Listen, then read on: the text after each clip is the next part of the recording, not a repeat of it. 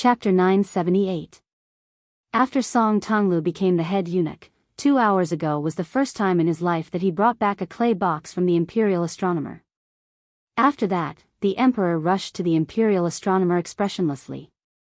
However, Song Tonglu, who had been serving the emperor for many years, knew that ever since he saw the emperor, he had never clearly sensed that the emperor was so happy. When they went to the tall building this time, the emperor called for His Highness the Crown Prince. Outside the building, there was a group of people of varying heights, old and young. After the death of the old eunuch, the one who took over the imperial astronomer was not the prestigious Lord Jianghu, but a young child. In the past, the old eunuch had nicknamed him Little Bookshelf. Everyone inside and outside the imperial astronomer had followed suit and called him Little Bookshelf, forgetting the child's original name. Other than the eunuch, who was supposed to be at the age of a private school, and the highly respected Jianghu Song Yujing, there was also a new nobleman in the capital, the Prince of Qingqing, Wuxia, who wore a purple Taoist robe. Now, this prince with a different surname, other than Su Shao, was the Taoist leader of the northern Taoist sections. Like Xiao Danping, he was also a Taoist minister. No one dared to laugh at him for being a prince with a different surname. Especially when Liang carried out a large-scale extermination of Buddhism, the northern Buddhist sects experienced a catastrophe. Wuxia did not disappoint the emperor. He personally went to the 2 Zen temples and pasted the talisman that sealed off the mountain on the main gate. The survival of the tens of thousands of temples in the north was in Wuxia's hands. Even though the 2 Taoist masters of Mount Longhu had ascended, Wuxia was still aggressive in dealing with the Guangling Taoist and Buddhist temples that bordered the north and south. Mount Longhu could only retreat step by step. Under the gaze of everyone in the world, the nobleman of the Taoist master residence, who shared the same surname as the emperor, was extremely dejected. However, when he saw the emperor and His Highness the Crown Prince, he still respectfully knelt down. The other members of the imperial astronomer originally followed the usual practice of standing and bowing with their hands clasped in front. However, when they saw the emperor and His Highness the Crown Prince, they could only kneel down and kowtow to the emperor. Only the little supervisor did not bend his knees. The emperor of the Zhao family was not angry. Instead, he was very happy. Crown Prince Zhao Zhuan even quickly walked up and pinched the child's cheeks. The supervisor, who was nicknamed the Little Bookcase, was somewhat annoyed. Seeing this, the emperor laughed heartily. After retracting his smile, he entered the building first. When they arrived at the heaven-connecting platform on the top floor, Crown Prince Zhao Zhuan strolled around in front of the bookcase that required a ladder to reach the books above. Wuxia and Song Yujing carefully accompanied him. However, His Highness the Crown Prince was famous in Great Peace City for being easygoing and good-natured, so Wuxia and Song Yujing were not too reserved. When the Crown Prince joked that he liked daughters more, he asked Wuxia, who had once used her bedroom techniques to flatter the officials in the capital, if there was a way for the first child to be a daughter instead of a son. This left the Prince of Qingqing tongue-tied. He didn't know how to answer. The old-fashioned Song Yujing smiled knowingly. She thought that His Highness the Crown Prince truly had the heart of a child. It was not easy to have such an heir. Outside the building, there was a star-picking path made of 81 pieces of white marble. It abruptly extended 60 feet from the building. The emperor of the Zhao family and the little supervisor were walking in front of each other on the spotlessly white beam of heaven and earth. The spirited child seemed to have no fear of this middle-aged man sitting in the dragon chair. The emperor did not mind this small matter at all. There were too many people in the world who were willing to be his cows, horses, or dogs. Having 1 or 2 people who were not afraid of him and did not pose any threat to him was not a bad thing but a good thing. There were people in the world who were not afraid of him at all. The nearby ones were the Little Bookcase. As for the distant ones, not to mention the Beimang barbarians, the Liang court, and the common people, they could be counted with one hand. Among the numbers, there was only one person who could make him afraid. And this guy was about to die. How could he not want to laugh? He held his belly and laughed. The emperor of the Zhao family pointed to the northwest of the dynasty and then withdrew his clenched fist. He bent over and held his belly, but he suppressed his laughter and looked straight at the roof of a hall. There, 3 people had once drunk wine and talked about heroes. Together, they had created the great hegemony of the Liang dynasty. In the end, they all died. It was good that they died. If the oldest one did not die, he would not be able to ascend the throne. That bald donkey died at the Iron Gate. It was a worthy death, but it was a pity. The last one who was about to lie in the coffin chose to watch coldly when the princes fought for the throne. This made the emperor of the Zhao family even more resentful. In his opinion, this old guy died too late. The emperor of the Zhao family turned around and touched Jian Zheng's head. He smiled and asked, "Little bookcase, do you think it is more appropriate to give him a good title or an evil one?" One was safe, the other was appropriate. Accompanying the emperor was like accompanying a tiger. If it were those old foxes who had spent most of their lives in court trying to figure out the emperor's heart, they would immediately be able to understand the true meaning of the emperor's words. However, the little bookcase said, Grandpa Jianzheng said before his death that once the new calendar of the imperial astronomer came out, we robbed the white-robed monk of the 2 Zen temple's almanac. Whether the king of Bailiang is given an evil title or an evil one is no longer relevant to the big picture. I feel that since the sages said that a gentleman has the beauty to help others, giving him an evil title is also fine. But Uncle Emperor, what does robbing mean? In the end, the Zhao family's son of heaven revealed a warm smile. He muttered to himself, and then he raised his voice, saying with a laugh, "Robbing? It was your grandpa Jianzheng's old enemy, Huang Longshi, who said it first. I think it's similar to robbing in Go." "Right, little bookcase, Zhen heard that you are skilled at Go. When will you compete with Zhen on the Go board?" The little bookcase thought and then said with a bright smile, "Grandpa Jianzheng taught me the 5 moves of attacking, defending, ending, and turning the tables. I know the first 4, but I don't know how to turn the tables. However, Grandpa Jianzheng said that there is no rush. When I understand, I can call old Huang to come to Great Peace City to discuss." Grandpa Jianzheng also said that if we want Huang Sanjia to lose one of his jades, only 2 people have a chance. I am one of them. Looking at the child pointing at himself innocently, the emperor of the Zhao family was very happy. He took off a jade pendant at his waist that could be called priceless. He smiled and said, "Then Zhen will not seek humiliation. This jade pendant is for you, and it is fine to give it to someone else." Zhen's Liang really does have many talents. Huang Longshi, this madman, should have no one to rely on and die without a grave. The little bookcase laughed and held the jade pendant with both hands. "Then I have seen a palace attendant Jijia. I liked her at first glance. If I see her again, I will give this jade pendant to her." The Li Yangming emperor who had won the title of the previous emperors through his diligence smiled. He nodded and said, "Uncle Emperor is telling you, the jade pendant has to be given to her when you grow up. Then you will have a wife. Don't worry, Zhen will first find that palace attendant for you and keep her for you." The little bookcase pecked like a chicken and nodded vigorously. With the spring breeze caressing his face, the son of the Zhao family turned around and walked towards the attic with a cold smile on his face. According to the law of Liang, posthumous titles were bestowed. Beautiful posthumous titles were divided into civil and military officials, with characters at the beginning, and then the character Zheng at the beginning, followed by the characters Zhen, Zhong, Duan, Kang, Yi, and so on. The posthumous titles of military officials were on the lower side. The number of characters was also fewer, but they were still divided into 18 ranks.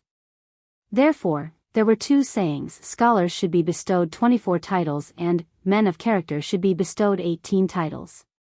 In the past few years, most of the court officials who died were civil officials. Although these old people were not so exaggerated as to receive posthumous titles such as Zheng, Zhen, Zhong and Duan, but in the eyes of the world, they could not escape the title of Zheng, Zhen, Zhong and Duan. For example, the 2 masters of the Song family, as well as the leader of the Green Party who had experienced 3 dynasties, Shangzhu Guolu Fei Qi, were among the posthumous titles. Unfortunately, these fellows' integrity could not be preserved in their later years. Although they were among the 24, their posthumous titles were extremely low. On the contrary, the Liu family, whose family's prestige was far inferior to the Song family's Gangnam-do, Ling Lang and Man of Jade, had the highest chance of obtaining 2 of these great posthumous titles. Su Shao. Zhen will not give you any evil posthumous titles, but you have long been stripped of your title of de Zhugua. Therefore, as a military official, you can forget about receiving a civil posthumous title. Moreover, as a military official, Zhen will generously give you the lowest rank of Wu Li. After you die, no matter how timid the fence-sitter is, they will use their mocking laughter to send Su Shao off for the last time. That night, the prince's mansion of Mount Qingliang, who was used to the old Prince Liang's tiredness, did not have any abnormalities. They even felt that when they woke up tomorrow, they might be able to see the old man and the young Prince Liang strolling together in the distance. Chapter 979. In the inner room of Su Zhao's small courtyard, Su Weisheng's wheelchair was close to the door. Her hands were placed on her lap, tightly clenched. Su Longxiang, who had hurried back home, stood at the head of the bed with red eyes, her head bowed. Looking from outside the door, she could only see the back of a person sitting by the bed. The old man lying on the bed tried his best to suppress his coughs and said slowly, "Dad knows you don't like this Su Shao who only knows how to prattle and reason. Yes, your dad is very good at using swords and spears. I'm not a person who preaches reason without permission, and I don't like it either. All these years, I've been a rough man who beats whoever scolds me. I'm an old man who stands on the left and right of the throne room with a saber, depending on my mood. But if I don't say these things and finish my words, I won't be at ease. Remember, since you're the king of Bailiang, you have to be able to listen to what you don't want to hear. You have to be able to tolerate people you don't like.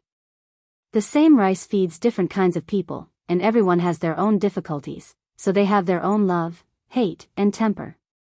Especially those who don't remember the good of others. Most of the time, you have to endure it. Who asked you to be the king of Bailiang? You don't have to lose to anyone, but you have to take care of the overall situation. I've been the great general and king of Bailiang for so many years, but I also have a lot of grievances that I can't tell anyone. I remember that year when I took a group of old brothers out of Jinzhou to Liao, we were miserably harmed by a powerful military officer in Liang. Many of our brothers died. In a fit of anger, I took more than 40 brothers who didn't die and went to his house. Of course, we didn't go there to eat and drink, but to kill his entire family. We tied them up and dragged them into the courtyard. Do you know what happened after that? That guy's name was Kai Qinghe. Now, there was definitely no one who remembered him. Kai Qinghe was unscrupulous in climbing up the officialdom. This guy was cold-blooded and ruthless when he was scheming against others. He agreed that the 2 armies would advance and retreat together, but in the end, he watched as my 800 people fought against 2,000 enemies without bringing his 1,000 people into the battlefield. After that, he even brought a message to me, saying that he would rather not have military merits than let me, Su Shao, take the position. Such a formidable person, before he died, he knelt on the ground and kowtowed to me, saying that as long as I let his wife and children go, he was willing to die and commit suicide. He was not afraid of being cut into pieces. In the end, of course, I didn't agree to his request. His entire family of more than 30 people, old and young, were all killed in front of him. That's because I, Su Shao, still had more than 40 brothers standing behind me. Moreover, if I didn't do that, there was bound to be a second Wang Qinghe and a third Song Qinghe who would jump out and harm me. I, Su Shao, may not be afraid of death, but I'm afraid of my brothers dying for me. Fighting for the country? Fighting for the country requires people to die. Many people have died.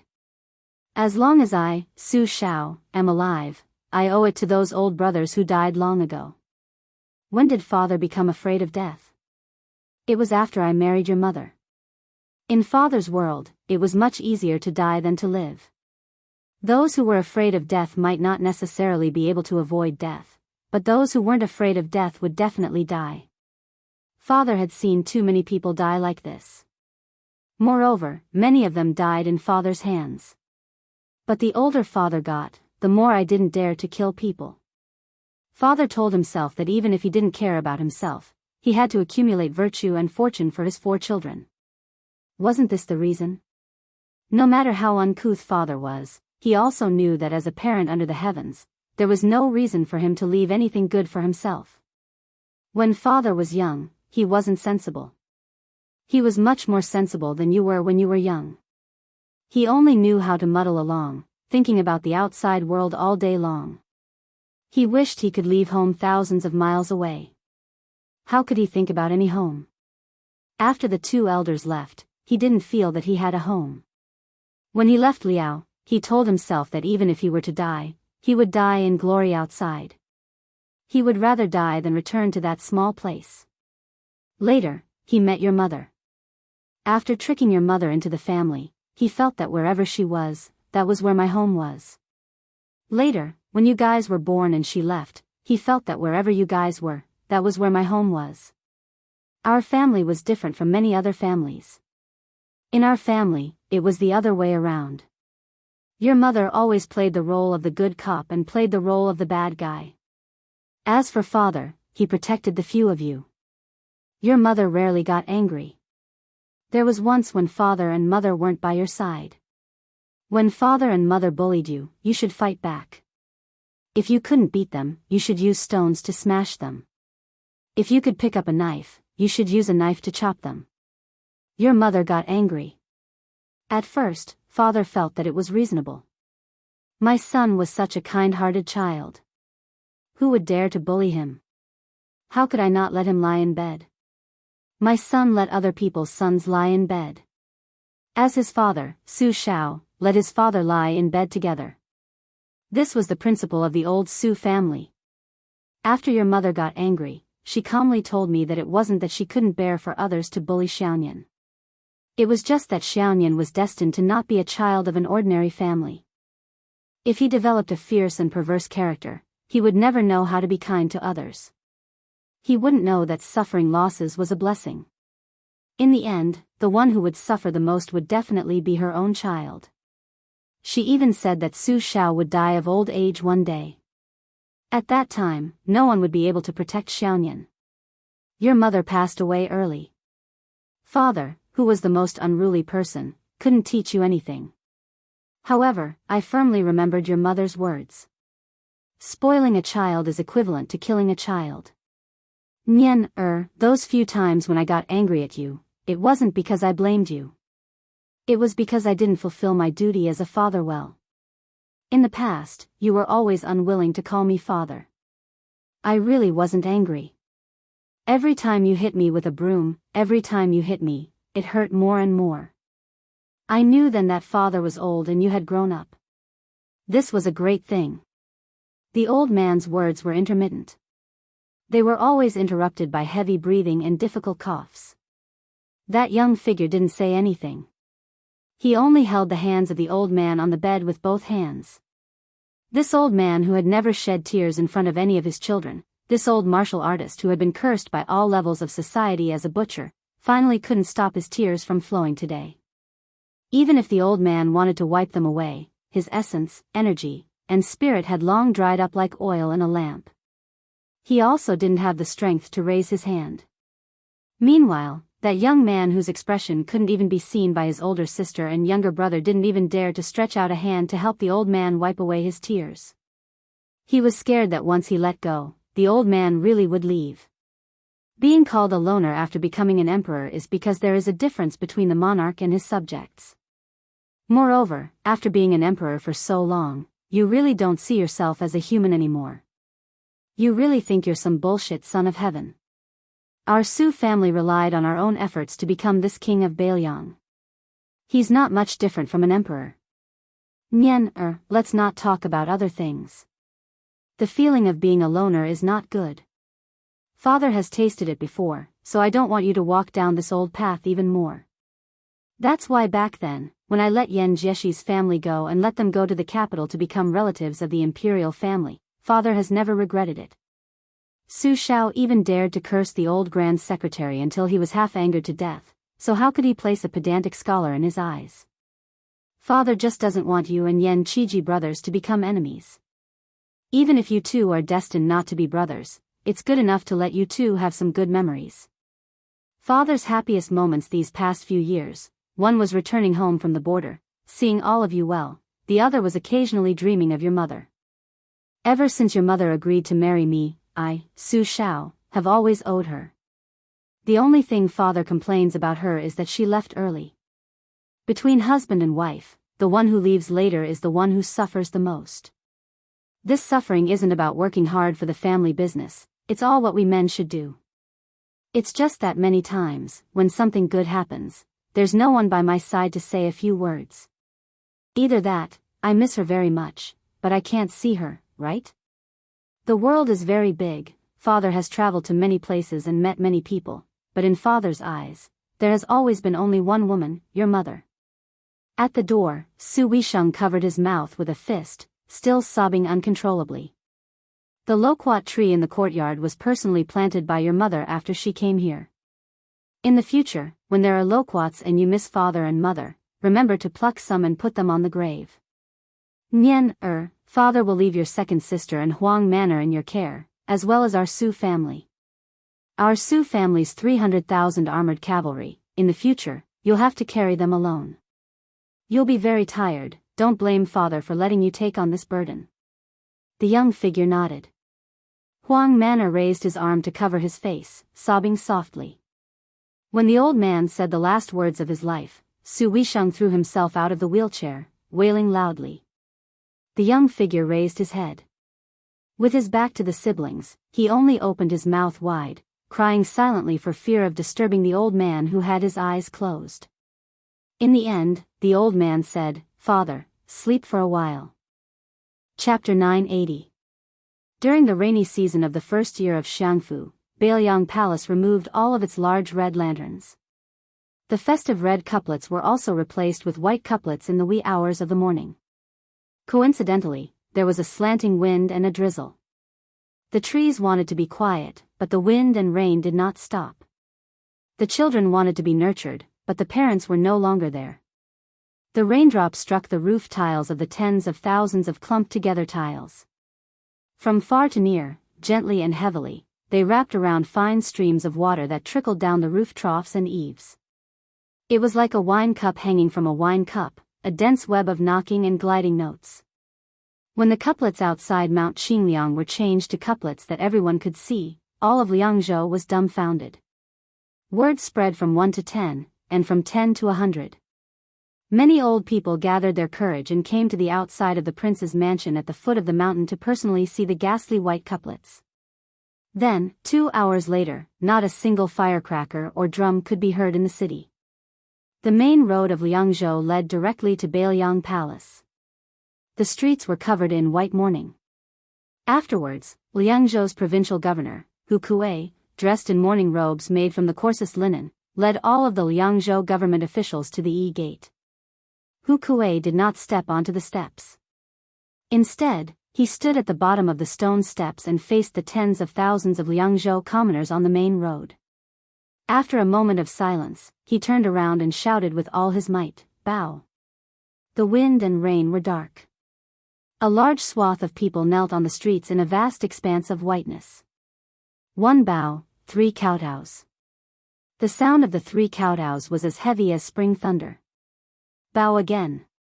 Bow 3 times. 1 bow, 3 kowtows, 3 bows, 9 kowtows. Great Peace City, Jianghu. The officials of the capital all considered the morning court to be hard work. Many old foxes of the officialdom had long since developed the ability to enter the Forbidden Palace on time. However, 80 to 90% of the officials had gathered early outside the palace gates.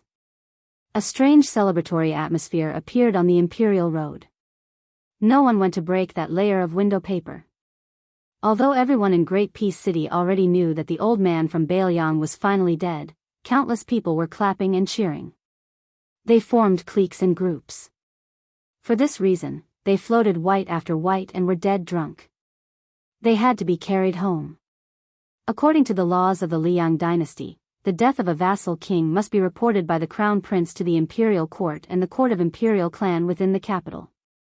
Lame Su was a king with a different surname, so the court of imperial clan did not mind.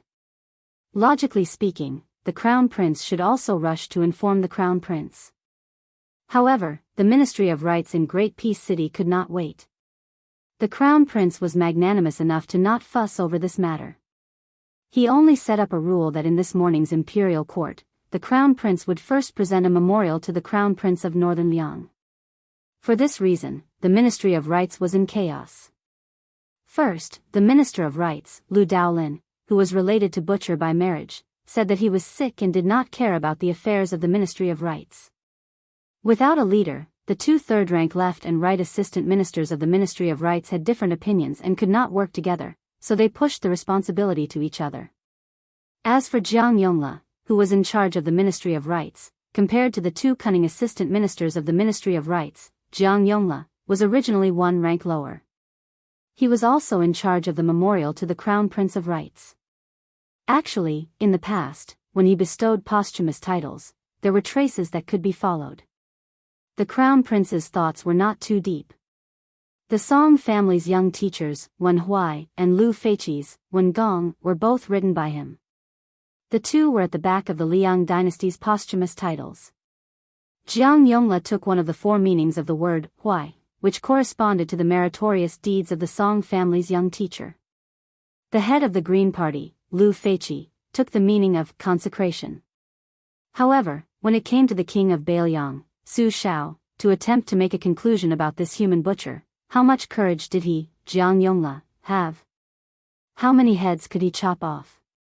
Even if he was lucky enough to guess the emperor's thoughts, as long as it did not conform to the opinions of the world, or did not conform to the tastes of the court officials, or even cause the martial artists of Bailiang to hold a grudge against him, he, a mere department for purging officials, could casually make things difficult for someone, and he would have no chance in his official career in this lifetime.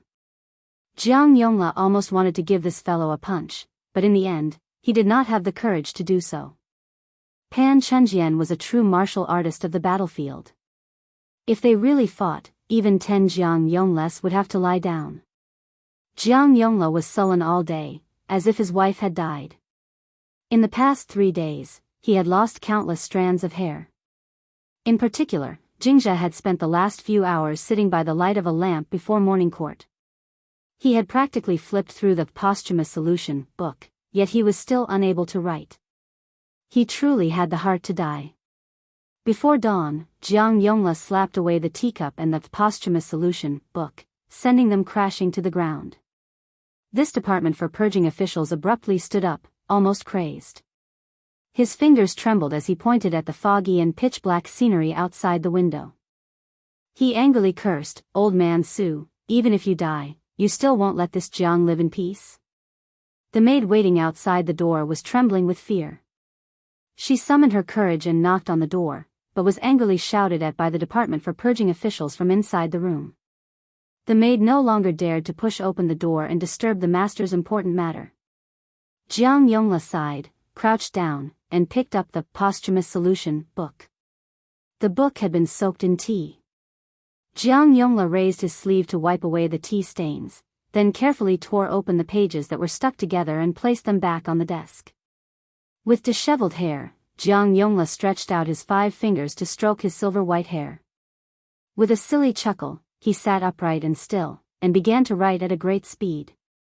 He separated the civil and military titles, totaling 42 beautiful titles and 15 evil titles, and casually wrote them on a piece of lanting familiar proclamation.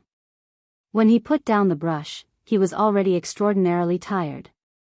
The department for purging officials was gasping for breath. He turned his head and ordered the maid outside to bring in a copper coin. After the confused and beautiful maid entered the room, she saw the master point at a piece of familiar proclamation whose writing could faintly be seen through the back of the paper. He had her place the copper coin on the paper. After the maid did so, she was dismissed by Jiang Yongla with a wave of his hand. Jiang Yongla pressed down on the copper coin with one hand and flipped over the familiar proclamation with the other. As a result, the department for purging officials, who intended to resign himself to fate, saw the words that the copper coin was leaning against. Li. Posthumous solution, meritorious service to the country, slaughtering the innocent. Jiang Yongla hesitated for a moment, then muttered to himself, "This is the will of heaven."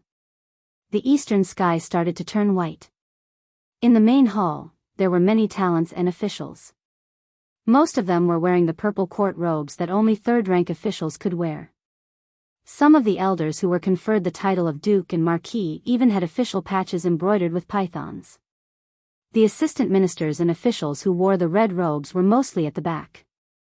Now that they had been conferred the title of king and vassal, there was only one crown prince, Zhao Zhuan, left in the main hall. He stood alone in front of the officials to his left and right, closest to the 9 steps.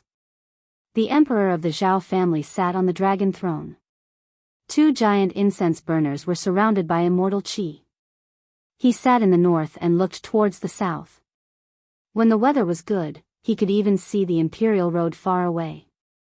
The emperor looked away. Almost no one in the main hall dared to raise their heads. Only Grand Secretary Zhang Julu, 2 or 3 officials of the 6 departments, and a few generals dared to look at him. Only Tantanan Huan raised his head and stared. The emperor didn't know what the old man was looking at. He looked around. The Minister of Rights, Lu Daolin, didn't come to court. The new Minister of War, Chen Jibao, had his eyes closed. Gu Jiantang guarded the border all year round and all the military officials in the main hall looked up to him. It was said that Chen Jibao had received old Minister Gu's instructions.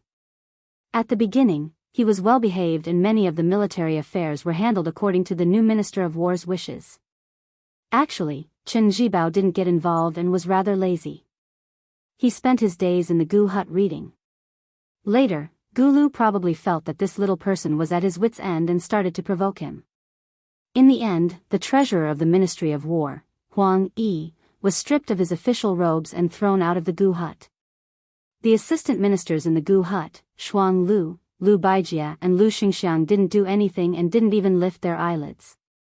Huang Yi, who had a wide network of connections, went everywhere to persuade them. After this, the censorates started to impeach Minister Chen. In the end, the emperor casually revoked manager Huang Yi's official 4th-rank title. Under the emperor's feet, Huang Yi didn't dare to be angry or say anything. He ran to the border to relax.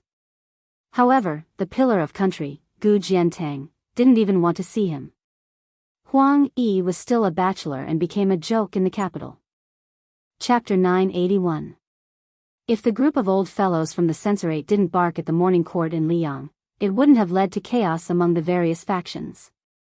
The various ministries had always been concise and to the point when announcing matters in court.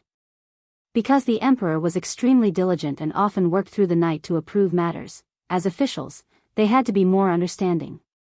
All kinds of matters would receive the emperor's nod or rejection in the central government of the dynasty.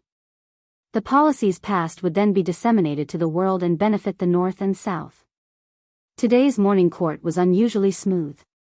The Minister of Revenue, Wang Xiongui, reported to the emperor about last year's land measurement and tax collection in Jiangnan and Guangling, as well as the audit of the various storehouses and granaries. As the next helmsman of the Zhang faction, Wang Xionggui's knowledge and achievements were outstanding. When he reported, his voice was mellow. Not to mention that the content was a good thing, just Wang Xionggui's calm demeanor was enough to subdue the younger generation in the hall. The Minister of Appointments, Zhao Yuling, also gave an old-fashioned and suspicious report of victory. He concluded last year's capital examination of the achievements of the various officials in the capital. The emperor also took advantage of the situation to have Minister Zhao, who was born of a concubine, preside over this year's great evaluation of the world's officials. Yin Mao Chun, who was number 1 among the prime ministers, would no longer assist him. Last year's capital examination was the emperor's intention to have Zhao Yusong kill a chicken with a butcher's knife. In reality, it was to pave the way for Prime Minister Yin. Everyone in the main hall was well aware that if the Minister of Rights, Lu Daolin, wasn't present in the hall today, they would have announced that Yin Mao Chun would be presiding over this year's imperial examination.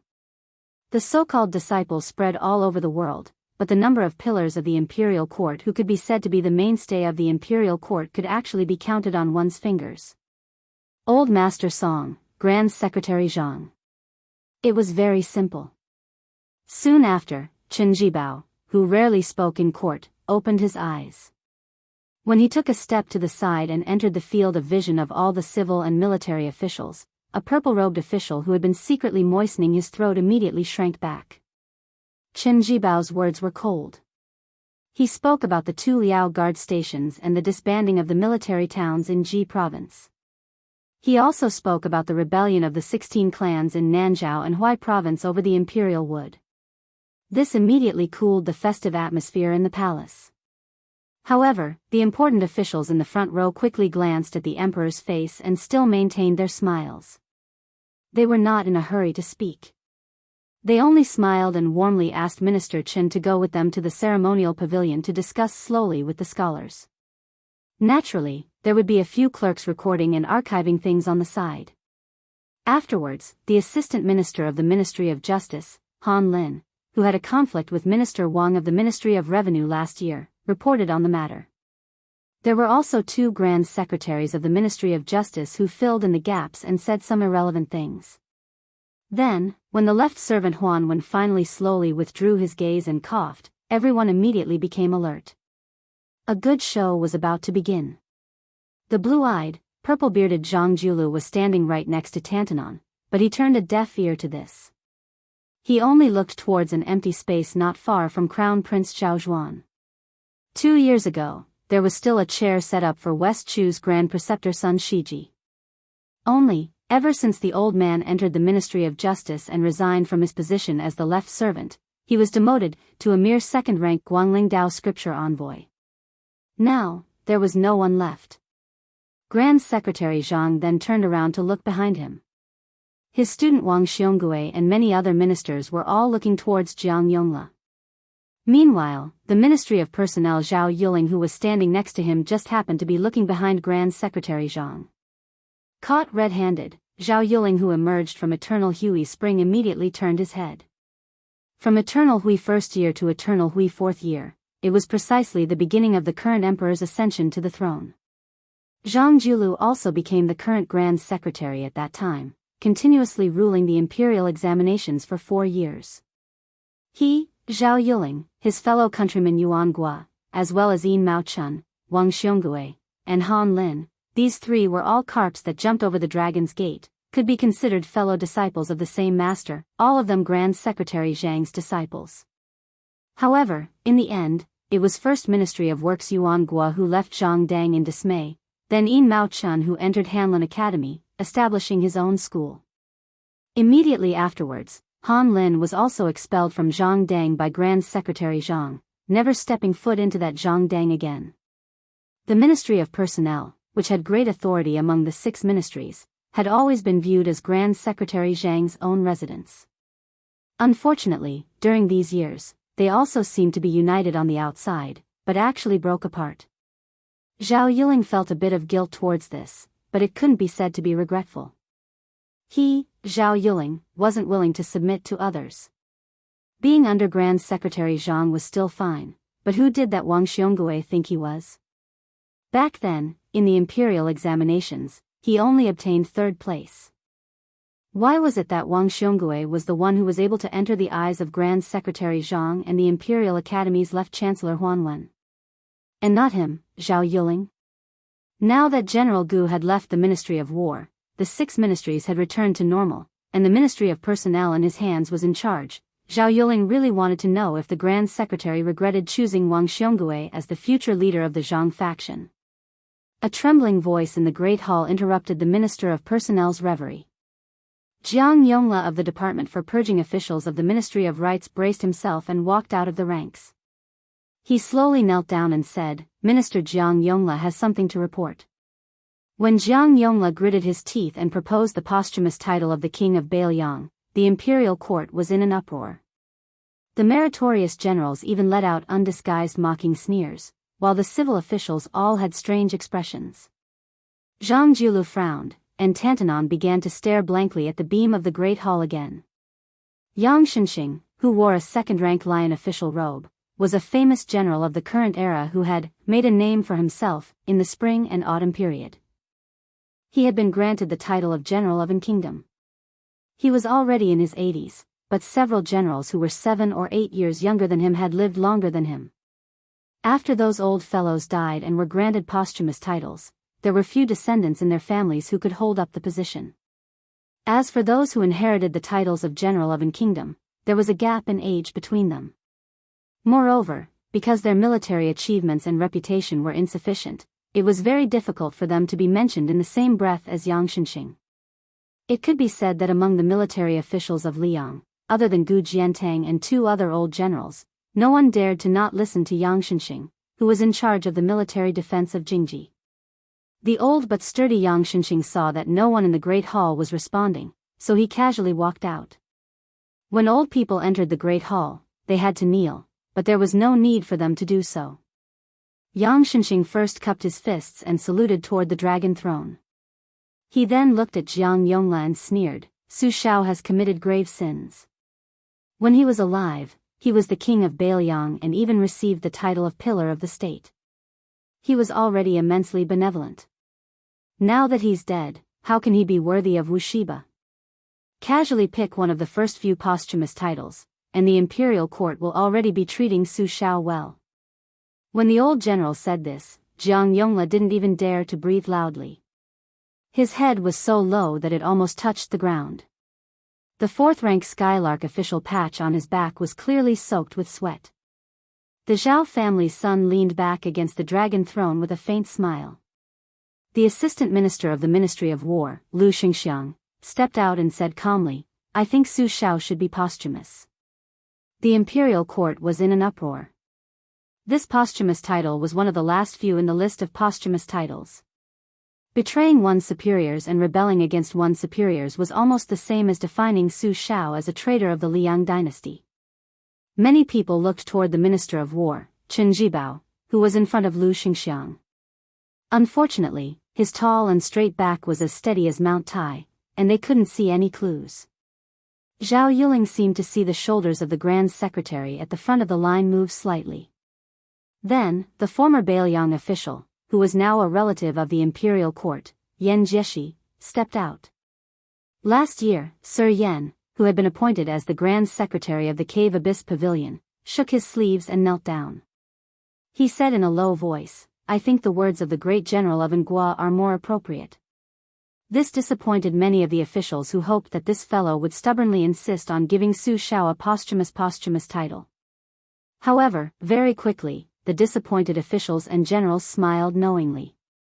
The Right Chancellor of the Imperial College, Jean Lanting, stepped out of the line and said in a clear voice, "Your Majesty, I agree with Assistant Minister Lu's suggestion. Su Shao has stolen Bailiang, and his treacherous actions are too numerous to be recorded. Only by giving him the posthumous title of military resistance can we pacify the people of the world." The corner of the Zhao family's emperor's mouth curled up, but he still didn't say anything. The left chancellor, Yao Baifeng, snorted. Not only did he step out of the line, but he also intentionally or unintentionally used his shoulder to push Jean Lanting. Only then did he say, "Great General Su Zhao's contributions to the imperial court cannot go unnoticed, and no one can compare to him. The posthumous title that corresponds to his military merits can be either the 2 words resolute or Huan, which is the most appropriate." As a result, there was an uproar all around. No matter how good the officials' mental fortitude was, they also began to whisper to their colleagues beside them. Jean Lanting sneered, "Su Shao has military merits, but they are all opportunities bestowed upon him by the imperial court. It is only the trend of the times, but he doesn't know how to be grateful. How can such an ignorant person be worthy of Huan Ilya's posthumous title? What a joke. Official Yao, aren't you afraid that once this posthumous title is given, the people of the world will be disappointed?" With Jean Lanting being the first evil person to shed all pretenses of cordiality, the 3 grand secretaries of the imperial court, who had already discussed this beforehand, quickly stepped out of the line and agreed with Lu Xingxiang and Jean Lanting's posthumous title. The big shots of the imperial censorate also responded one after another. The public mood immediately surged, many sarcastic and ear-piercing words appearing. Xiongzhou's great scholar, Yao Baifeng, was so angry his face turned pale. From start to finish, the Minister of War who should be speaking out against lame Su the most didn't open his mouth, and Grand Secretary Zhang, who should be adding fuel to the fire, also remained silent. During this time, the Ministry of Appointments Zhao Yuling and Ministry of Revenues Wang Xiongui seemed to have a tacit understanding, both of them wishing to step out at the same time. In the end, Tantanon turned around and glared at them, both of them pulling back their steps with bitter smiles. In the end, after the emperor stood up, he expressionlessly looked down on the civil and military officials of the imperial court, lightly saying this before withdrawing from the court. Merits and demerits offset. Su Zhao's posthumous title is Wu Li. The civil and military officials, each harboring their own thoughts, filed out of the hall.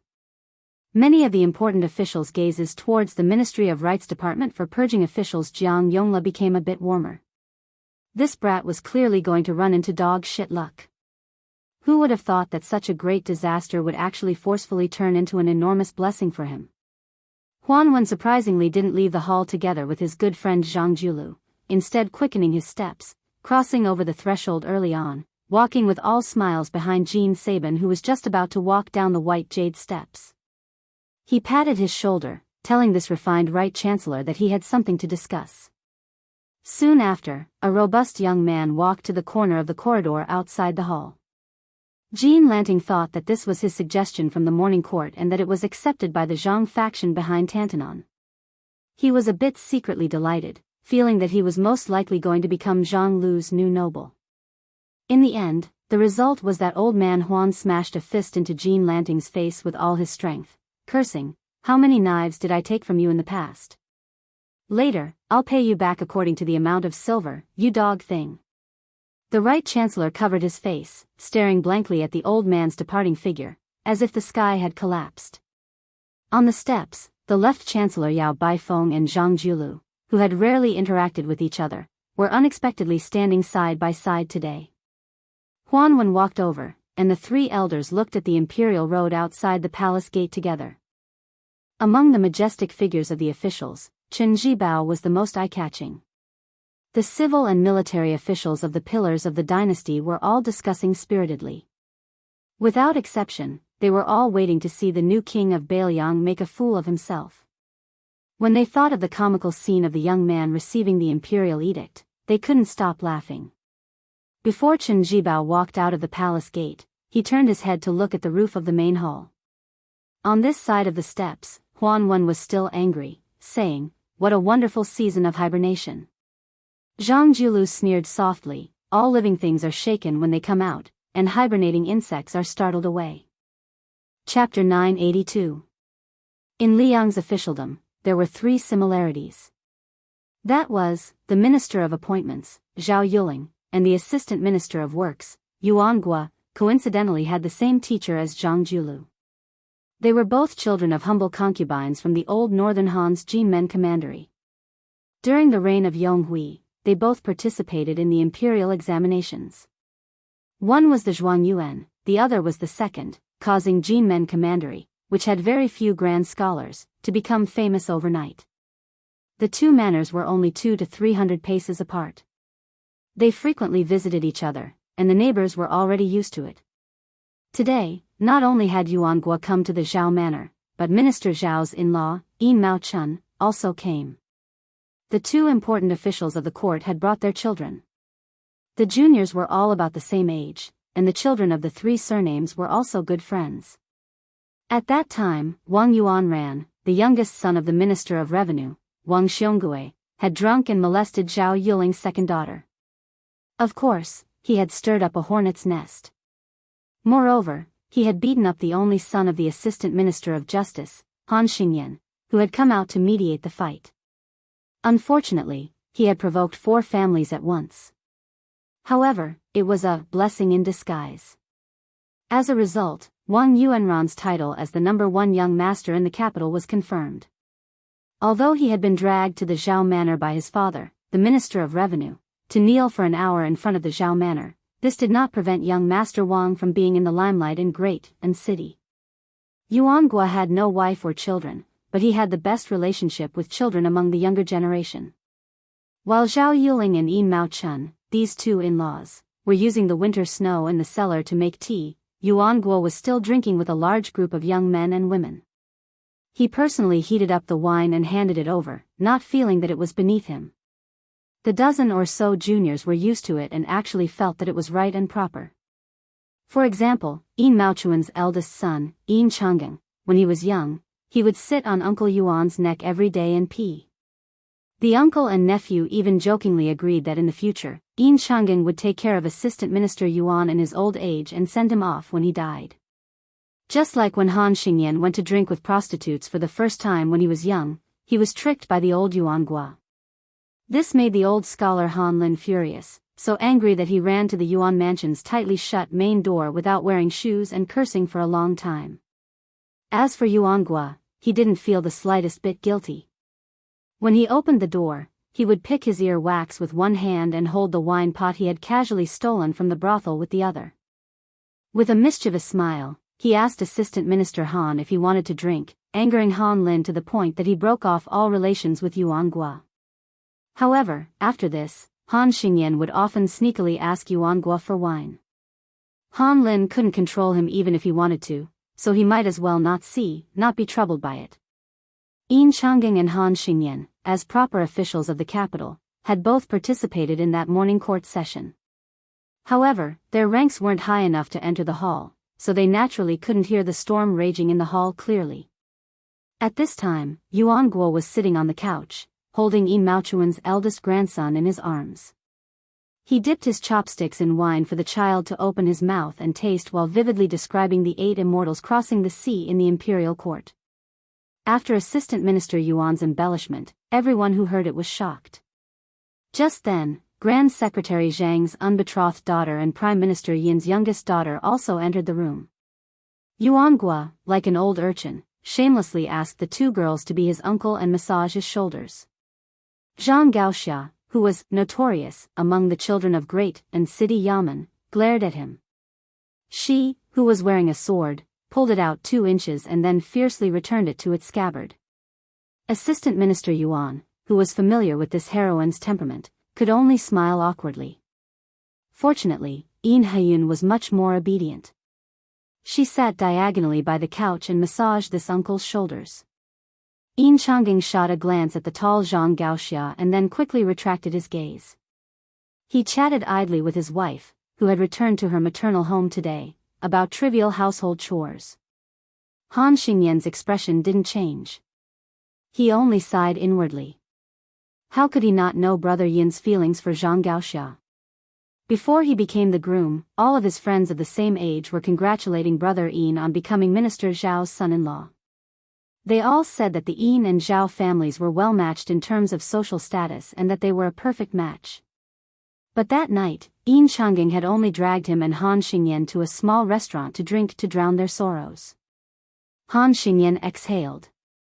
Why else would it be said that threads of love were easy to tie and hard to untie? Speaking of which, it was strange. In terms of beauty, Zhang Gaoxia wasn't even as good as his sister-in-law. She had the same pair of blue eyes as her father, the Grand Secretary. Also, if a woman's lack of talent was a virtue, then Zhang Gaoxia really deserved to be unable to get married. She could compete with the Crown Prince consort, who was nicknamed Female Scholar, and no man could beat her. Her swordsmanship was also extraordinary. She had studied under the Daoist sword pool great grandmaster Song Nianqing and the #1 swordsman of the capital, Qi Jiajie. Naturally, she was nothing but an embroidered pillow. Even the Tangxi sword immortal, Lu Baijie, praised her talent in the way of the sword. The first prince, Zhao Wu, had suffered at Zhang Gaoxia's hands. This woman was truly a heroine who could do as she pleased in Great Peace City. In any case, if she was alone, no one could beat her. Competing in family background?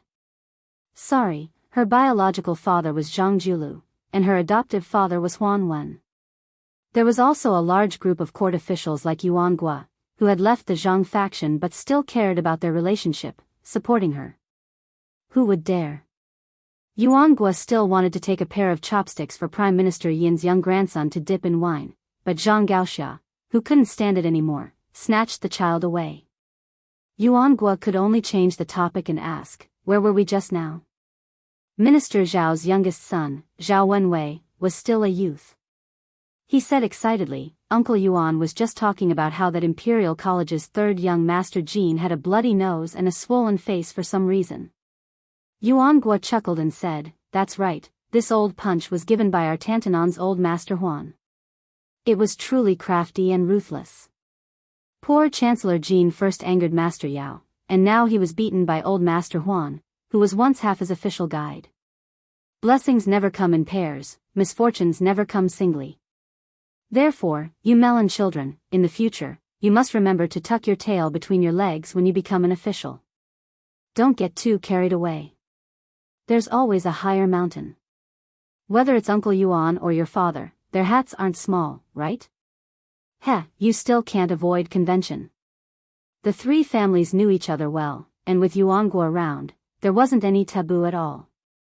Han Xingyan frowned and said in a low voice, "Uncle Yuan, although Chancellor Jin's hobby is to strike at Beiliang's betrayal and rely on this to gain a good name and reputation in the court, and his table manners are somewhat despicable, in the end, it's beneficial to the imperial court and the country.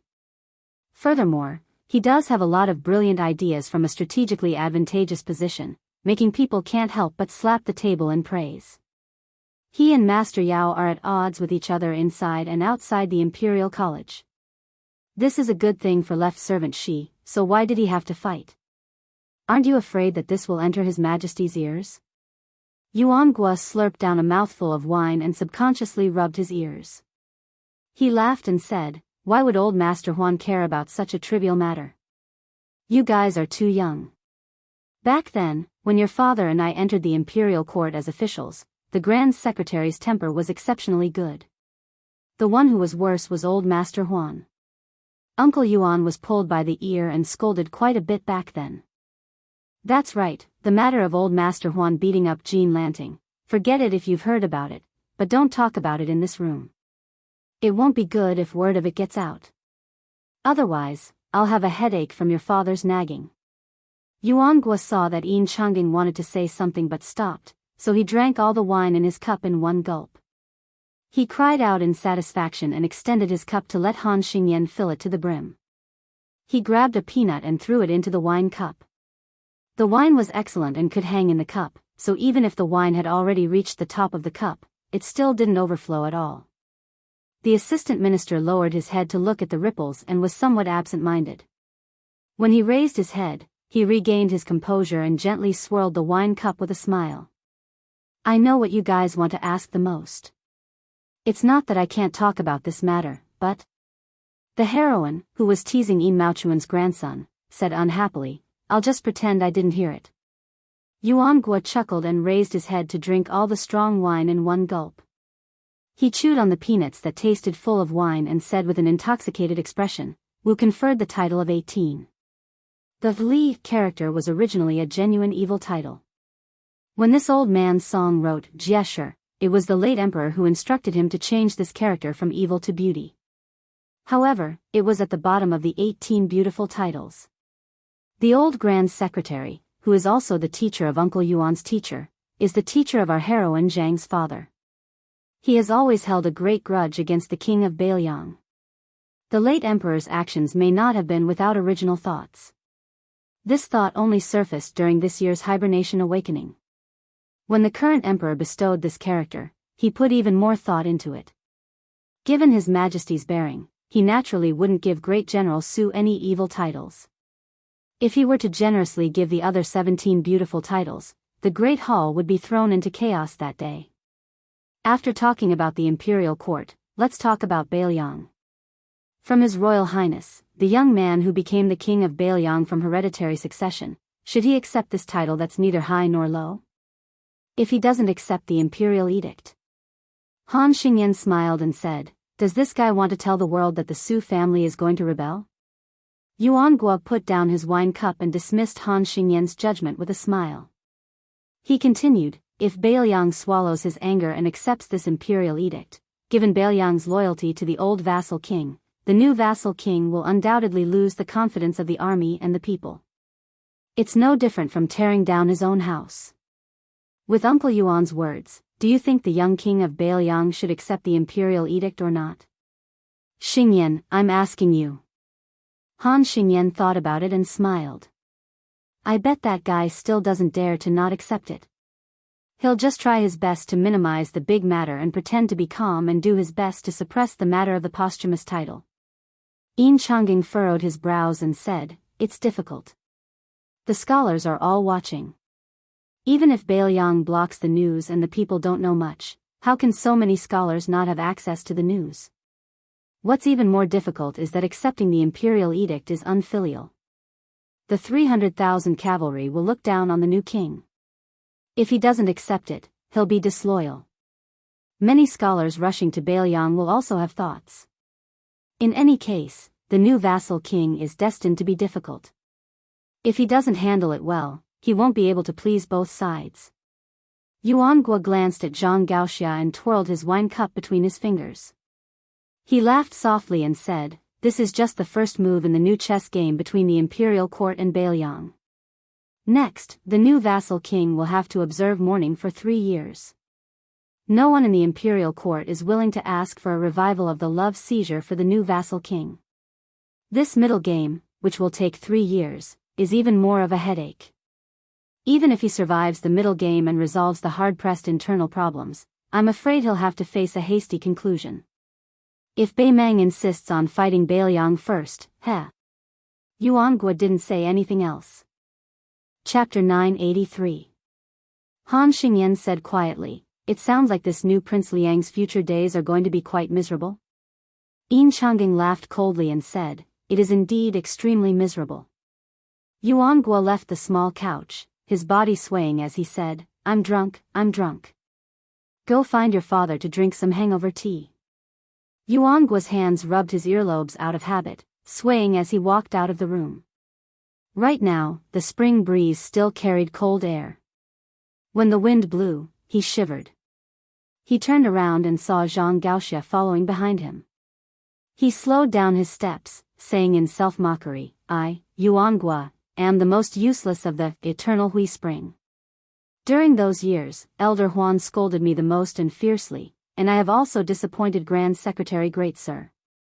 Zhang Gaoxia said this coldly, and then turned around to head towards Yin Chang'an and Han Xingyan. "You are indeed the most disappointed."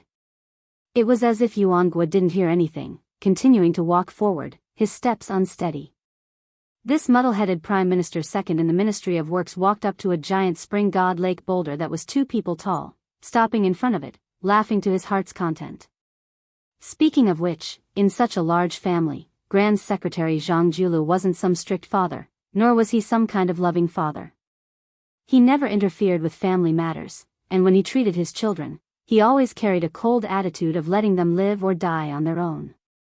The eldest son didn't seem to have inherited the Grand Secretary father's knowledge and talent, mediocre and unaccomplished. He served as a county magistrate in a lower county with less than 3,000 families on the outskirts of the capital. After 6 whole years, he still couldn't take a single step forward.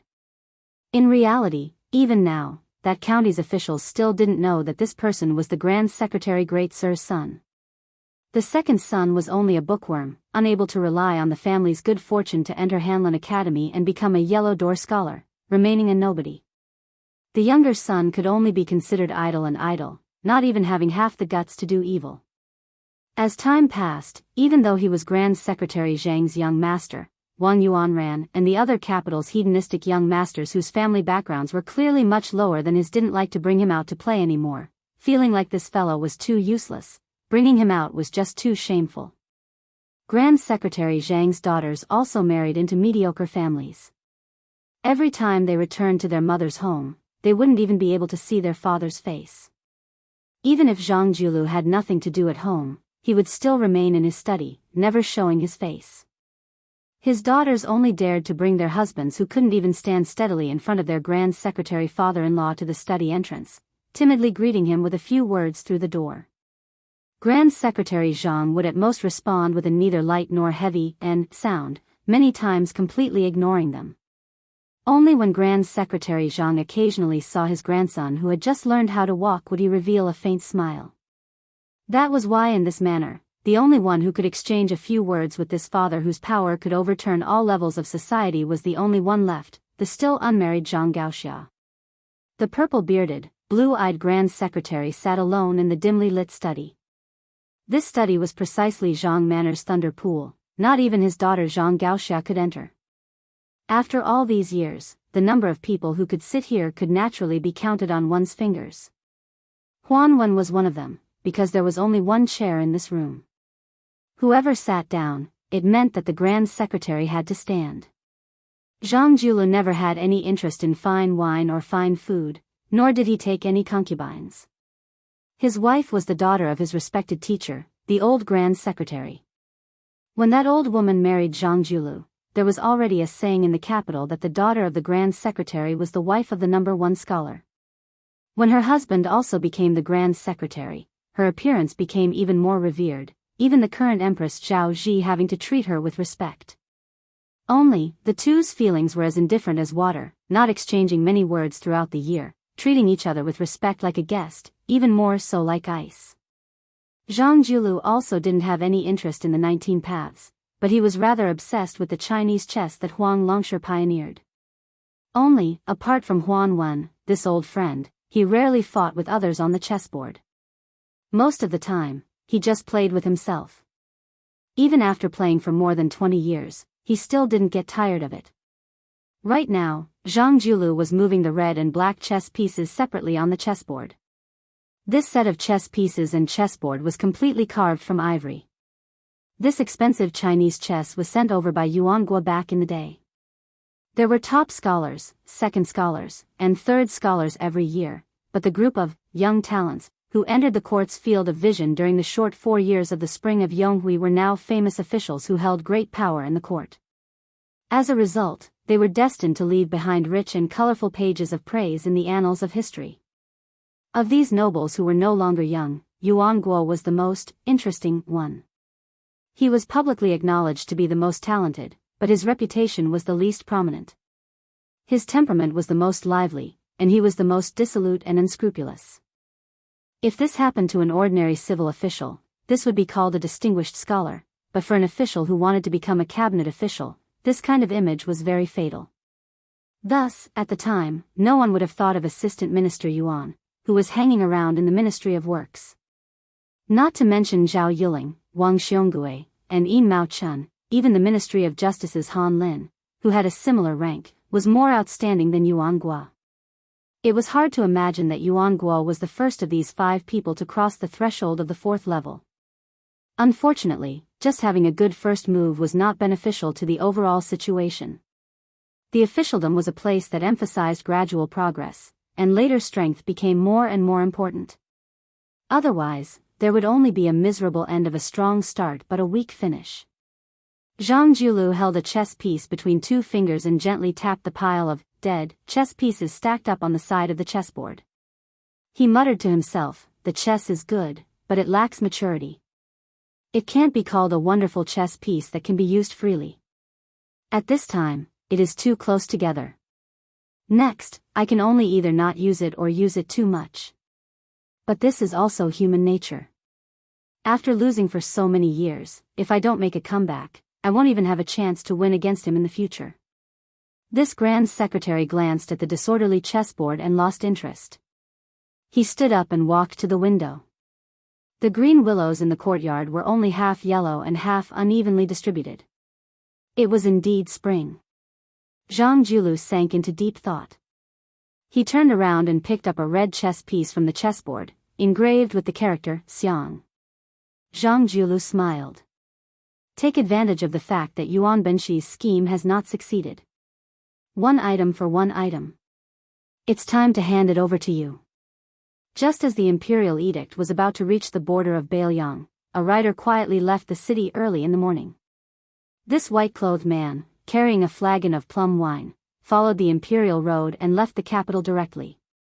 That day, in the morning court session, amidst the muffled sound of spring thunder outside the hall, the head eunuch of the ceremony directorate, Song Tonglu, read out 3 imperial edicts. The Minister of Rights, Lu Daolin, resigned from his official position and retired to his hometown. He will be replaced by Assistant Minister Yuan Guo of the Ministry of Works. Chen Zhibao will resign from his official position and will be enfeoffed as the vassal state of Shishu. The Minister of War will be Assistant Minister Liu Baijie. The capital was shaken. Rumor had it that numerous old officials stumbled out of the ranks and knelt on the ground, sobbing. They directly admonished the Son of Heaven in court. They did not care about being reserved in their words and directly said that Qin Jibao should not be allowed to return the tiger to the mountain. They also said that Bailiang was an example of that. It was fine to let a tiger live once, but how could they allow Qin Jibao to gain power again? The emperor replied with, "Court is dismissed if there is nothing to do." Due to this, the two new ministers, Yuan Gua and Liu Baijie, who had both been promoted, did not have many words of congratulations. In the twilight, a middle-aged monk in white robes very absurdly entered the city with a woman by his side. Everyone knew that the court was wantonly destroying Buddhas. The armored soldiers at the city gates all stared at this man and woman in disbelief. Did this monk come to Great Peace City to seek death? The people of the capital, who were used to seeing grand scenes, all looked over like they were looking at a monster. The woman with ordinary looks joked, "In the past, when I wanted to see you, I couldn't see you even if I stood on my tiptoes. I had to jump and jump." The white-clothed monk rubbed his bald head and smiled warmly. "At that time, I felt that the daughter of some family had really good legs. I jumped a few li." The woman pinched him and snorted. "When you come to the capital, don't flirt with foxes." "How could I?" Chapter 984. As long as a shameless vixen comes to seduce you, I'll take care of her. That's a bit difficult. Wife, do it now. Boast all you want. Do you see who recognized you now? Also, those women who are still thinking about you are already old. I don't care about them. Wife, you don't care about them, but you care about them. You might as well not care about them. Are you looking for a beating? There are really people in this world who believe that eating your flesh can make them immortal? Ah. If one's heart is not sincere, what is the use of fasting for 60 years? If one's heart is not good, what is the use of becoming a monk for 100 years? In my opinion, rather than burning incense and praying to the gods and Buddhas, it is better to accumulate fortune and become a bodhisattva. Wife, you also went to listen to Abbot Wuxia Xianxia's sermon? Don't you like to listen to that? At the time, I went to borrow money from the old abbot. The old monk clearly has money, but he said he doesn't have money. He just nagged me about this. It's not right for a monk to not talk nonsense. Wife, Abbot Wuxia Xianxia was not lying when he said he doesn't have money. Those silvers, in his eyes, are the bricks of the temple, the pages of the Buddhist scriptures. Oh? Didn't you have that stupid Nanbei secretly hide those silvers with the old abbot? Wife, look, there are so many people in Great Peace City. I miss our families Lizi and Nanbei. I miss them too. Hey, the two men looking at you, who are they? Other than that guy Huang Longsher, is there another man who wants to steal my man? Be careful, go and find me a brick. Are you looking for a beating? One is His Majesty the Emperor, the other is called Yuan Benshi. Then I'm going to buy rouge. I'm going to borrow some silver from them. I'm not stupid. I cannot return the money I borrowed from the old abbot, but if I borrow from them, can I not return it? That's right. The two people in front put their hands together. While they did not believe in Buddhism, they still bowed to this white-robed monk who had once traveled thousands of miles to the west. But this white-robed monk turned and smiled at his wife's leaving figure. Nanzhao's Huai province was not peaceful. Along the way, one's eyes were filled with fleeing commoners, collapsed wooden beams, and piles of black gravel that looked like grave mounds.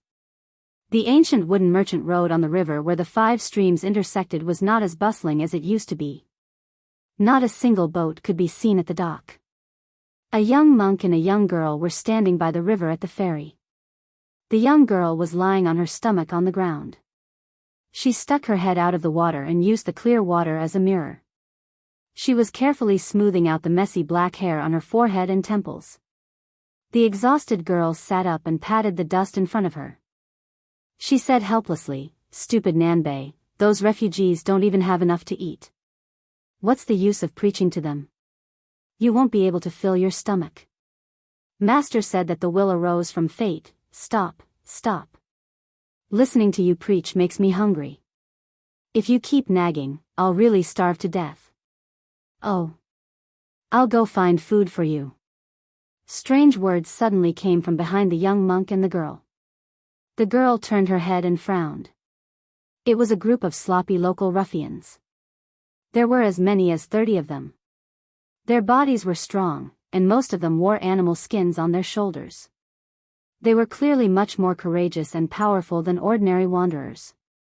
They were probably the so-called barbarians of Wuxia in Jianghu. The girl stood up and tugged at the young monk's cassock cuff. Her eyes indicated that he could not afford to offend them. In the past, she would not have been so easy to talk to when she traveled Jianghu. When it came to fighting and beating people, she was still a so-so. But after bringing along stupid Nanbei with her, she rarely caused trouble. The barbarians of Wuxia kept spewing obscenities, but the two of them were foreigners and could not understand the awkward dialect. However, the barbarians' eyes said everything. They had taken a fancy to the girl beside the young monk. Because of the battle for the river in Huangmu, the Wuxia region in Huai province had been affected by the flames of war. Furthermore, the Liang court had never been able to control Nanzhao well. Some of the powers had often taken advantage of the merchants of the Central Plains to rob them. Many of the villages and shops had been swept clean. This could be considered fortunate. Losing money could still avert disaster, but many people had lost their lives. The girl said softly, "Let's jump into the stream." The young monk shook his head and said, "Aren't you hungry? How can you have the strength to swim?" The girl was so angry that she wanted to knock this idiot's head, but the young monk had already walked forward alone. He put his palms together and blocked the way. A barbarian from the Five Streams tribe strode forward and gave this little bald donkey who was courting death a punch on the head. After that, he took a few steps back and shook his wrist, only to feel a sharp pain. Then, he turned his head and babbled on and on. The next barbarian of Wuxia laughed nastily and jogged. He jumped high and kicked the strange young monk in the chest. The young monk's body swayed slightly, but his expression was still calm. The barbarians of Wuxia were clearly shocked. A few of them began to draw their sharp and shiny scimitars. The girl was about to pull the young monk into the stream when the young monk turned his head and grinned. He shook his bald head, his eyes firm. The young monk turned around again. He chanted silently and stretched his palms apart by a foot. Then, he suddenly put his palms together. The barbarians of Wuxia were stunned. They mistakenly thought that they had hit an iron plate. However, after waiting for a while and seeing that there was no movement around them, they laughed loudly. One of the swordsmen tapped his shoulder with the back of his scimitar and walked over with a sinister smile. The young monk's kasaya fluttered unsteadily. My Buddha Tathagata. In the tranquil stream, a violent wave suddenly rose without warning. A ferocious azure dragon formed by the stream took the shape of a heavenly king spreading his whiskers. It lowered its head and roared at the barbarians of Wuxia like thunder. Everyone was scared out of their wits. The girl, who had not bought a box of rouge since leaving home, sat on the edge of the ferry. She was not surprised. Instead, she looked gloomy. The young monk scratched his head and squatted beside the girl. After mumbling for a long time, he finally spoke. Lizzie, I'm just a monk. I don't know anything except chanting scriptures. Do you have to become a Buddha by chanting scriptures? Who cares about your saraira? Lizzie, are you hungry? Do you want me to go beg alms for you? Lizzie? Lizzie? The young monk sighed and looked into the distance with his hands on his cheeks. The girl, who had her back to the young monk, raised her sleeve and wiped her face. A team of 100 elite light cavalry escorted by a carriage had already seen the boundary marker of Yuzhou. They were just a few steps away from Bailiang Road. A senior eunuch of the Directorate of Credentials was sitting in the carriage with a bright yellow curtain. He was holding a golden lacquer box that he did not dare to leave his hand when he slept. Inside the box was the imperial edict granted by the Liang imperial court to Bailiang. The closer the old eunuch got to Bailiang, the more his eyelids twitched. He kept telling himself that he would be satisfied as long as he set foot in Bailiang's territory. Even if he died on the way, he would at least be able to bring the imperial edict to Bailiang. But in the end, he still felt lucky. After thinking about it, he still didn't think that the young king would dare to send assassins or refuse the imperial edict. Then the carriage suddenly stopped. The old eunuch of the Directorate of Credentials felt something unusual. He lifted the curtain and his heart sank. Near the boundary marker of Yuzhou, there were countless cavalries that stretched to the end of the post-house road. After the spring equinox in the first year of Xiangfu, the carriage escorting the imperial edict was driven 300 miles away by 2,000 Bailiang cavalries before they could enter Bailiang. At the same time, there were 8,000 cavalries in Zhulu military town in Riverside Prefecture and 6,000 cavalries in Ironfrost City in Riverside Prefecture. The imperial edict was not allowed to enter Bailiang. Chapter 985. An unremarkable outsider had come to the Yao Manor. The Yao Manor, a family of 5 heroes, had an endless stream of visitors every day, so no one paid much attention to this. However, even though the Yao family was a newly established noble family in Great Peace City, there were very few true important court officials among the visiting nobles. Forget about Grand Secretary Zhang, there wasn't even a single chief official of the 6 ministries. Today, there was finally an old man who broke the rules, carrying a pot of southern spring braised wine to find someone to drink with, giving the Yao Manor's gatekeeper a fright. Heavens, it was actually the left servant of the ministry, Huan Wen. Grandfather Huan had honored the Yao Manor with his presence. He didn't have time to report to the family head, hurriedly taking the initiative to open the E-gate to welcome him. Unexpectedly, the old man had already slipped into the manor from the side. The current court's great scholar of Confucianism, Yao Baifeng, hurriedly brought people to search for that Tantanon. Unexpectedly, he finally found the old man in a pavilion.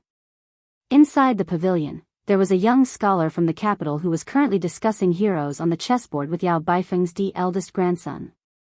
Bystanders of similar age who had come to the manor not to freeload food or drink, but to rub off on their reputation, formed a circle, very particular about the rules of watching chess without speaking. There was only one old man who couldn't squeeze into the crowd, so he simply stood on a chair in the pavilion, looking down at the stalemate of the chess game from above. He always liked to give out blind pointers. If it was priceless advice, then it would be tolerated, but each time he gave out a move, his level of terrible chess skills could be seen at a glance.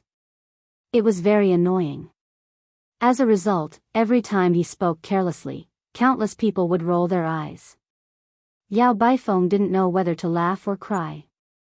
He silently leaned against a pillar, not going to disturb Tantanon's leisure and elegance. Beside Grand Master Yao was a young face that was also very unfamiliar to the Yao Manor. This young man also stood on a chair in the corridor, watching the chess game. Grandfather Huan only shot him a glance before continuing to give pointers, teaching Yao Dengfeng where to place his pieces. The Yao family's eldest grandson, who had been nagged for half a game, smiled helplessly. He naturally wouldn't follow the drunk old man's words. After he placed a piece on the chessboard, he heard the old man coldly snort and say the words "stupid move." It wasn't known who was the first to notice the Imperial College's left chancellor sitting in the pavilion and hurriedly greeted him in a clear voice. As a result, no one paid attention to the outcome of the chess game. One by one, they hurriedly bowed respectfully. Most of the scholars in the pavilion came from small families. The reason why they were able to recognize Yao Baifeng was because there was someone who had just entered the Imperial College and had heard this Confucian scholar's lectures from afar.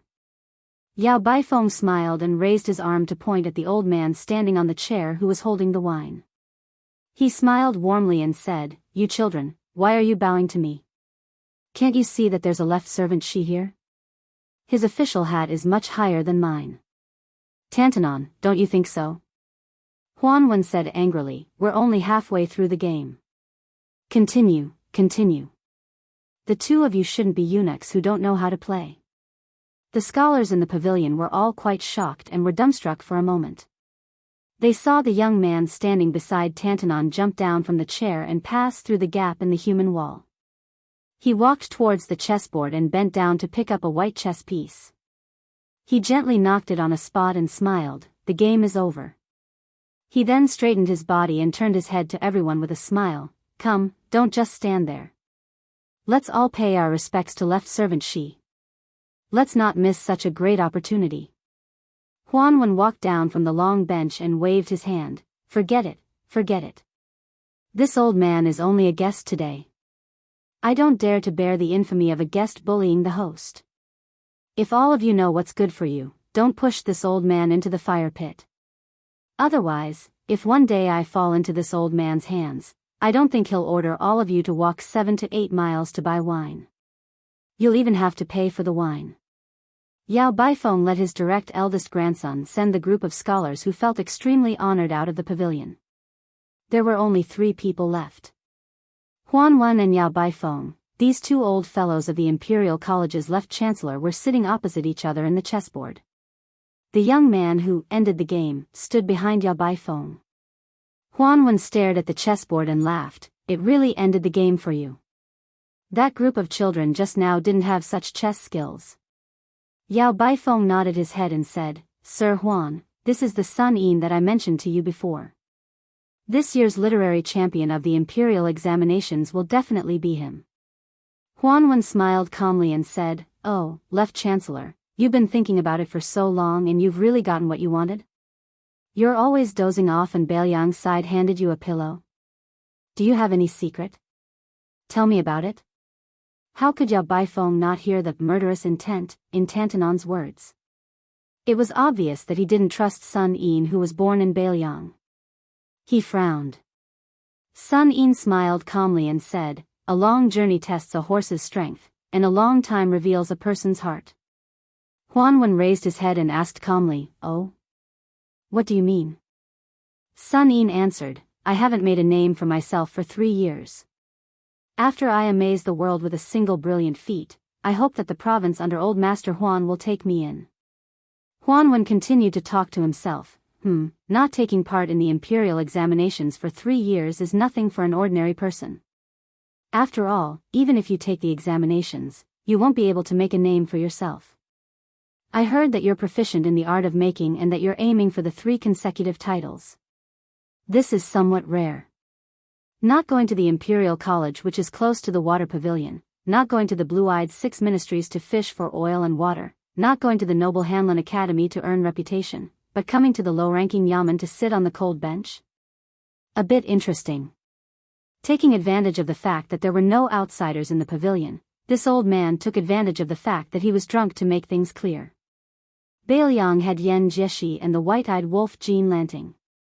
As the old saying goes, one shouldn't do things more than 3 times. This old man always felt that this old man should be an ambitious and ruthless person. Therefore, no matter what you said, he still didn't believe you. As for that old man Yao Baifeng, Huanwen was very familiar with him. This old man had only interacted with sages in old books all his life. He didn't understand the sinister nature of people's hearts and couldn't recognize a few human skin ghosts. This old man was different. He spent most of his life rolling around in Taishang Laojuan's alchemy furnace. You little brat, this old man doesn't like you very much. Therefore, as long as this old man is alive, he won't allow you to take the imperial examinations. You can only come to the province under his tutelage and start as a small official. How about it? Sun Yin calmly said, No harm done. Yao Baifeng was extremely angry. He no longer called Tantanon or left servant Shi Darren and directly called him by his name. Huanwen. Don't go too far. Grandfather Huan drank a mouthful of wine and squinted his eyes. What, you want to beat me up? A gentleman uses his mouth and not his fists. Besides, I've already beaten up the right Chancellor Jean Lanting. If I were to fight with you, the left Chancellor, where would the Imperial College's face go? Yao Baifeng stood up and angrily said, Sun Yin, don't pay any attention to this scoundrel old man. Let's go and let this guy have his fun. Huanwen smiled and said, all right, old Yao, stop acting. Look at you, the emperor, who isn't worried, the eunuch is. Sun Yin is still as calm as ever. Don't go too far. If it wasn't for our decades of friendship, I wouldn't have come out to be the bad guy. In the end, even if this kid really did get all the members and top scorer in one go, do you think the imperial court would dare to use him and Bai Yan would use him? It's not a good thing to become famous too early. Zhao Yuling and the others were able to achieve what they had today, not because they had great ability, but because Bai Yan had a big heart. In terms of knowledge, you are naturally good, the Wang Xianji of the literary world. But as an official, you can't even compare to the junior Sun Yin. Even though I don't like you, my favorite student who wanted to pass on his legacy, but at least I took the risk of losing my integrity in my later years and became his protective talisman. Once he entered the province, there would be less trouble and he would be able to establish a foothold in Great Peace City.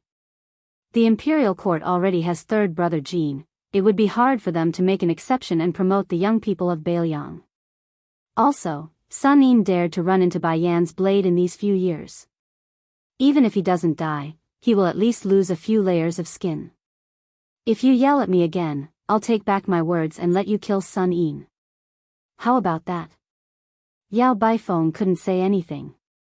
Huan Wen threw the wine gourd to the left chancellor. Go, personally fill it up for me as your apology.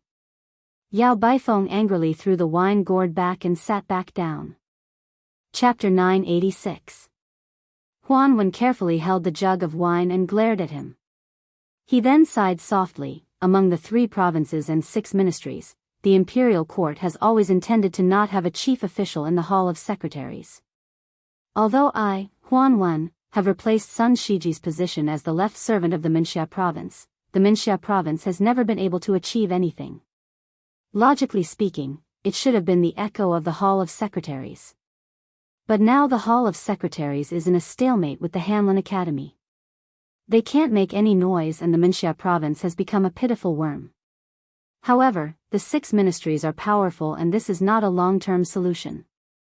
The pivot of the household is not damaged and the running water is not rotten. It is time to change some of the pillars of the imperial court. Sun Yin, this old man wants to test you. He has already given you a question. You will answer it. Tell me roughly about the direction of the imperial court and why it is like this. Sun Yin smiled. Then let's start with 2 of the 3 imperial edicts.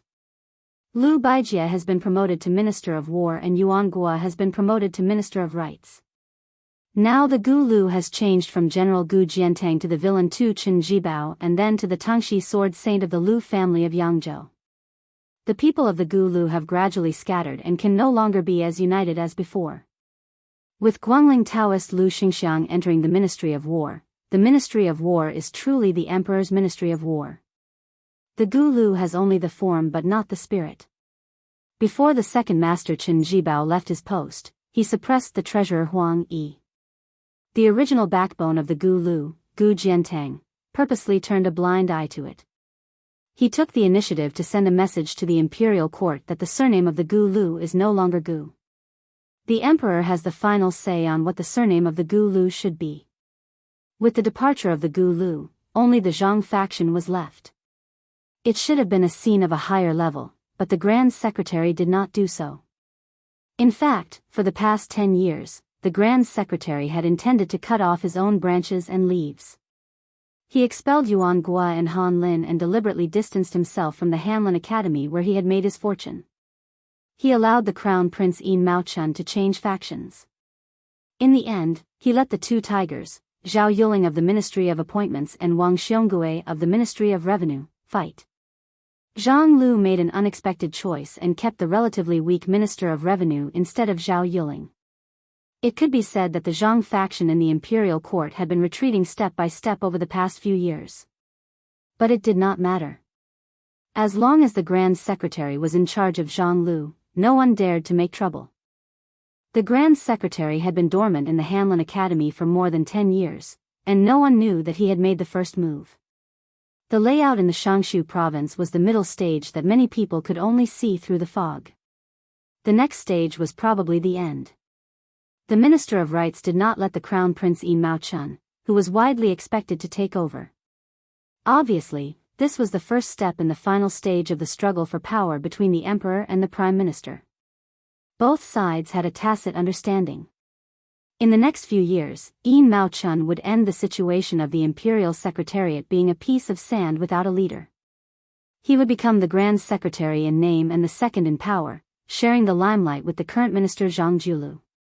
The Minister of Rights, Yuan Gua, would take over the Grand Secretary's position. He would not be the rightful next master of Zhang Lu, Wang Xiongui from the Ministry of Revenue. In addition, with Old Master Huan overseeing the Shangshu province, he would be a peacemaker. The three provinces would be harmonious and would not consume too much of the national power for the struggle between the factions. As for Zhao Yiling from the Ministry of Appointments, he would at most be given the title of Grand Secretary before his death. After his death, he would be given an extremely high-ranking posthumous title. Although he would lose his position first, he would still be able to gain face. Generally speaking, it would be acceptable. Moreover, with his in-law, Yin Mao Chun, taking over the position first, Zhao Yiling would also have to avoid arousing suspicion. Huan Wen nodded repeatedly and said with a smile, then after Old Man Huan die, who would be in charge of the Shangshu province? You, son Yin, should not have any extravagant hopes. Before I die, I will definitely send a secret memorial to His Majesty to not let you gain too much power. Sun Yin's expression was calm and tranquil. With a smile, he said, "It's not like Grand Secretary Zhang is the only one with the ability to play this game of chess. Since the Prime Minister Yin Mao Chun has already surfaced, there will naturally be another Prime Minister. Right now, he is acting as a hidden dragon in the abyss. However, as to who this person is and where he is located, I, Sun Yin, cannot guess. I will probably have to wait for quite a few years. However, this person will definitely not be the Grand Secretary or left servant Shi Daren's disciple." Huan Wen laughed aloud and said, "Kid, you're not bad. In the next 20, 30 years, it will probably be like this. Later on, this old man will bring you to Green Eye's residence. You can play a few games of chess with him. Green Eyes will most likely bear a grudge against you after you lose, so you will be able to play your part in the Shangshu province even more peacefully. You won't have to be a lackey." Yao Baifeng's expression was displeased. He released a heavy cold snort. Sun Yin hesitated for a moment.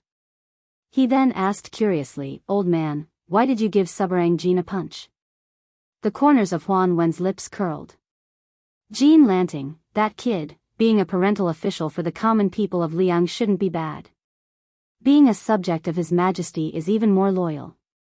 However, when it comes to being a person, he is a bit too dishonest. I gave him a punch for his own good, so that he won't become too complacent and think that just because Green Eyes and I are backing him up, he can put everyone in his eyes. That's right, old Yao, this kid formed a clique in the Imperial College. I helped you vent your resentment and spread the word that I will return the money he was familiar with. Can you help me return the money?" Yao Baifeng said with a cold laugh, "Do you think I will help you pay this money?" Huan Wen shook the empty wine pot. With a helpless expression, he said, "No money, no wine, there is no way to continue living like this." Sun Yin continued to ask, "I heard that the new king of Bailiang sent troops to the border of Yuzhou and refused to accept the imperial edict?" Huan Wen said with a smile, "He chose the lesser of two evils. In this way, the imperial court should know that the new king of Liang is not a pushover. In the future, if they want to control Bailiang, they will have to think twice.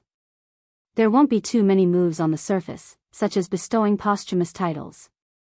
However, there will be more moves in the dark, such as transporting grain from the south into Liang.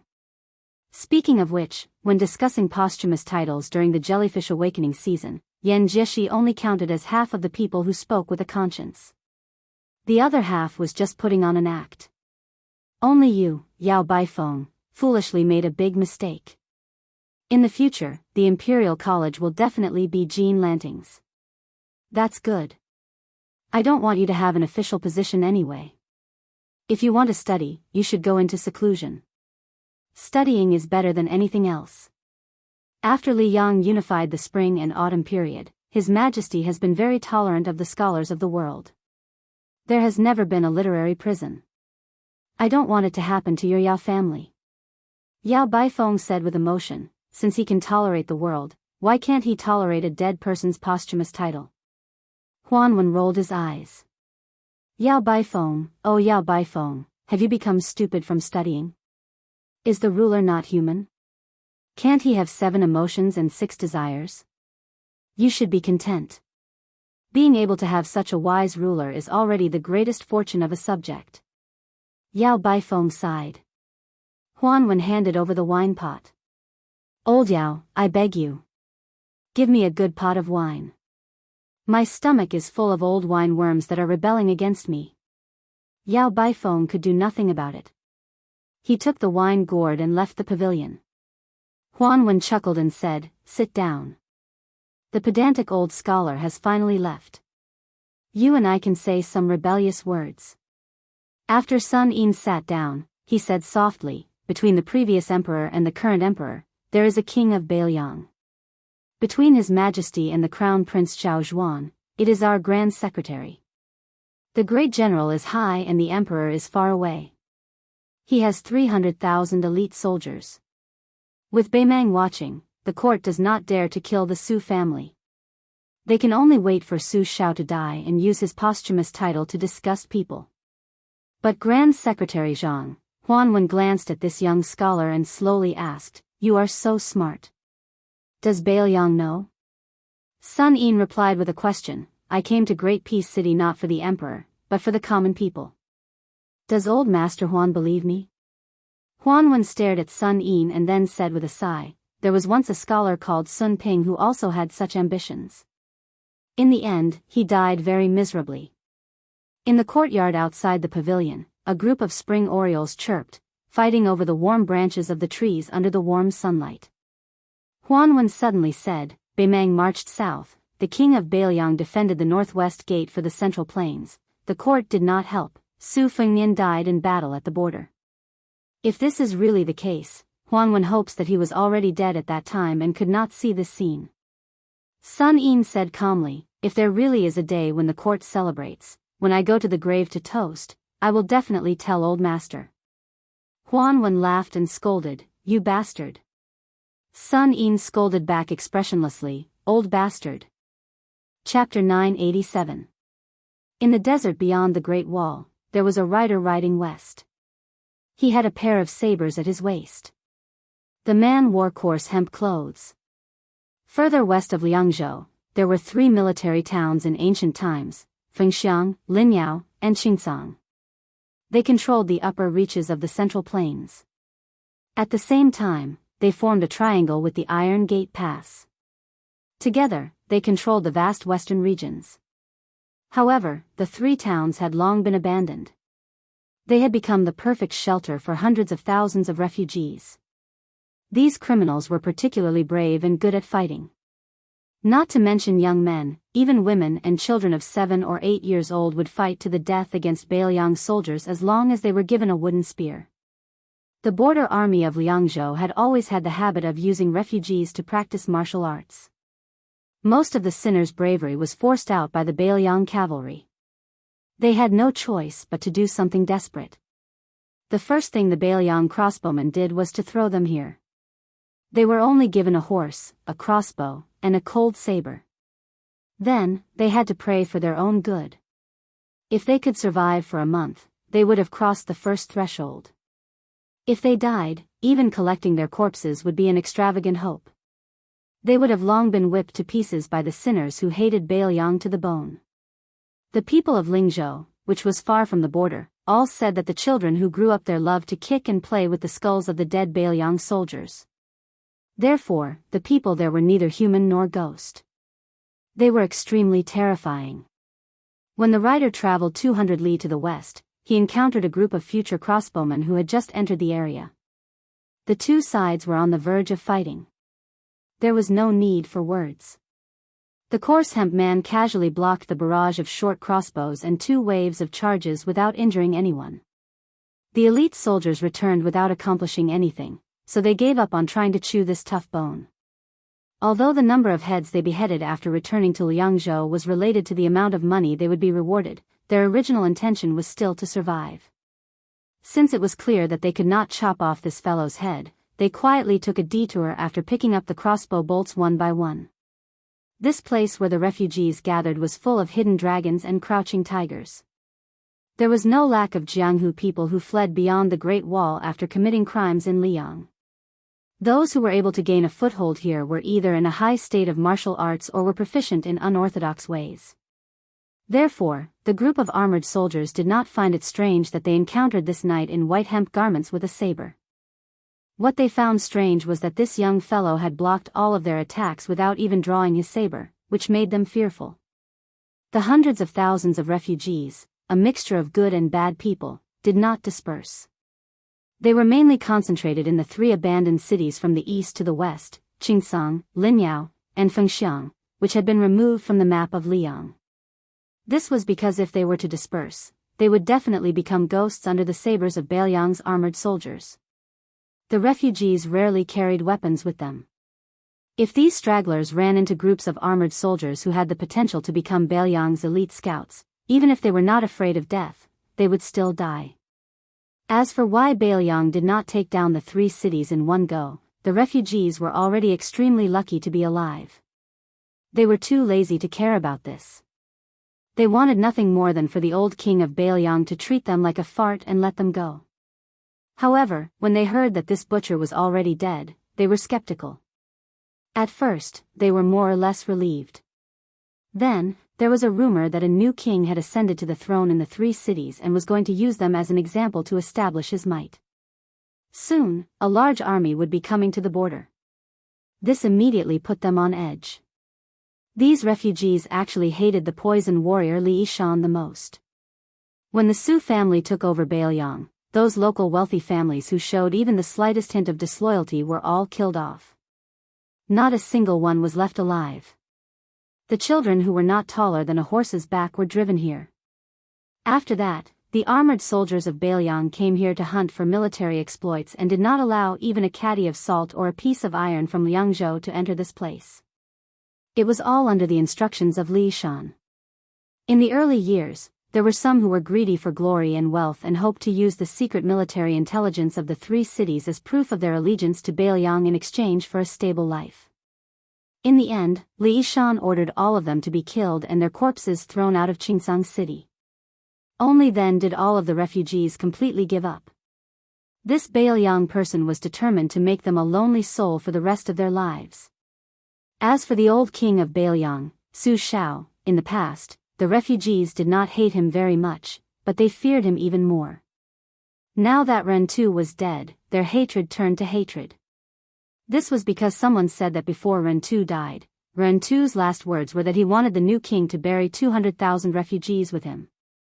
Only if the new king of Bailiang managed to gather 1,000,000 soldiers in the netherworld would they be able to wrestle with the king of hell. At first glance, this kind of ridiculous nonsense was actually believed by everyone in this precarious land of refugees. In the twilight, they could faintly see smoke curling up from the kitchen chimneys of several villages. In this area, there were very few Bailiang riders who dared to wander around unscrupulously. The last time they did so, it was the son of the administrator and a man with heavy pupils who came to take a stroll around the city. The man with the saber led his horse forward and asked for a ladle of water from a family living in a mud hut at the entrance of the village. The family of 4 consisted of a dark-skinned, robust couple and a pair of barefoot children. Their eyes were abnormally cold. Probably because they were intimidated by the 2 sabers at the visitor's waist, they suppressed their impulse to kill him and steal his horse. The man in charge of the family endured the heartache and scooped up a ladle of muddy water from the bottom of the water tank with difficulty and handed it over. The man was not drinking the water to quench his thirst, but was recklessly using it to clean the horse's nose.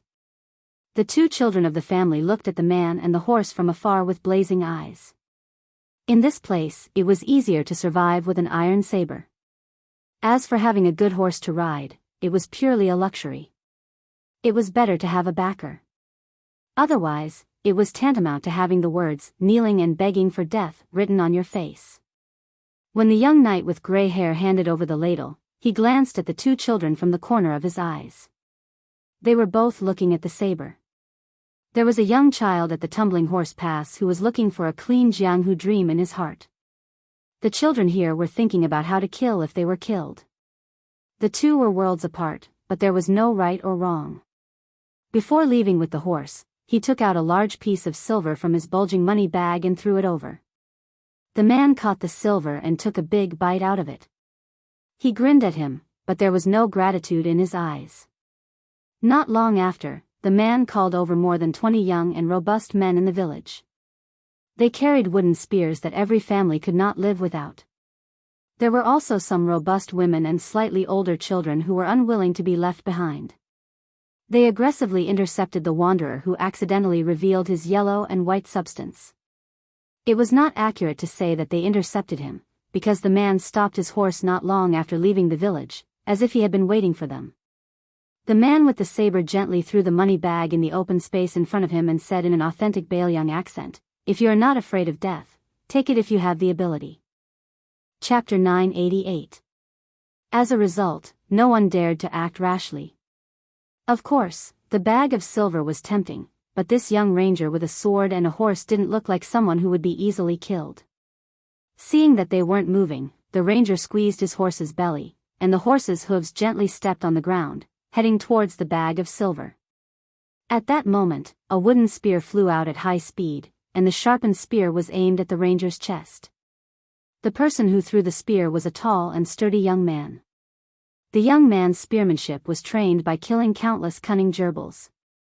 Naturally, he stabbed wherever he pointed, and his accuracy was impeccable. Unfortunately, the ranger didn't know how to move the wooden spear. He turned the tip of the spear around and grasped it lightly. Other than the vicious young man who didn't know what to do, the rest of the men and women retreated with their spears, drawing a clear line between them and the young man. The ranger with a sword pierced the money bag with the tip of his spear, and urged his horse slowly towards the young man. The money bag was tightly knitted, and it slid to the middle of the wooden spear before stopping. The horse's hooves weren't heavy, but they hit the hearts of the refugees. The young man who was tempted by the money didn't wait for death. Instead of retreating, he charged forward, facing the man and the horse.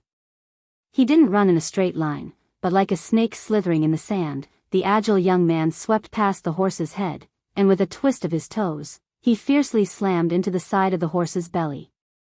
The ranger casually reached out, grabbed the young man's head, and threw it up high, the tip of his spear aimed at the young man's belly. At that moment, a wail came from behind the men and women, and a skinny little girl staggered out of the human wall. The ranger frowned, and the spear drew half an arc in the air.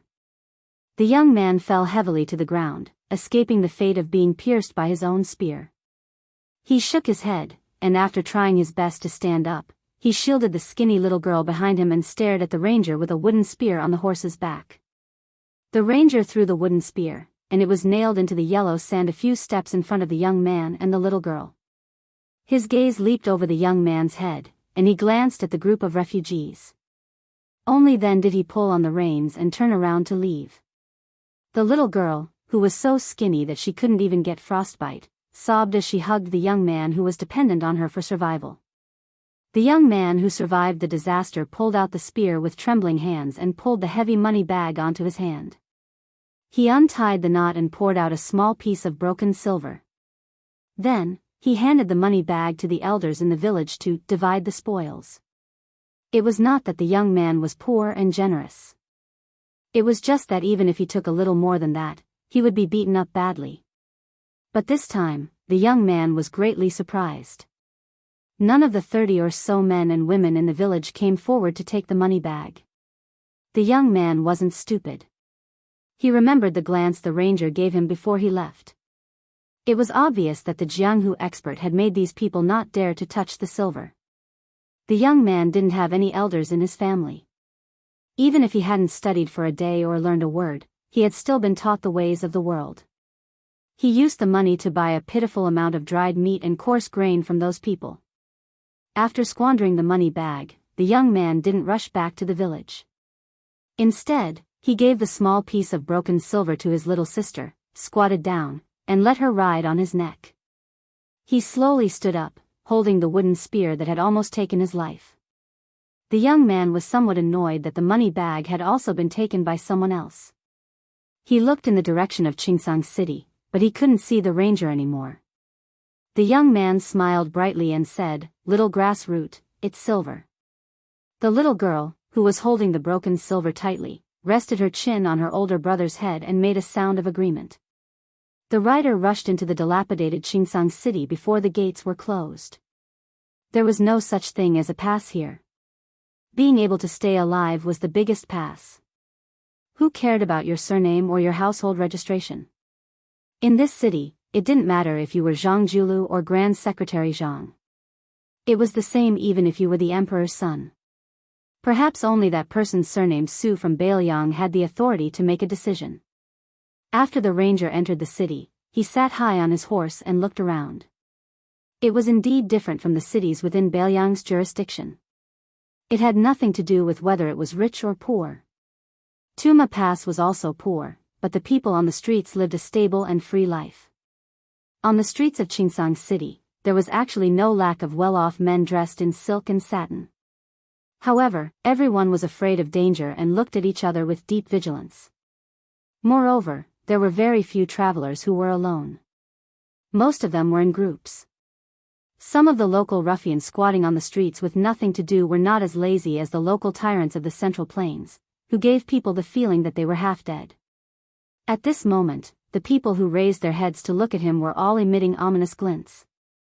It was as if they had calculated how much money he, a horse, 2 knives, and all of his belongings could be sold for.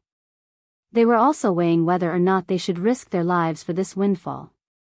In this dangerous place where everyone was jackals and wolves, if a scholar who could recite the wind and recite the moon was thrown into the city, he would probably end up being hacked to death on the spot. The ranger raised his head slightly and saw the tallest wolf smoke arrow tower in the city. Out of the hundreds of thousands of refugees, only 4 people had managed to carve out a bloody path and proclaimed themselves as kings in the past 20 years. 3 of them had occupied Fengxiang, Linyao, and Xingsang respectively, and the last, vassal king, had established a huge sect between Linyao and Fengxiang that could support tens of thousands of people. The one who held Xingsang was the weakest because he was constantly being cut by Bailiang's cavalry with blunt knives. However, he was also the most violent. His real name was Kai Junshin, and he used to be a mediocre swordsman on Liang Lake. Later on, he was lucky enough to make a name for himself here, and he gave himself a nondescript nickname, something like the 1,000 Frost and 1,000 Snow Pear Flower Sword. Whenever a famous swordsman came by, he would be invited by the master of Xingsang to exchange swordsmanship with him. After that, the swordsman's swords became Kai Junshin's treasured playthings. When he was troubled, he liked to plant famous swords all over women's bodies, and he called it a tree of pear flowers. It was clear that this city lord, who was respectfully called the Dragon King of Western Xia by the local refugees, was very elegant. The paladin followed the wolf smoke arrow tower in his line of sight and headed west. Kai Junshin's residence of the Dragon King was in the westernmost part of the city. There was no other way. Xingsang was the closest to Bailiang in the east. Kai Junshin would be able to escape faster if he abandoned the city. The Dragon King of Western Xia kept saying that he would lead his troops to Mount Qingliang one day. Who would believe him? Kai Junshin would probably be the first to not believe him. The residence of the Dragon King in Xingsang City encompassed the entire western part of the city. Based on the structure of the capital, it was divided into the inner palace and the outer palace. The so-called walls of the palace were merely red battlements that were 20 feet tall. However, some of the palaces and pavilions in the city were covered in bright yellow glazed tiles. It was not easy for them to have a little bit of the spirit of an imperial family, but they were all ruined by the arrow towers of different heights. Every time there was a rebellion in Xingsang, the palace walls would be easily flipped over. Then, it would be these porcupine-like arrow towers that would do the work. However, this kind of rebellion would at most number 200 to 300 people. It was not even comparable to the chaotic battles of horse bandits in the land of refugees. When this rider was still 100 feet away from the gate of the palace, he was intercepted by a group of leather-armored foot soldiers who were holding a rarely seen shiny iron spear. The leader was a burly man who looked like a military officer. He wore an old southern Tang-style armor. When he caught a glimpse of the 2 sabers that the bold fellow was carrying, he could not shift his burning gaze away.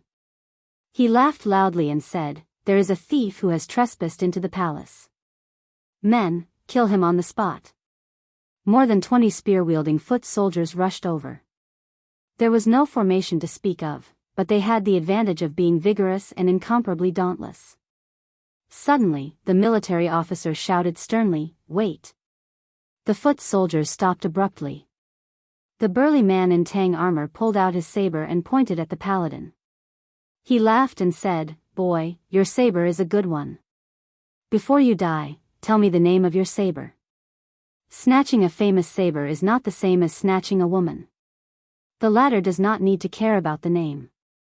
I do not know how to take pity on women, but I am a man who cherishes a good saber. The paladin was dressed in a hemp robe as white as snow. He smiled and said, "One is embroidered winter, the other is crossing the river soldier." Chapter 989. The lieutenant in old tang armor chewed on the meaning of the two names but did not find anything special. Instead, he felt that they were not very particular and could not be used to scare people. Somewhat disappointed, the lieutenant raised the tip of his sword and pointed at the rough man. More than 20 spear-wielding infantrymen rushed forward. The young man on the horse had a calm expression. His right index finger lightly tapped the back of his right hand that was holding the reins. Just as the infantrymen were about to stab the man and the horse into hedgehogs, a rider rushed out of the palace. A thunderous roar tried to stop the infantryman's charge. However, there were still 2 strong infantrymen who could not stop in time and quickly thrust out their iron spears. Then, with a bang, the 2 guards flew back along with their spears. It was as if their chests were pierced by a powerful arrow. They exploded into a large pool of blood and fell to the ground dead. The Tangjia lieutenant had good eyesight and knew his stuff. If he wasn't a martial path master, he would have dug out his eyeballs to see how the linen-clothed ranger killed without leaving a trace. He turned his horse around and respectfully bowed to the general who rushed out of the palace gates. He cupped his fists and said, "I greet the East Conquering General." The middle-aged general who was respectfully called the East Conquering General glanced at the face of the infantryman. He noticed that there was a hint of mockery at the corner of the man's mouth. This rough man actually blushed. This general of his was naturally wild. The Lord of Qingcang, Kai Junshan, gave him an official position and rewarded him with some second-grade or third-grade official titles. In any case, he did not need a single copper coin from Kai Junshan. Other than Hidajia, the great general of the East, there were also Anshi Garrison, North Patrol, and South Patrol. In any case, they had gathered the East, West, North, and South. East of Qingcang was Northern Liang. Thus, great general of the East, Hidajia, had often been teased by his political opponents. They all said that they were waiting for him to go to Northern Liang and achieve a great victory. In name, Hidajia was a general, but in reality, he only had 1,500 soldiers and horses under him. The armored soldiers did not make up half of them. Hidajia did not pay attention to the lieutenant who touched the pot that did not boil. His expression was serious as he cupped his fists and said calmly, "My king would like to invite you into the palace for a chat. What do you think?" The infantryman nodded. He still did not realize that he had stepped into a tiger's den. He held the reins with both hands and looked at the city gates. The light horse's hooves stepped on the green jade tiles, making a crisp sound. Hidajia followed behind the infantryman with a complicated expression. His heart was in turmoil. When the infantryman approached the city, a secret letter was sent to the residence of the Dragon King. The Qingcang king, who did not attend court every night, was frightened. He hurriedly kicked away a few naked bodies beside him and rolled off the bed. He put on a poorly made dragon robe and was about to convene a court meeting. In addition to Hidajia, there was also Jianghu, the South Patrol general. Together with the queen and a few civil and military officials, they were arguing over a portrait. Jianghu insisted on killing His Royal Highness of Bailiang before discussing anything else. This was a once-in-a-lifetime opportunity. Anyway, the new king of Bailiang had the intention to bury hundreds of thousands of refugees with the old king. Either way, he would die. Even if he killed the man in the portrait, even if he angered the Bailiang cavalry, he could just take the head and thousands of elites and escape to Beimang. Kai Junshan specially asked the confidant of the Qingsong king, who was in charge of spies, whether Bailiang had deployed a large number of troops to the border. The answer he received was no. The man in the portrait had left Liangzhou alone and entered Qingsong city alone. This made the timid and cautious Kai Junshan even more uncertain. Was this guy tired of living? Did he really think that he could win people over with virtue in the refugee land just because he was the king of Bailiang? Did he want Kai Junshan to take off the dragon robe that he had only worn for a few years and kowtow to him? Was he willing to be a lackey for a hothead who did not have hair on his mouth? Kai Junshan could not stand the instigation and clamor of most of the civil and military officials. He gritted his teeth. He had originally made up his mind to send out all the masters in the residence of Dragon King and 2,000 cavalrymen to kill that guy at the gate of the imperial city today. However, the queen and Hidajia did not agree. They said that the guy's surname Su gave up his position as the king of Bailiang and came to Qingsong city to seek his own death. Even if he did not have good intentions, he would not be able to stir up any trouble in the residence of Dragon King, which was heavily guarded by swords and spears and arrow towers. It was better to meet him and listen to his plans before making the corresponding trade-offs. There were only benefits and no harm. In the end, Hidajia was scolded by an old official for being soft-hearted. Fortunately, he had the support of the queen, so he was able to ride out of the palace and welcome the new prince of Liang, who was wearing mourning clothes. After passing through the city gate, there was another palace gate. Su Fengnian suddenly laughed and said, "Hidajia, I heard that you and Yang Ruinyu, who was guarding the gate just now, and his father, Yang Yoshua, were both subordinates of the deputy commander of Bailiang's infantry army, great ancestor Gu." Hidajia acted as if he was facing a great enemy. He carefully worded his words and said coldly, "The past is not worth mentioning. Old General Gu has become a high official of Bailiang. It is a good thing, but it is not my turn to congratulate him." Su Fengnian laughed softly and said, "The deputy commander of Bailiang's infantry army is only of the second rank. Only Yan Wenluan and Yuan Zuozong have the same rank as you, great General Zhendong. Speaking of congratulating, it should be great ancestor Gu who should congratulate you." Hidajia, who was ridiculed to the extreme, snorted coldly. The palace gate opened and a dozen people walked out. The official embellishments were either red-crowned cranes, golden pheasants, or unicorns and lions. The one in the middle was not Kai Junshan, but a noblewoman wearing a phoenix coronet and a red robe. It was hard to say what kind of motherly style she had, but the thumb-sized pearls hanging all over her body were very valuable.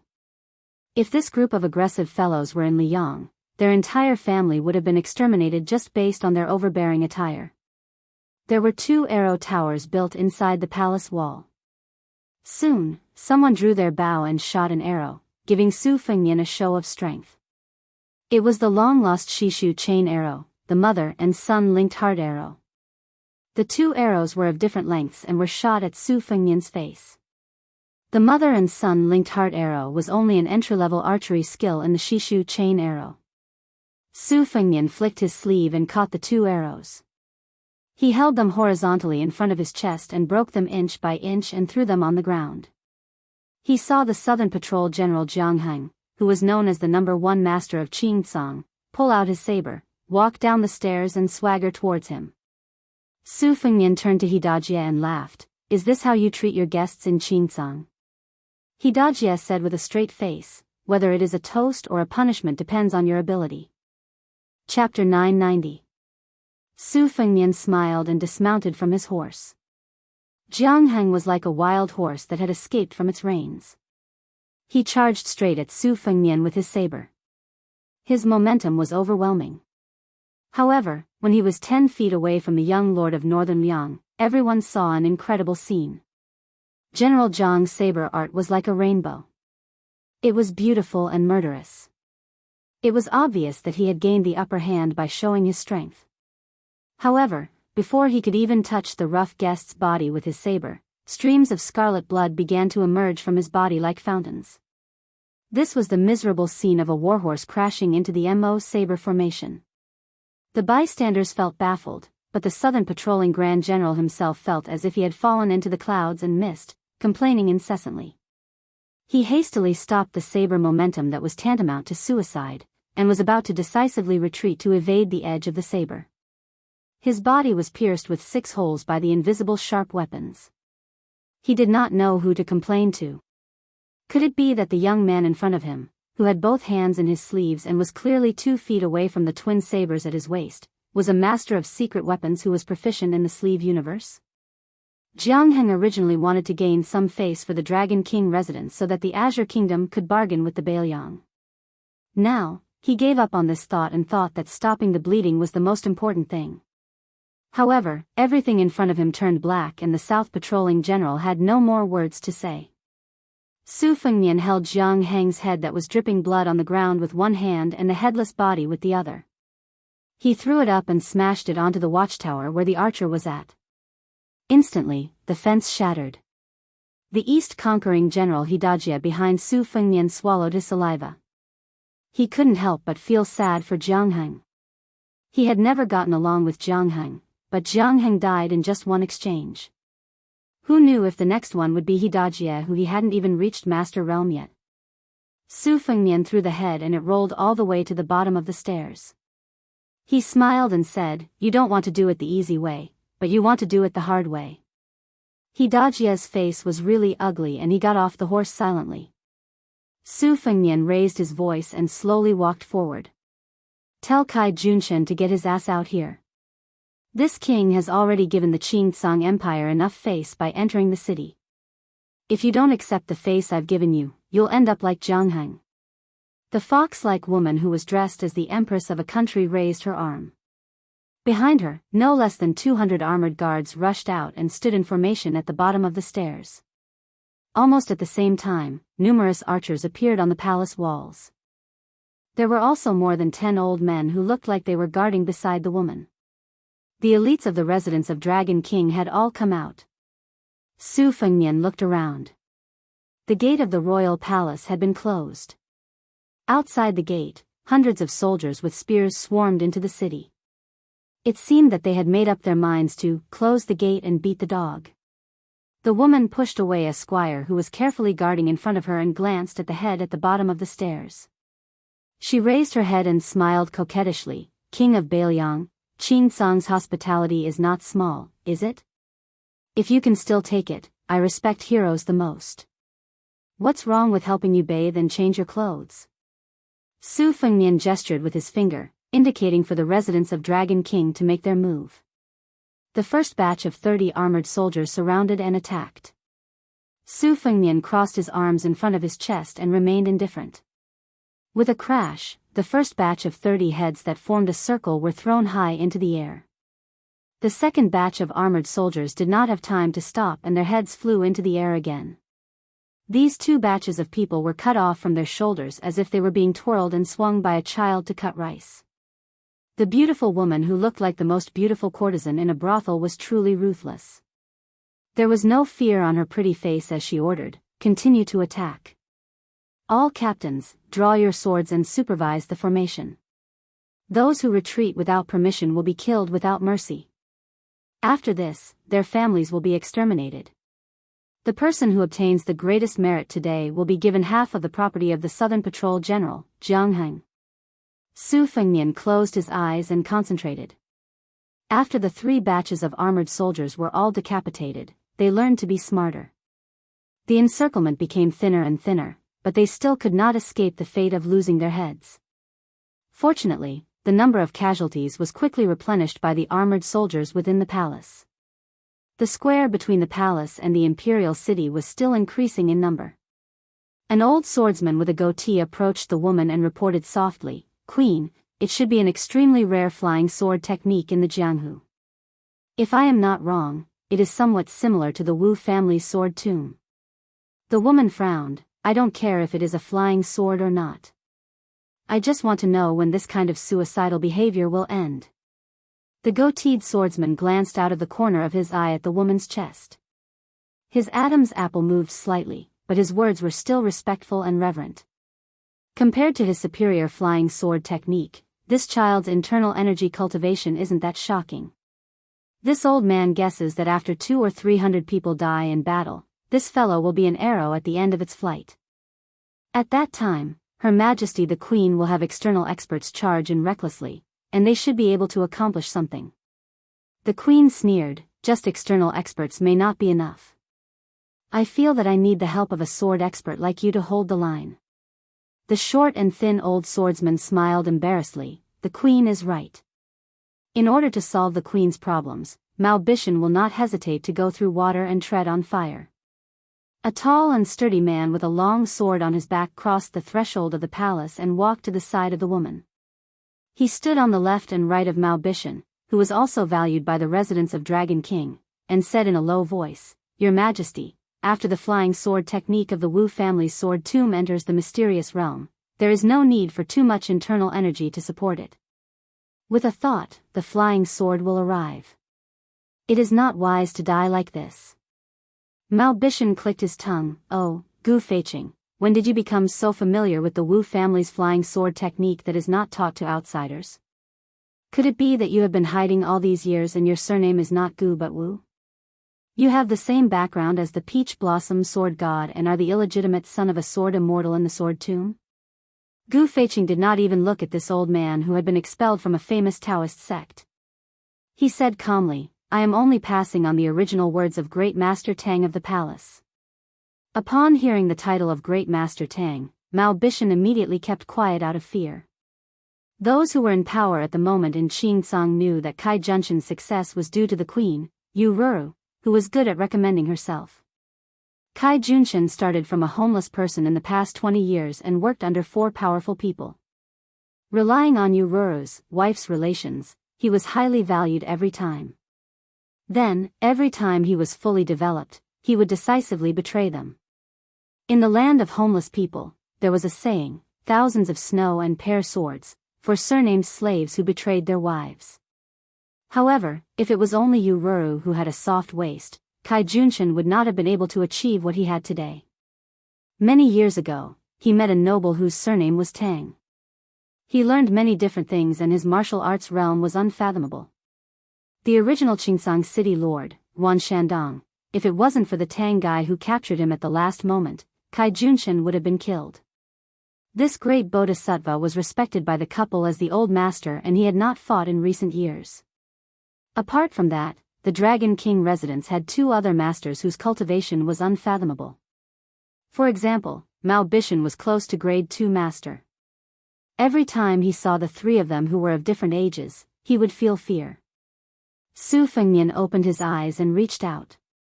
He used his qi to grab an iron spear. He had lost his patience and wanted to break into the palace. In the land of homeless people, only knowing how to kill people could not accomplish anything. However, if one did not know how to kill people, then one could not do anything. Chapter 991. When Su Fengnian walked towards the palace gates with his spear, the soldiers below the steps breathed faster. Fortunately, the mistress of the residence of Dragon King, Queen Yu Ruru, did not let them die. She smiled gently and said, "Since the king of Bailiang wants to enter the palace, then I will make way for the king of Bailiang." Mao Bishan and the other Jianghu lackeys all carefully protected the queen and made way for him to enter the palace. Su Fengnian walked up the steps and crossed the threshold. Yu Ruru looked at the back of the handsome man and smiled. The square inside the palace was paved with dark green stones. 2 rows of short peach trees were planted at the foot of the wall. It was unknown what species they were, but they bloomed much earlier than in Jiangnan. The trees were short but had large flowers. The color of the flowers was not the common pink of the Central Plains. The flowers were gold and purple, and the branches were red. It was a sharp contrast to the dark green stones. One could vaguely see many scabbards hanging from the peach trees. When Su Fengnian walked into the square, the Mother of Heaven, Queen, was sitting on the threshold. She leaned against a pillar, her long skirt dragging on the ground. She turned her head and smiled at the new Prince Liang, who could be called a hothead. Mao Bishan and Gu Feiqing looked at the queen's posture and were surprised. They did not believe that the residents of Dragon King would bow to Bailiang like this. Although the 2 of them were guests of high status in the residence of Dragon King, they rarely came into contact with confidential matters. However, this was not strange. Even Mao and Gu Feiqing felt that it was natural. The head of a family spent money to buy a dog to guard the house, not to involve it in the housework. Su Fengnian walked to a large stone in the center of the square and used the bottom of his spear to knock on the stone. The sound was sonorous and powerful. Only a tall old man in a goat fur hat walked out of the throne room. Su Fengnian still did not see Kai Junshan's figure. He looked up at the empty-handed old man and said, "Tanghua Embassy, Liang Zhaogo, a top spy. Proficient in qi training and sword formation. I heard that Yuan Shandong died at your hands." The exposed old man looked at Su Fengnian and said in a loud and clear voice, "Yuan Shandong was only a spy placed in Qingcang by Bailiang's aide, Li Shan. He deserved to die." A cluster of gorgeous peach blossoms shook violently and a person fell heavily from the tree. This slovenly burly man sat on the ground. He accidentally pulled a scabbard and scratched his head with the scabbard.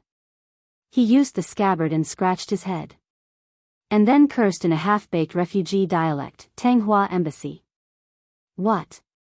What are you making like old people? I hate you like old. If you want to fight, hurry up." Su Fengnian glanced at the middle-aged man and frowned. It was not difficult for the man to recognize him. However, the spies from Bailiang had not obtained any accurate information about this man. Su Fengnian still guessed his identity. This made Su Fengnian feel that it was a bit troublesome. During the trip to Beimang, Tuoba Chunsun made Su Fengnian suffer a lot. However, the person who left the deepest impression on him was not the youngest son of Tuoba Bodhisattva, but the son of an aristocratic family called Zhong Tan. At that time, there was a woman from the princess tomb who pretended to be his personal maid. Su Fengnian had experienced her bold steel writing skills. Zhong Tan's father was Zhong Shentong, one of the 12 great generals of Beimang. His uncle was Zhong Liang, one of the 10 great devils of Beimang whose true strength was second only to Luo Yang. Zhong Shentong would not give up his position as a great general and come to Qingcang City to make a small fuss. Therefore, he could only be Zhong Liang, who was ranked high and low in the Jianghu of Beimang, depending on his mood. Zhong Liang was a famous romantic figure in Beimang. He was unrestrained and unrestrained. On the path of martial arts, he could easily win against the top experts of the 10 great devils. However, he also dared to lose to some of the soft persimmons, who were ranked at the bottom. The great devil in front of him was 70 to 80% similar to his nephew Zhong Gui, who was killed by Su Fengnian. However, he was more similar to his nephew Zhong Tan. Luo Yang had once said that among the 9 devils behind her, only Zhong Liang could enter her eyes. Su Fengnian turned around and looked at the tall and sturdy man with a thick beard. He smiled and asked, "Zhong Liang?" The man made a sound of surprise and did not deny it. "How do you know me?" The man patted his head and suddenly realized. "Zhong Gui was actually killed by you when you went back to Beimang last time? No wonder I felt something was wrong when I looked at that girl who was not married yet." When the two of them were talking about how others could not understand the heavenly book, Elder Tang of Qingcang City and Zhao Go of Liyang squatted down silently in the hall of Tanghua, with one hand on the ground. Su Fengnian was lost in thought and turned a blind eye to the movements of the hall of Tanghua. When the land of refugees was in its embryonic form, the warlords were divided, mainly relying on the original family names of Bailiang, and quickly wringing out political power one by one. What followed was an extremely chaotic internal strife. Thus, a large number of tyrannical martial artists with powerful skills like Yuan Shandong, the former lord of Qingcang City, stepped onto the stage. The big fish ate the small fish, and the small fish ate the shrimps. The idle forces were purged and annexed, and from the turmoil to the stability, they encountered an invisible bottleneck and could no longer expand their territory. In the eyes of many people, Yuan Shandong's martial arts cultivation was not bad, but they lost because of their lack of strategy. As a result, people who were good at dealing with political affairs were born, and Kai Junshan was one of them. In terms of martial arts, Mao Bishan and Gu Feiqing could easily kill dozens of Kai Junshan in one breath, but in the end, the one who relied on others' charity was still Mao Gu. However, it did not mean that there were no refugee leaders with both martial arts cultivation and shrewdness. In fact, Yuan Shandong was not as lacking in strategy as the outside world said. It was just that Xingsang City was close to the Southern Dynasty to the north, Bailiang to the east, and there were a few big forces in the west who had bad intentions. Their situation was especially difficult. Not to mention other things, 2 of the 3 great consecrators in the residence of the Dragon King, one was Elder Zhao Go, and the other was the Devil of Beimang. Su Fengnian knew very well that after his master, Li Yishan, had single-handedly created the situation of hundreds of thousands of refugees, using the shell as a training ground, he had been watching the situation in these years. This strategist saw him as a small world in the great wide world, coldly watching the ants fight for the ant nest. The world was full of strange things. Li Yishan could see everything from the top floor of the tide-listening pavilion. Regarding the movements of the refugees, Li Yishan had once written a book, Records of Knowing Autumn. It described in detail the rise and fall of people, gains and losses, so that Su Fengnian, a scholar, could know autumn with a single leaf. Among the strategists of the spring and autumn period, Li Yishan had always been seen as inferior to Nalan Yusi, Zhao Chongling, and the others because of his sinister methods. He received the nickname of Poison Scholar. Many Bailiang old generals even blamed the fact that the general was not willing to establish himself as the emperor and rule on Li Yishan's short-sightedness after Zhao Chongling's death. As to the truth, probably only people like Huang Longshi, Yuan Benshi, and Nalan Yusi could see through it and have the qualifications to make a conclusion about Li Yishan. Su Fengnian felt slightly emotional. After the spring and autumn period, the elusive Huang Longshan set his eyes on West Chu. Yuan Benshi, who had the right time, place, and people, set out to set up the two Liao regions. Nalan Yusi, who had no worries, took care of the barbarians in the south. Li Yishan, who was besieged on all sides, let loose hundreds of thousands of refugees. It would probably take a few more years to see which of the 4 was better at strategizing. This was a true fight between immortals. Zhong Liang's voice interrupted Su Fengnian's thoughts. Su, be careful. Old Tang is trash in close combat.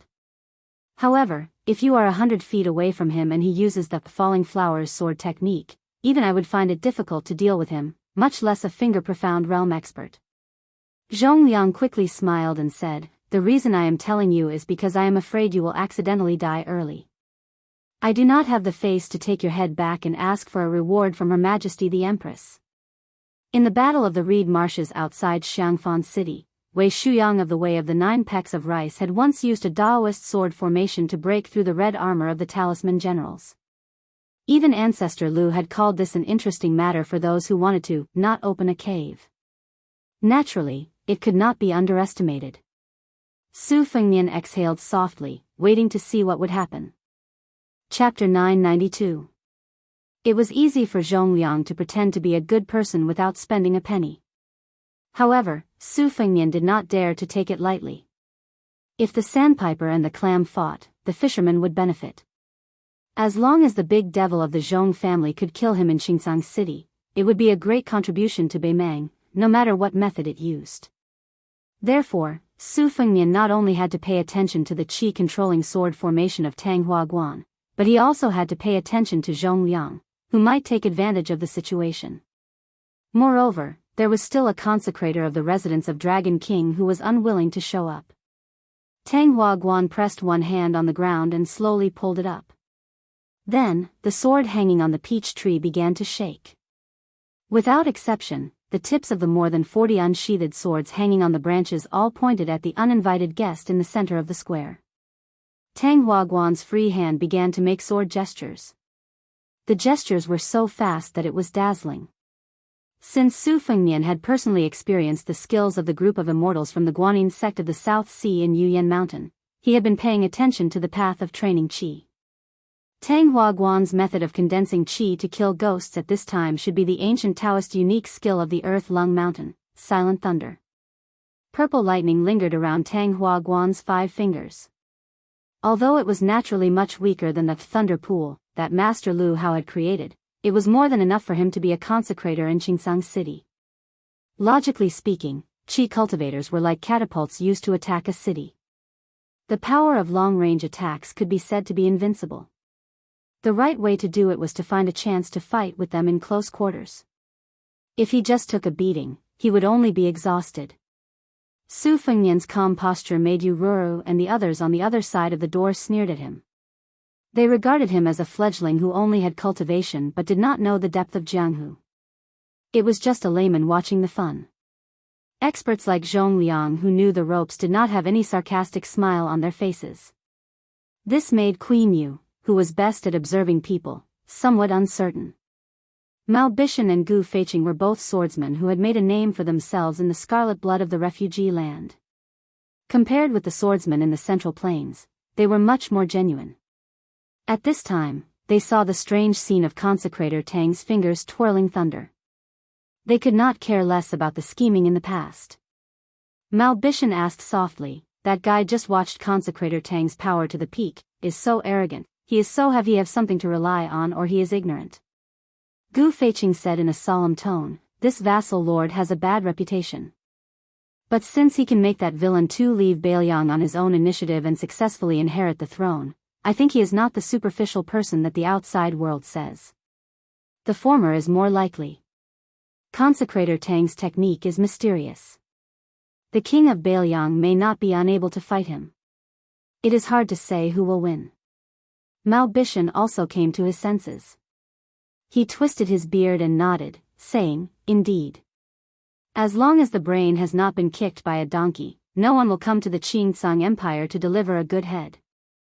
I think that the one surnamed Su either has an expert secretly looking after him, or his cultivation is really deep. Not only does he have the sword-controlling technique, but he also has his trump card.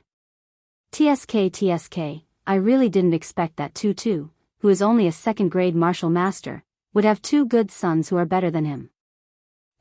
If you ask me, with this talent and the tide-listening pavilion's arsenal, why should he be the king of Bailiang? Wouldn't it be better for him to roam the Jianghu? He can also make the Zhao Emperor feel at ease. Maybe he will be happy and give him a golden plaque with the title, #1 in the world. Old Wang likes to claim to be #2. In this way, both of them will be justified." When the Queen of Yu heard this kind of ignorant tone that was similar to a country bumpkin's, she rolled her eyes charmingly. Women were blessed by the heavens and could throw a seductive charm when they rolled their eyes. When Mao Bishan caught a glimpse of the Queen's coquettish eyes, he was almost scared out of his wits. He moved a few steps closer to the door. The woman was sitting on the doorstep. Looking down from a high vantage point, honored guest Mao could clearly see the two creases on the woman's chest. Although Mao Bishan's addiction to women in this lifetime was even more difficult to part with than practicing the sword, he had not reached the point where he would forget his life in the face of beauty. He only dared to look at the green-skinned queen right in front of his eyes. Even if Yu Ruru had stripped naked and stood in front of him, no matter how much Mao Bishan lusted after her, he would not dare to touch her. This was the power that was more powerful than any swordsmanship in the world. Mao Bishan learned of this very late and realized it. That was why he would rather be the head of a chicken than the tail of a phoenix. He did not fight for the ranking of the Jianghu experts in his hometown in the old Dongyue. Instead, he came to the land of refugees to help the residents of the Dragon King. Chapter 993. The tip of the sword pointed at the spear. The young man's sheathless sword finally broke free from its shackles and left the peach tree. It pressed down towards the center of the square from the east and west. The hanging swords left their branches and cut off many faint golden and purple petals. It was a beautiful scene. The brilliance of the 40 swords was similar to the lightning that surrounded the Tanghua Pavilion's palm. Su Fengnian was a bit regretful. The flying swords that Dong Tai gave him outside the Shenwu city were destroyed by the human cats. There was a gap in the 24 hours. His lightning sword formation also lost a lot of power. Otherwise, don't look at how aggressive the Tanghua Pavilion's lightning sword formation was. Su Fengnian didn't even need to use the iron spear to move. Using a sword formation to defend against a sword formation, his shield was definitely stronger. Old spy Zhao Gou's spear had no effect. In fact, the essence of the 12 Lingxi sword tomb flying swords was not in the flying swords themselves, but in the sword intent and secret technique that each sword contained. This was an epiphany he had gained when he observed the alternation between day and night on the top of the Dunhuang city tower. Later on, he obtained the Great Qin sword behind the Yellow River Dragon Wall. The 12 Lingxi swords were divine Rui, so he could just destroy a few of the flying swords and rebuild them.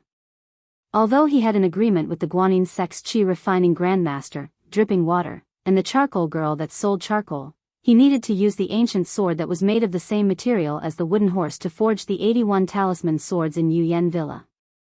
Logically speaking, even if he did not use the ancient sword buried in the mausoleum, he could still cut off some of the talisman generals in red armor from the Reed Marsh and Iron Gate Pass and use them to forge the 12.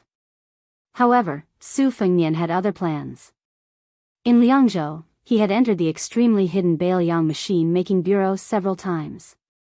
Using his identity as His Royal Highness and the new king of Bailiang, he ordered the machine-making bureau to put down all the work at hand and start a huge project under the leadership of the Master of Moism. However, second sister and Chu Lushan had no right to ask about this secret. After Su Weisheng, who had some master-disciple relationship with the Master of Moism, entered Wutong'an, he completely left the machine-making bureau and handed it over to Su Fengnian, who liked to play at the machine-making bureau since childhood. Naturally, no one knew about the young king's plan. Even though Su Fengnian had only been practicing his saber, cultivating his will, and secretly practicing his swordsmanship for the past few years, other than the daughter of the spear immortal Wang Xiu, the instant spear, Su Yanbing, and Han Laoshan, the two spear experts who could be ranked in the top 3 in the world, he had been influenced by them. Even with an iron spear in his hand, he was still able to make a whistling sound like the wind with the momentum of a thunderbolt. Every time the spear struck out, he would directly smash a sharp sword that was close to him. More than 40 Thunder Sword talisman swords were as weak as paper under the strike of the iron spear. Not only was Tang Huaguan's expression solemn, but the two guests, Queen Yu Ruru and Mao Gu, also had their eyes opened. Zhong Liang was still calm and composed. The peach blossoms around him were torn apart by the sword aura and danced all over the sky. He casually picked up a few petals in front of him and threw them into his mouth to chew. Then, the great demon saw a sword being pierced towards his head by the iron spear. The Beimang expert, whose mouth was full of peach blossoms, sneered vaguely and allowed the flying sword, which was tainted with the aura of the talisman, to stab straight towards his head. He did not expect that when the tip of the sword was about to touch Zhong Liang's glabella, not only did Zhong Liang not move at all, but there was also not even the slightest flow of qi. The flying sword actually spun around cheerfully like a swallow returning to its nest. It kept circling around Zhong Liang's shoulders until the spiritual qi on the sword dissipated and it fell to the ground. On this point, not to mention Yu Ruru, Mao Bishan and Gu Feiqing, the two sword experts, even the qi cultivator Tang Huaguan could not understand the mystery. Only Su Fengnian knew. There was once a rumor in the Jianghu that there was a dragon girl in the South Sea whose swordsmanship was godly. The wind was strong and the waves were fast, and her sword could travel 10,000 miles. The barefoot young woman, nicknamed the Charcoal Girl, had once shown such a skill that was similar to Zhong Liang's in Yuyan Mountain Villa. At that time, even Su Fengnian's flying sword, which had a complete sword embryo, was unusually docile and almost changed sides. It was all thanks to the Charcoal Girl's sword embryo, which was a once-in-a-century sword embryo. She was born to make famous swords feel close to her, as if they were meeting an old friend. Su Fengnian's original intention was to test the situation slightly and roughly confirm the strength of the demon. He did not expect Zhong Liang to be so honest and openly reveal his sword embryo talent. Tang Huaguan's lips moved slightly as he silently chanted a spell. He pressed down with both hands and the second wave of flying swords flew out from the depths of the residence of Dragon King. There were only 50 or so swords. However, Su Fengnian really had the capital to underestimate the scale of this sword formation. He once had a magnificent feat of borrowing swords from Yuyan Mountain Villa and used thousands of snowflakes as swords. Tang Huaguan's sword formation was originally based on talismans and spells. In the eyes of today's famous swordsmen, this was naturally an insignificant skill. Su Fengnian's underestimation was one thing, but he did not forget to secretly learn the falling banner loathing and impeachment technique from the demon-slaying platform of Mount Longhu. However, at that time, the great immortal Qi Xianzhu had used the sky thunder as a banner to suppress several sky demons in Mount Zhulu. Tang Huaguan's loathing and impeachment technique was just a copy. It was probably not even 1,000th of the majesty of the demon-slaying platform on the Lotus platform. When Zhongliang saw Su Fengnian's curved spear technique, he was surprised. Back then, one of the four grandmasters, Wang Xiu, went deep into Beimang's hinterland as if there was no one there. Countless heroes of Beimang died under Wang Xiu's 4 words formula. The 2 words formula of Bang Tuo and Drag were already a complete mess. The 3rd word formula of curved spear technique was even more frightening. Zhongliang had wandered the Jianghu for many years and his martial arts were especially diverse. He was also a rare martial arts genius and was the only person in Beimang whose aptitude was better than his own. Unfortunately, Zhongliang was born unrestrained and did not have a fixed nature. He rarely took a fancy to things that people valued. Not only did he have no love for power, he also followed his interest in martial arts. This was why he could not be ranked among the top 10 masters in the world. Zhongliang rubbed his eyelids with both hands and said with a smile, "It really is Wang Xiu's curved word formula. Good boy, you can learn whatever you want. You have my style." Zhongliang stared at it for a while and then turned his head to the queen on the other side of the door and made a gesture to ask for an iron spear. 3 arcs formed a force, 3 forces formed a small circle, 3 small circles formed a large circle, growing and multiplying endlessly. Back then, Wang Xiu had used the curved word formula to fight with one of the 4 grandmasters, the talisman general Jia Ren, for 3 days and 3 nights. It was said that Wang Xiu's last arc encompassed a radius of 3 miles, killing all the birds and leaving not even a blade of grass alive. When the curved spear technique does not arc, I will die. For the first time, Zhongliang, who had been hiding his identity in the land of refugees, felt an itch to fight. Su Fengnian's curved spear technique contained the collapsing thunder technique and the dragging spear technique. The horizontal and vertical sword formations of the Tanghua Pavilion could not withstand it. Su Fengnian's curved spear technique had already covered the entire square. Yu Ruru and the others could only see the peach blossoms spinning rapidly along with the dense gang qi. Su Fengnian twisted the spear around his body and used the Beimang demon Lord Duan Bo, Er's famous lightning spear technique. Internally, he used the qi-controlling technique of the Wu family's sword tomb and externally, he used Wang Xiu's collapsing word formula to throw the spear at the great consecrator of the residence of the Dragon King. After throwing the spear, Su Fengnian narrowed his eyes and felt a little incredulous. This old consecrator's desperate actions were too hasty. Other people would be desperate to escape, but this old spy Zhao Go actually held his sword without any regard for his life and allowed the spear to pierce through his abdomen. Like an arrow at the end of its flight, he leapt up and stabbed at Su Fengnian. Su Fengnian leaned to the side to avoid the sword. He gently stretched out an arm that was faintly wrapped in red silk and pressed down on Tanghua Pavilion's head, forcing him to kneel in front of him. Before dying, Tanghua Pavilion, who was bleeding from his 7 orifices, moved his lips with difficulty. There was no hatred in his eyes. Instead, there was a sense of relief. The old man silently uttered his last words. 2 words. Childish. Go. Chapter 994. Su Fengnian was confused. Most of the command of the mad dog, Zhao Go, who had been used by Li Yang to eliminate dissidents, was originally in the hands of a relative of Empress Zhao Ji. Could it be that the old spy from the Tanghua embassy had received Zhao Ji's secret order? But how could Zhao Ji be a woman with a bodhisattva's heart? The friendship between the Su and Zhao families was actually divided into 2 parts. One was between Su Shao and the previous emperor, and the other was between Su Fengnian's mother and Zhao Ji. However, both of these had disappeared outside of the Jiuzhou embassy the last time Su Fengnian entered the capital. Furthermore, between the land of refugees and the Zhao family of Li Yang was the majestic Bailiang. How could it be Zhao Ji's turn to give orders? Su Fengnian was suddenly shocked. He even dared to refuse the emperor's imperial edict. Although he didn't care about Zhao Zi's scheming, perhaps he had miscalculated one thing. This made Su Fengnian feel a trace of unease. However, at this time, he couldn't change his plan at the last minute. At most, he would use the stupidest method. Counter soldiers with arms, water with an earth weir. Let's see who is the mantis and who is the oriole at the end. At the door, Gu Feiqing threw an iron spear to Zhong Liang, who was inside the door.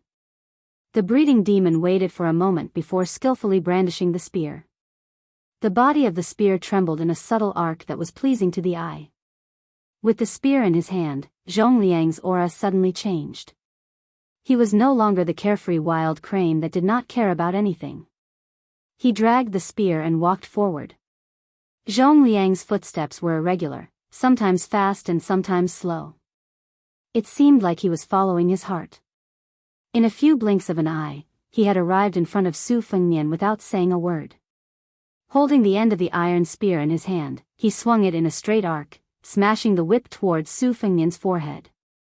Su Fengnian was not stupid enough to use both hands to block the attack. The iron spear in his hand, which was of the same standard as Zhong Liang's, drew an arc diagonally. Under the collision of the two spears, Su Fengnian immediately threw the iron spear out of his hand. He did not try to receive the impact of the collision on the iron spear, but he did not let it leave his hand for too long. Before the iron spear was knocked to the ground by the breeding demon, he immediately grabbed the iron spear that only had a lingering aura left in it. From an outsider's point of view, Su Fengnian had always held the iron spear tightly, clashing with Zhong Liang head-on. Although Su Fengnian had used some tricks to avoid the first wave of dangerous aura pouring out of the iron spear like a flood, the vigorous internal force that Zhong Liang had given the iron spear to the iron spear was unexpectedly huge. After holding the iron spear, Su Fengnian had no choice but to shake his wrist to use the burst formula to disperse the lingering aura on the spear. However, in a fight between masters, it was rare to see spear immortal Wang Xiu and talisman General Jia entangled with each other day and night like this. Usually, one wrong step after another would determine the outcome of the battle. It was only after Su Fengnian used the collapse formula that he managed to dispel the force from his iron spear. Zhong Liang continued to press forward with the momentum of the Wang Xiu vertical arc, forcing Su Fengnian, who had no room to maneuver, to maintain the defensive posture of the horizontal spear. Once again, Su Fengnian forcefully withstood the arc. Last time, Su Fengnian used a trick, but this time, it was Zhong Liang's turn. The arc formula was true, but because of the collapse formula, a large cloud of gang qi exploded from the tip of the spear. The hard iron spear in Zhong Liang's hand was curved into an unimaginably soft semicircle, and the tip of the spear was pointed at Su Fengnian's face. The distance between them was 1 foot, and the gang qi was 1 foot long. Su Fengnian could either take the full force of the iron spear arc word formula, or take the risk and try to break the gang qi of the collapse word formula, with the flying sword in his sleeve. Su Fengnian chose the former without hesitation. Showing off his sword-controlling technique to a sword embryo was tantamount to playing with fire. Su Fengnian took a step back. As his body slid backwards, he bent his knees slightly to disperse the majestic qi of Zhong Liang's collapse word formula. Zhong Liang held the iron spear in his hand. He was not in a hurry to beat up Su Fengnian, who had fallen into the water. He only followed like a shadow and kept the tip of the spear a foot away from Su Fengnian's eyes. He did not even immediately use the collapse word formula, which had an immediate effect. His gang qi was about to appear. This great devil who was ranked second in Beimang was recklessly mocking Su Fengnian. The reason why Zhong Liang was able to come up with a spear immortal secret technique that was on par with Su Fengnian's was because of his innate talent. More importantly, he had a high-profile battle in Beimang 2 years ago. His opponent was Deng Mao, who had become one of the top 10 fighters in the world. Zhong Liang's deep understanding of spear techniques was on par with Su Fengnian's. However, on the surface, Su Fengnian only had level 2 internal force, which was a huge gap compared to Zhong Liang's. Zhong Liang was not one of those otherworldly experts who only knew how to fight behind closed doors. As a result, Su Fengnian's defeat was a matter of course. In terms of innate talent, Su Fengnian was not as good as the old man wearing the sheepskin fur coat who thought he was number one in the world from the moment he held a sword. He was not as good as Xianyuan Jingsheng, who only knew how to read and became a Confucian sage. He was not as good as the woman who inexplicably cultivated the sword-controlling jade mystic while practicing calligraphy. He was not as good as the coal girl who was born with the sword immortal embryo. There were many more. Su Fengnian would lose to Zhong Liang and these Jianghu playboys. But when it came to risking one's life, Su Fengnian might not be better than them, but he was at least not inferior. When Su Fengnian retreated from the two peach trees and was about to lean against the palace wall, he stopped retreating. He drew a small arc with his spear, as if he was risking his life to kill Zhong Liang in an arc. Zhong Liang was very calm and did not withdraw his spear. He took the opportunity to, slowly, push the tip of the spear forward half a foot. It was actually Su Fengnian's desperation to trade his life for Zhong Liang's. It was as if this time he was aggressive and did not intend to win a complete victory, so he deliberately hid his strength. He was gambling on whether Su Fengnian dared to trade his life for his life. Su Fengnian did not hesitate. His arc spear continued to move forward, but at the same time, his left hand grasped the embroidered winter saber on his left waist. This saber was given to him by White Fox Face.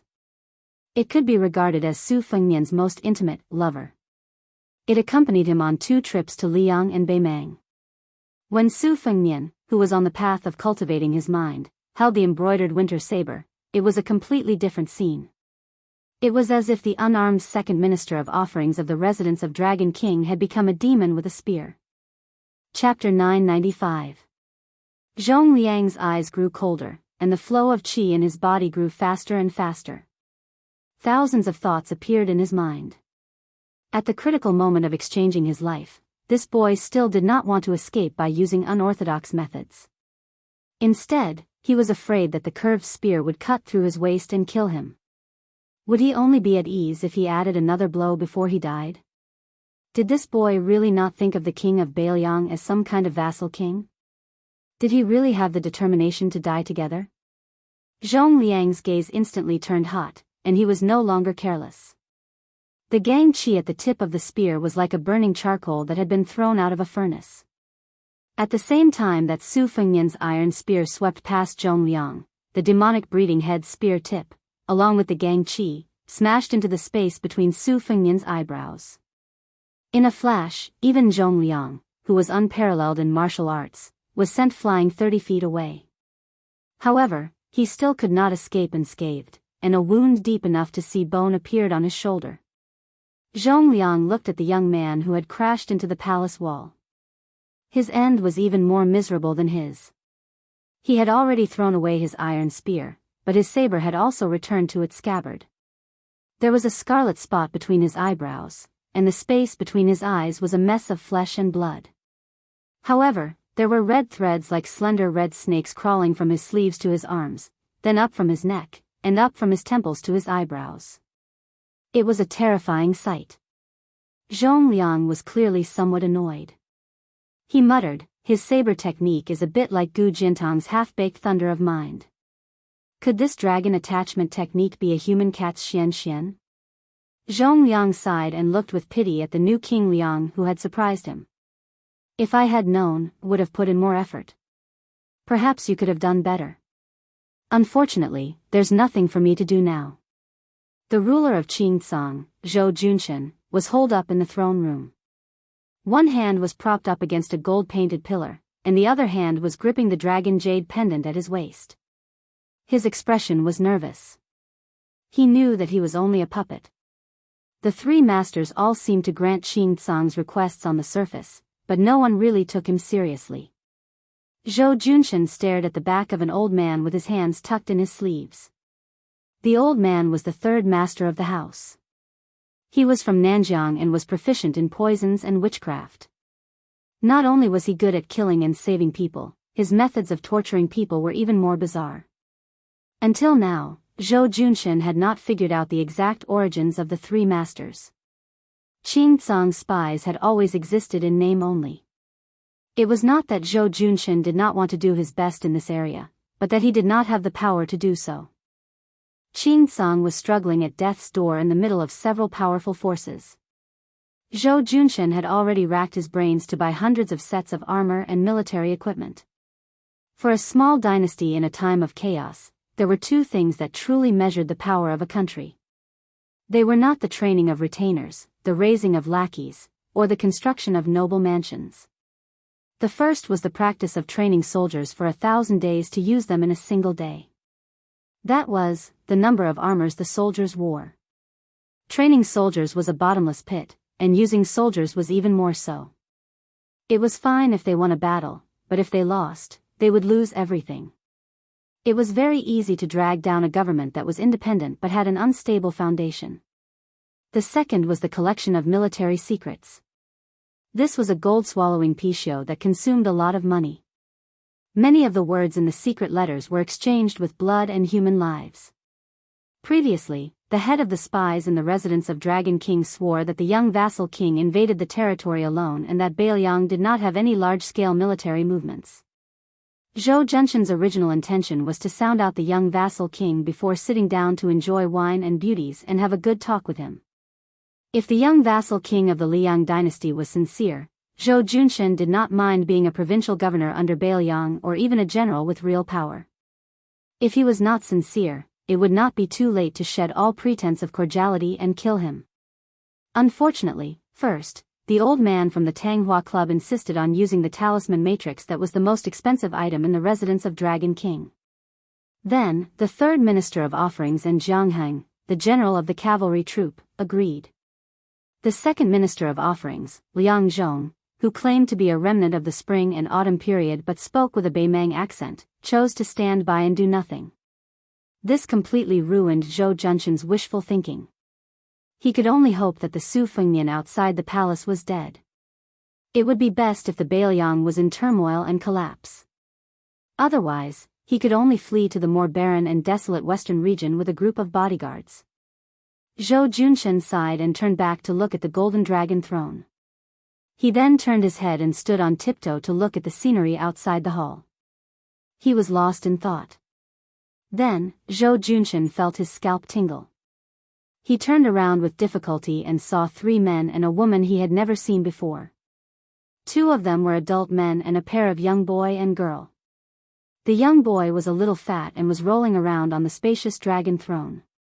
He seemed to be enjoying the feeling of rolling on the dragon throne. The young girl was not a beauty either.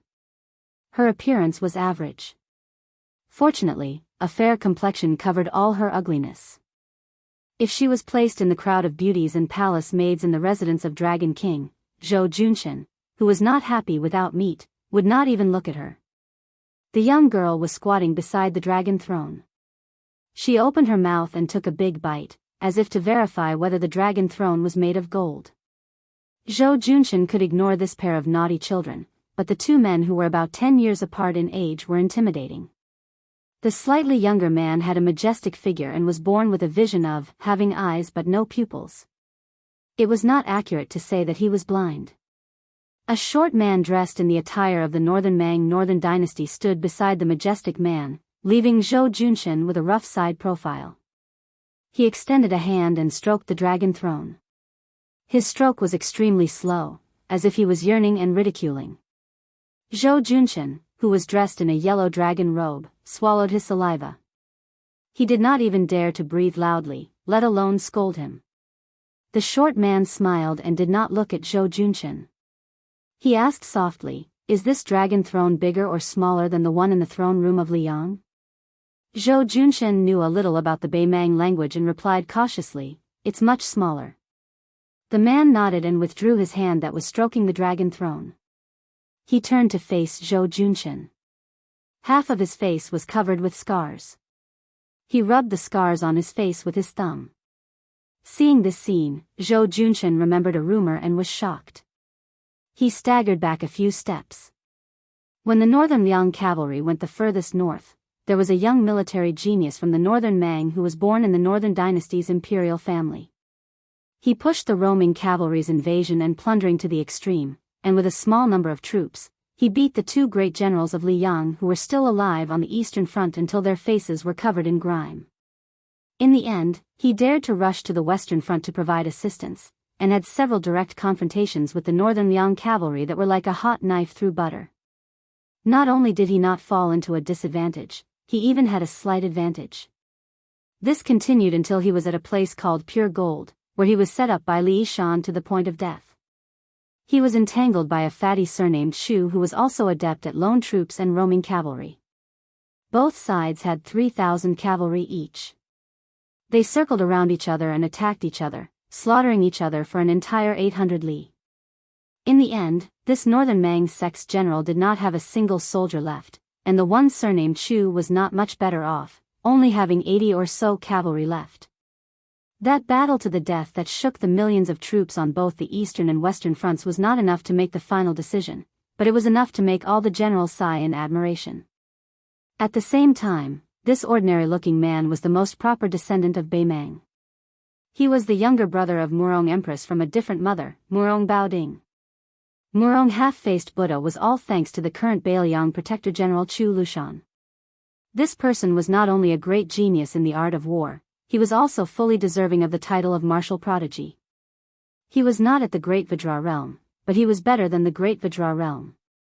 He had an invincible golden body and was a white-clothed monk comparable to the two Zen temples. Murong Baoding, the head of the Beimang Orange Prefecture, saw Zhou Junshan's cowardice and laughed. "You recognize him?" Then the short man pointed at the handsome man with no pupils beside him. "You should be afraid of him. He is the leader of the Ruran Three Towns cavalry, Hong Jingyan." Hong Jingyan? Although he had been demoted from the fourth world to the sixth world by the greatest demon in the world, wasn't the sixth world still an expert? Murong Baoding, who was also one of the top 10 experts in the world, was also here. What did it mean for the two of them to stand together in the Azure continent? Zhou Junshan, who was very afraid of death, already understood that life and death were up to fate. There was only one thought in his mind: the king of Beiliang outside the hall is dead for sure. Chapter 996. Zhou Junshan was not surprised that Zhou Junshan had such thoughts. In his opinion, one of the best soldiers in the army of Beiliang, the villain too, had already betrayed Beiliang and became the free and happy king of Shu. Yuan Baixiong was now the commander of the cavalry, with a high position and heavy responsibility. He would not come to the refugee land to kill a chicken with a knife. Even Han Laoshan, the personal retainer of old King Liang's junior fellow apprentice immortal of spear, had become the general of Lingzhou or the deputy general. Thinking of this, Zhou Junshan felt a little sad. Compared to the young king outside the palace, he would not have a better ending. The young man risked his life alone and tried to show enough sincerity to recruit Qing Tsang. It was a good idea and there was a possibility of success. At least, Zhou Junshan believed that he would be tempted by a provincial governor or a general. However, Zhou Junshan reckoned that there must have been a fatal flaw in one of the espionage segments and the northern Mang knew about the heavenly secret. Otherwise, the short journey from Liangzhou to the Qing Tsang would not have required the joint efforts of the Zhu province and the Ruran to mobilize so many people. The key point was that they had timed their movements so accurately. Thinking of this, Zhou Junshan found some joy in his misery. He thought to himself, "Our Qing Tsang's espionage is like a piece of tofu. Your rich northern Liang doesn't seem to be any better." At the thought of being in the same boat as the king of Beiliang, Zhou Junshan's gloomy mood brightened a little. But when the Lord of Azure saw the scene in the main hall, her heart sank to the bottom. After the dragon chair was bitten by the girl like a hungry dog, she lost interest and stood beside Beimang Baoding, holding a delicately woven silk food bag and stuffing pieces of pastries that she bought from Beimang's Nanchao market into her mouth. The little fatty was like a money grubber with a brain problem, crawling and rolling on the dragon chair, pinching and pinching, his eyes shining. After jumping off the dragon chair, he wanted to carry it away. But how could a dragon chair that weighed 1,000 pounds be so easy to carry?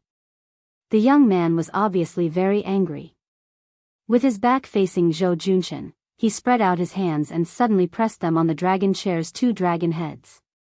The golden dragon chair that was shining with a golden light instantly melted into a large pool of golden liquid at an astonishing speed, as if ice and snow were being roasted by a raging fire. The golden liquid that was used as a cushion on the steps was burned into a dazzling fire. The little fatty's boots and trousers were burned into nothing, but he himself was not injured at all. The young man fiercely fell to the ground with a plop and grabbed a handful of golden liquid, his eyes greedy.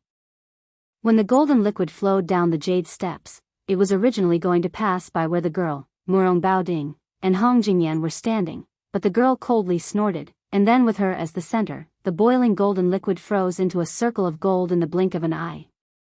The girl's body was shrouded in mist, revealing a hint of frost. The girl was still angry, probably because she was angry that the fatty of the same age was obsessed with money.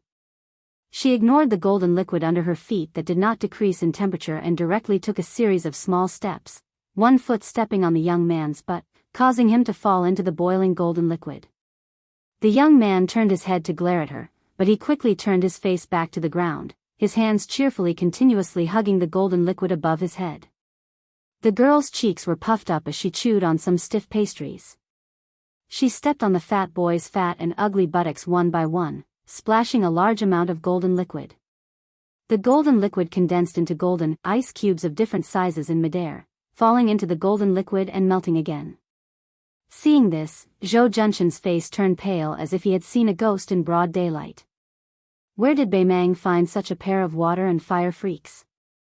Murong half-faced Buddha and Hong Jingyan were enough to turn Qingcang City upside down. With the addition of this pair of demons of unknown origin, not to mention the small Qingcang City, they could even kill their way in and out of the heavily guarded prince's mansion in Mount Qingliang several times. Murong Baoding walked down the steps and came to Zhou Junshan's side. He laughed softly and said, "If Beiliang knew that their new master had died in your house after only a few days of succession, what would you do?" Zhou Junshan's mind turned quickly. He carefully responded with his awkward and unpleasant northern Beimang dialect, "Is there a place that will take me in?" The governor of Beimang, who was half a head shorter than Zhou Junshan, smiled and slowly said, "Beimang is far from being as rich as Liang's central plains, but there are still many fertile grasslands. Compared to the land of refugees, it is still more suitable for living. This King's Orange province is one of the few rich places in Beimang. What's so difficult about taking in a few Zhou Junshan? However, if you, Zhou Junshan, want to go to Beimang and continue living the life of a local tyrant, it won't be easy. The key is that under the leadership of the residents of the Dragon King, there will be tens of thousands of refugees in Qingcang who will migrate to Beimang.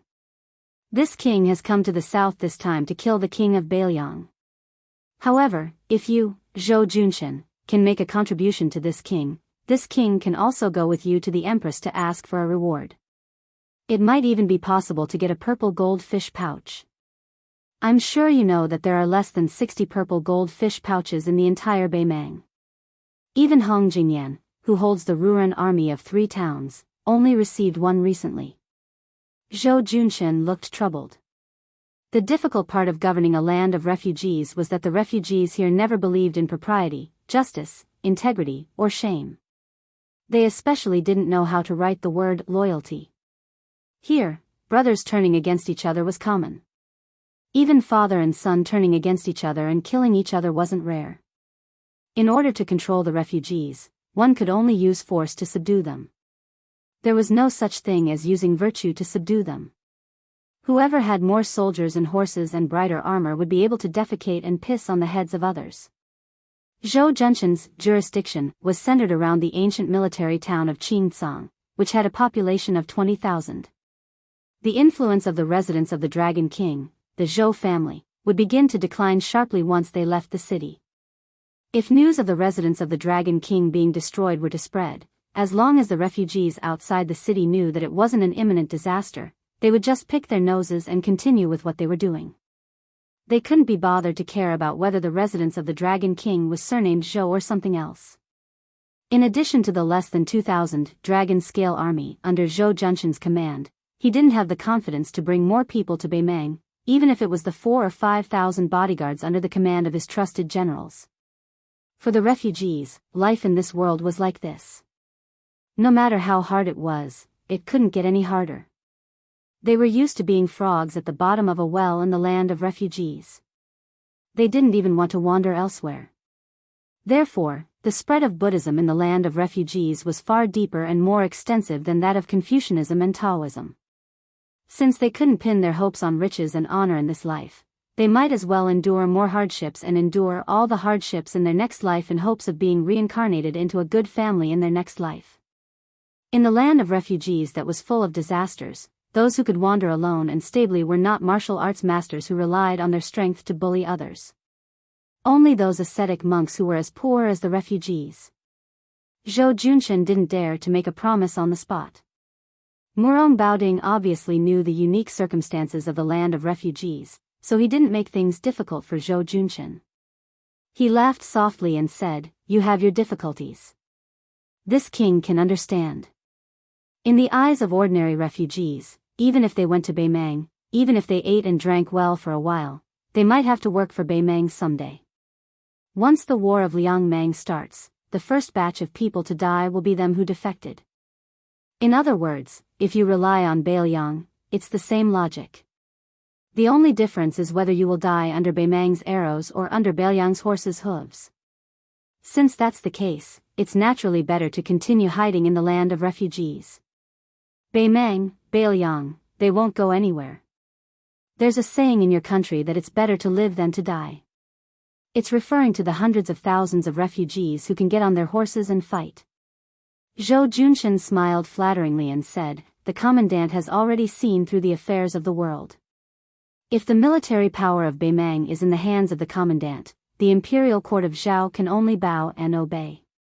Murong Baoding said calmly, "Although you're flattering against your will, you're right about this king's thoughts. Tuoba Bodhisattva's so-called god of war is only a talent in military affairs. He's just a mediocre talent. Dongzhuo is more capable in military affairs. But no matter how capable he is, no matter how well he mingles, it's just the fate of Liang Su Shao. It's a pity that Dongzhuo's rise came too late. The great generals of the southern dynasty who were ranked before him can still hold on for many years. Fatty Dong may not be able to smoothly reach the day when his meritorious service is so great that he can't be conferred the title of emperor." Zhou Junshen's scalp tingled. With a bitter face, he said in a low voice, "The commandant doesn't need to tell me these heavenly secrets. I'm short-sighted and my knowledge is shallow. Anyway, I don't understand." Murong Baoding, whose half-face was ferocious and terrifying, twitched the corner of his mouth. He patted Zhou Junshen's shoulder with one hand and said, "Don't worry. The current situation in the land of refugees is very delicate. The gains and losses of both sides of Liangmang have to be calculated by double. This king has recruited Zhou Junshen, so Beiliang will have one less Zhou Junshen. In the future, they will have to face General Zhou, who has a purple gold fish bag around his waist. This kind of business where even women and children know the pros and cons, this king won't be so muddle-headed as to let his emotions affect his decisions. When this prince was young, I once said that I wanted to pile the corpses of all the refugees on Mount Qingliang. At that time, I was young and impetuous, so I never cared about the general trend. I always thought that I could single-handedly turn the tide and suffered a lot." The young man and young woman had unknowingly run to their side. Most of the fat boy's clothes had been destroyed by the golden water. He directly took off the clothes on his back and made a skirt. He tied it around his waist, barely covering his crotch and white buttocks. The young man looked at Zhou Junshen, who was incomparably fearful, and asked with a smile, "Sir, do you have any money or treasure?" Zhou Junshen's face stiffened as he untied the suet jade that was said to have been obtained from the top of Mount Kunlun. Unexpectedly, the young man whose chest was stained with golden water only glanced at it and was greatly disappointed. He hurriedly asked, "It has to be like that chair. It has to be golden and shiny. Otherwise, it's worthless." Zhou Junshen looked helplessly at Murong Baoding, but the latter ignored him and moved away to whisper to Hong Jingyan. Misfortune never came alone. Before one wave had subsided, another wave arose. The average-looking young woman also walked in front of Zhou Junshen and coldly threatened, "Do you have anything to eat? If not, I'll turn you into an ice corpse." A money grubber and a foodie? Chapter 997. Zhou Junshen, who was still the emperor of Qingcang yesterday, was at a loss. he almost begged the two children to stop torturing him. When Hong Jingyan was talking to Murong Baoding, he looked at the young man and woman who were secretly regarded as national treasures by Bei Mang. The qi cultivators of the Central Plains were divided into the north and south. The south was led by the Guanyin sect in the South Sea. The north was concentrated in the imperial astronomer. Any noble who dared to raise a qi cultivator, even if the Zhao family's emperor was known for his tolerance, would definitely be sentenced to death. Li Mixi had once learned that the dragon-seeking qi cultivators of the northern sect had been working for the celestial phenomenon cultivator Lu Hao all these years. But he did not know if they were helping him enter the Saint Realm or building some kind of formation in Great Peace City. There were not many qi cultivators in the northern Mang. At their peak, there were only about 100 of them. Their numbers might not even be comparable to the Guanyin sect. Now, 9 out of 10 of them were dead. This tragedy was due to Murong Baoding finding his biological brother and sister. The two of them were given the surnames of Yelu and Murong respectively. One was called Yelu Kaiyin, while the other was called Murong Kaiyang. They were the living knife gui bait recorded in the secret manual of the qi cultivators. It was said that if one ate one of the two, they could either enter the heavens or the underworld. However, Murong Baoding had never believed in such things. At that time, he had offered it to his sister, the Empress of the Northern Mang. The latter had also scoffed at the Daoist talk of immortality and ascension. As for the ownership of the brother and sister, she had jokingly said to his younger brother, "If you don't take what is given to you by the heavens, you will suffer a calamity instead." She had even given it to the Orange Prefecture. The Empress had even used the power of the entire country to allow the brother and sister to become qi cultivators of the northern Mang by chance. Yelu Kaiyin was good at controlling fire, while Murong Kaiyang could make the summer river instantly form a long bridge of ice. Murong Baoding smiled and asked, "Do you think Zhongliang can kill that young man?" Hong Jingyan said calmly, "Zhongliang is frivolous and doesn't know how to cherish his talent. At most, his state is similar to that of the fifth raccoon. In a one-on-one battle, Zhongliang has a high chance of winning. However, it doesn't necessarily mean that he can kill." Murong Baoding took the lead and walked to the door of the hall. "He is related to the demon Luoyang. Don't you have any thoughts?" Hong Jingyan said something mysterious, "If I want to kill him, I'm afraid that the Orange Province will stop me." Murong Baoding laughed it off and changed the subject. "Bei Mang, Liang and Bailiang, a tripartite balance of power. Originally, as long as Su Shao did not die, the other two sides would have to obediently follow Bailiang's orders. At that time, Liang wished that the young heir apparent would die prematurely. They carried out many assassinations, hoping that Bailiang would die the second time. Later, beyond everyone's expectations, Bailiang quietly settled the general situation. Su Fengmian's hereditary succession could not be stopped. Then Chen Jibao entered the capital. Following his resignation as the Minister of War, he was conferred the title of King of Western Shu. As a result, Bei Mang, who had been watching the fun, became anxious. Last year, they were beaten by Bailiang to the bone. There were countless civil and military officials in the northern and southern dynasties, but only the Orange Province and Dongjua insisted on fighting on the Western Front. They insisted on fighting head-on with the new king of Bailiang and Chen Jibao in Western Shu. As a result, Li Mibi's spider web shifted its focus from this king and these people to Su Fengmian, hoping to kill the new king who no longer had Su Shao to rely on. At that time, Bailiang would have no leader and would be much easier to bully. Since it was more or less certain that Su Fengmian would not rebel, Liang's Zhao Go would have to pinch his nose and risk his life to protect Su Fengmian from dying at the hands of Bei Mang, so as to avoid missing the northwestern gateway. It was really a big joke. With Bailiang's 300,000 cavalry being used up against the southern court, and with Chen Jibao glaring at Western Shu, it would be much more difficult to carry out the Peace Edict's plan of East-West confrontation. Even if it succeeded, according to the Peace Edict, it would cost more than 200,000 lives. Perhaps this is the power of the man called Yuan Benshi in Great Peace City. Scholars move their mouths, and warriors die on the battlefield. In the current situation of the romance of the Three Kingdoms, Bailiang doesn't move, and Bei Mang and Liang don't dare to act rashly. Unknowingly, 20 years of peace have been exchanged for the common people of the two dynasties. This is all thanks to Li Shan. It's a pity that this enemy is dead, and there's no way to tell him face to face. This king has a belly full of words, and he can only nag and nag to you, Hong Jingyan. Hong Jingyan smiled. Fortunately, there's still Chu Lushan. Murong Baoding stretched out his hand and placed it on his cheek. Yes, there's still Chu Lushan. The two had already stepped through the threshold of the main hall. Looking at the somewhat lonely scene in the square, Hong Jingyan suddenly said, Su Yanbing secretly escorting the young king is a reasonable thing. This person's methods of intercepting and rescuing the Bailiang administrator's son at the border cannot be underestimated. If it wasn't for the peace edict, I really don't have the confidence to kill people in Qingcang. Since Su Yanbing hasn't shown himself, it means that it's as I guessed before. Zhongliang really can't kill Su Fengnian. First, there's the butcher Su Shao who doesn't want to be the emperor, Chen Zhibao who wants to settle the country through 2 battles, and then there's the traitor Chu Lushan. Now, there's the Su Fengnian who likes to pull chestnuts out of the fire.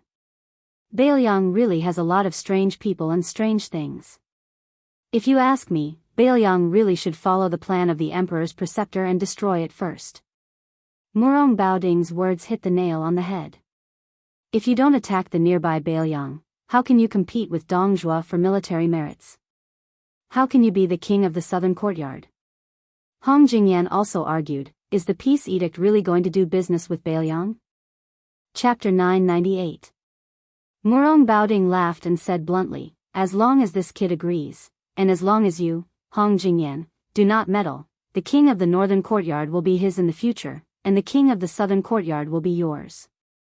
When Beimang pacifies the world, your northern and southern courtyards will no longer be defined by the current Beimang northern and southern dynasties, but by the current Beimang Liang.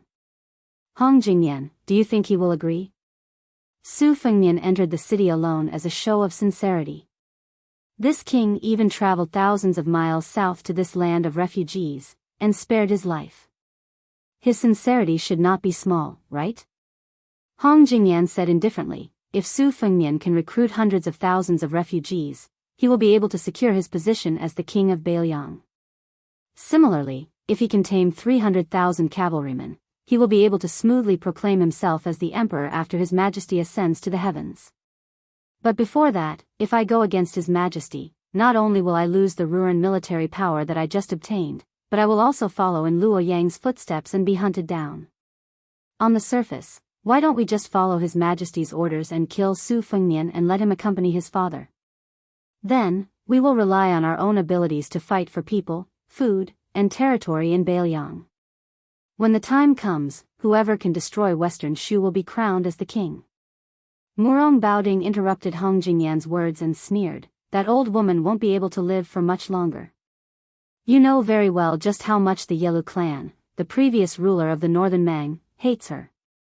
If you don't let me take over, the Murong clan will have to take the risk of the Yelu clan digging up my ancestral graves. The old woman is very wary of this younger brother of Ben Wang, so of course she will have a plan after her death. But when a person dies, politics dies, just like a lamp that goes out.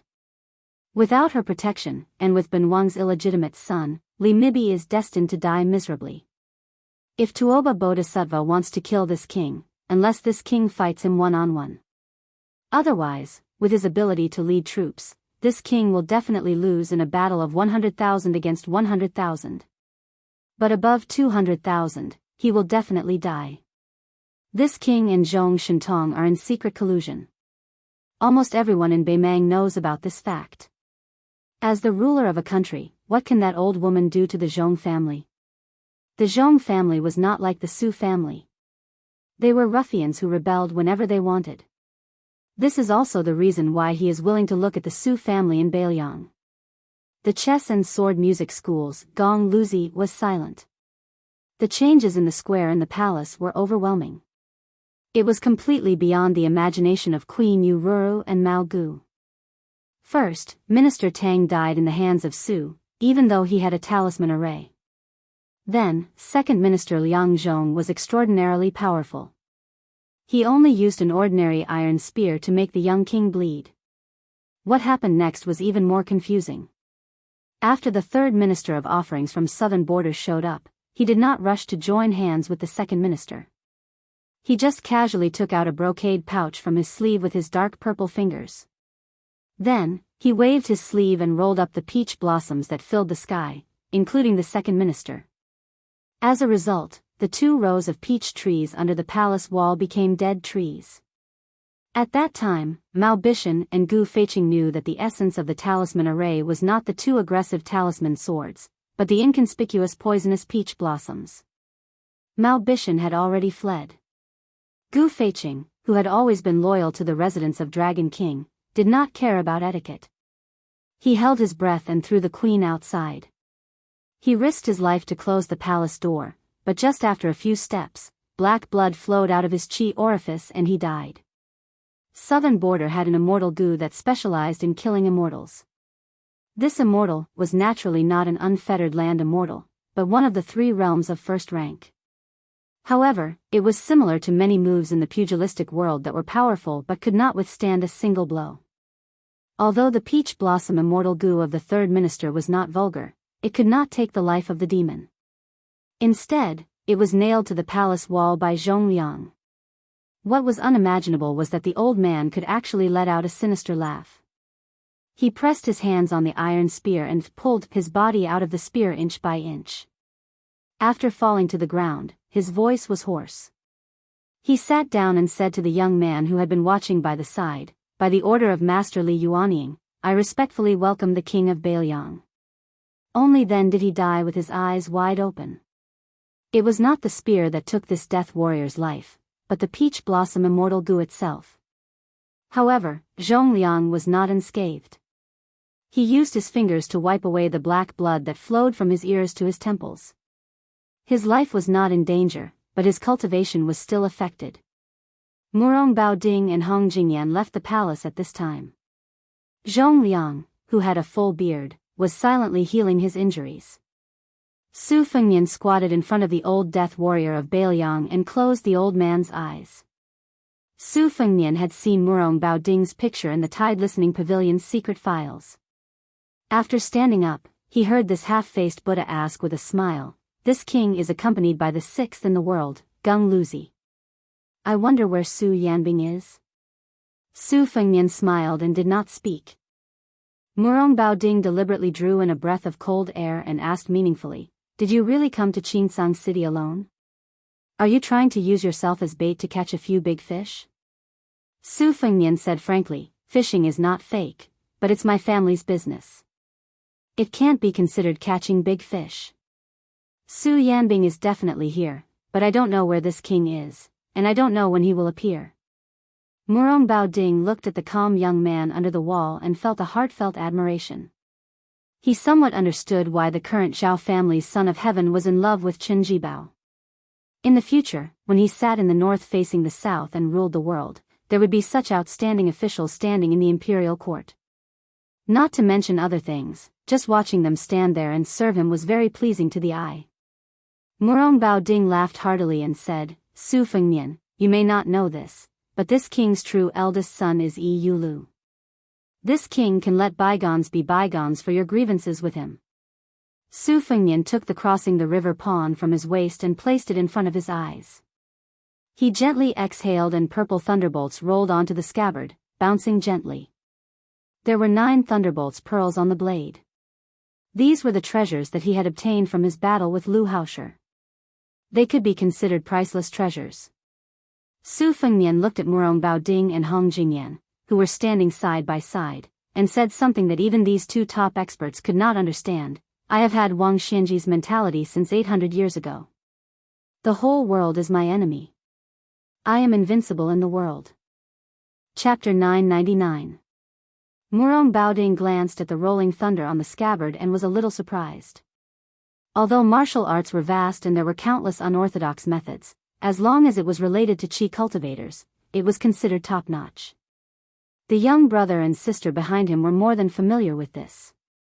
In Beimang, there were chi cultivators who were proficient in collecting thunder and lightning.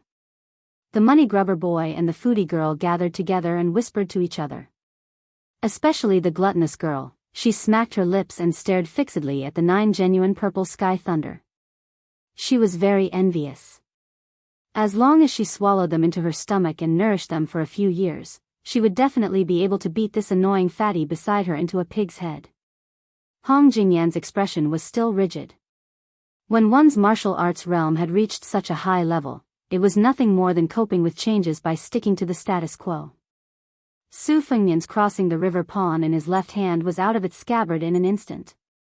The speed of the blade was so fast that the scabbard that left his palm crashed into the palace wall. Su Fengnian's arm followed Wang Xiu's arc formula and swung the blade down. The 9 thunder lingered and the purple clouds dazzled. Zhong Liang unceremoniously controlled the iron spear that was abandoned by Su Fengnian. He had been holding the spear with one hand. This time, he finally held the spear with 2 hands and took out enough attention to deal with the unsheathed blade. The spear curved horizontally. Before the sharp blade of the blade touched it, the curved tip of the spear was already pointed at Su Fengnian's waist. Su Fengnian did not deliberately change from attacking to defending. He just followed the blade with ease as if he was possessed by God and understood the wonders of the Xian finger. The tip of the blade suddenly twisted and fell faster and faster. His body was also forcefully pulled a few feet forward. The rolling blade technique was still the rolling blade technique. It was just that compared to the rolling blade technique of ordinary swordsmen, it was much more mysterious. The spear missed for no reason. Zhong Liang's eyes lit up. Borrowing the force of the curved spear, the curved body of the spear also curved. In the eyes of others, one person was following the blade and the other person was unwilling to fall behind. Therefore, the person followed the spear. At first, Murong Baoding had a smile in his eyes. He did not think highly of the kid's rolling blade technique. However, when he saw that Su Fengnian's bladesmanship seemed to be disorderly, but it was just right. Every blade was chopped 4 feet away from Zhong Liang's face. This somewhat surprised half-faced Buddha. Zhong Liang, who kept dodging, frowned. He was not angry that this kid was taking revenge on him for pointing the tip of the spear at his glabella. It was because he had never heard of such a ridiculous rolling blade technique. Of course, Zhong Liang did not know that there was an old swordsman from East Yu named Song Nianqing. When he went out in Jianghu for the last time, he had 14 swords and 14 moves. The only sword with a sword tassel was called Zhao Dan, which meant that he was carrying a lamp to illuminate the mountains and rivers. It was such a walking sword that he walked all the way to the side of the white-robed Luo Yang. Every time Su Fengnian's rolling blade finger, a purple thunder was suspended. After 9 times, he suddenly clenched his right hand. There were 9 flying swords hidden in the 9 thunder, which condensed into a formation and trapped Zhong Liang. Su Fengnian did not look at how the breeding demon was going to deal with it. He randomly patted the void with one hand, which was the 18 strokes of the Hu Jia played by the blind female zither player in the battle in the rainy alley. His finger tapped on the soldiers crossing the river, which was the finger sword secret skill of the young female chi trainer on the lake of Yuyan Mountain Villa. Many of the abandoned talisman swords that were left behind in the square jumped up from the ground and stabbed fiercely at Zhong Liang with distorted trajectories. Together with the domineering thunder pool flying sword and the unpredictable Hu Jia paddle, it created a magnificent scene. The 3 arcs of the arc formula formed momentum. At this time, Su Fengnian's 3 arcs were secretly learned from Song Nianqing, Shues Songguan, and the Qi trainer from the South Sea. They seemed to be unrelated, but they were fused together and vaguely appeared to be in the great grandmaster realm. Murong Baoding chuckled softly. It looks good and is quite practical, but it's a bit too messy. There's still a long way to go before returning to the original state of celestial phenomenon. Zhong Liang was exhausted dealing with the 3 arcs in the formation. It was easy to deal with the barbarian clapper that came out of nowhere. With his Vajra physique, even if he was hit by it, it would be nothing more than a flesh wound.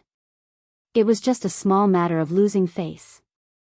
He didn't know how the boy controlled the dozens of talisman swords, but it didn't matter. With Zhong Liang's Xian finger comprehension, he could deal with it easily. In the past, with his rare talent, he didn't even need to dodge. However, he was afraid that if he didn't dodge, he would fall into a trap. Moreover, the flying swords of the sword tomb, which were wrapped in purple thunder as clothes, were no longer close to him, a natural sword embryo. Each of the 9 kinds of sword chi had its own killing intent, which was the real trump card. The iron spear that Zhong Liang held with both hands had its spearhead cut off by the purple thunder. From the moment the guy unsheathed the saber in his left hand until now, Zhong Liang hadn't been able to fight back even once. This made the second young master of the Beimang family, who ranked relatively low among the top 10 devils but had outstanding strength, really angry. Beimang was at the top of the martial arts world, and the number of times they fought each other was far more than Liang. They never liked the martial arts fights that didn't hurt each other's feelings. If old monster Wang from the martial emperor city didn't go to Liang Jianghu to be a whetstone, the number of people in the martial arts ranking list might not even be equal to the number of people in Beimang.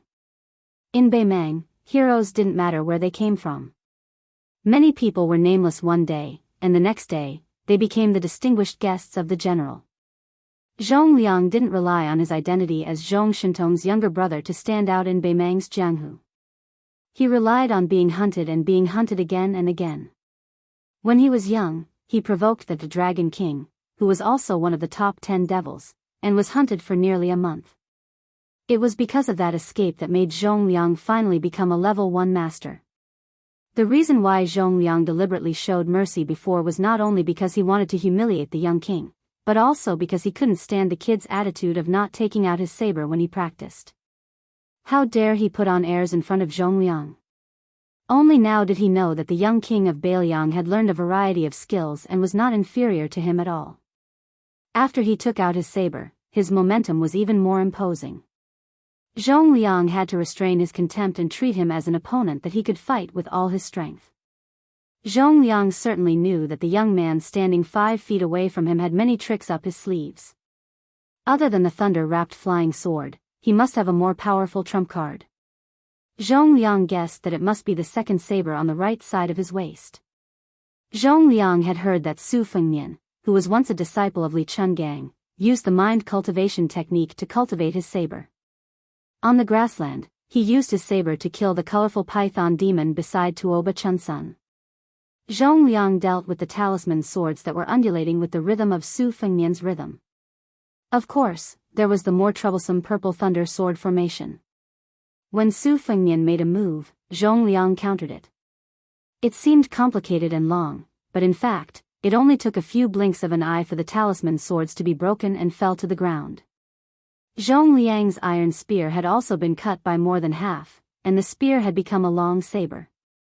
Fortunately, Zhong Liang's talent was so high that no matter what he learned, he could easily go further than many famous experts who studied for their entire lives.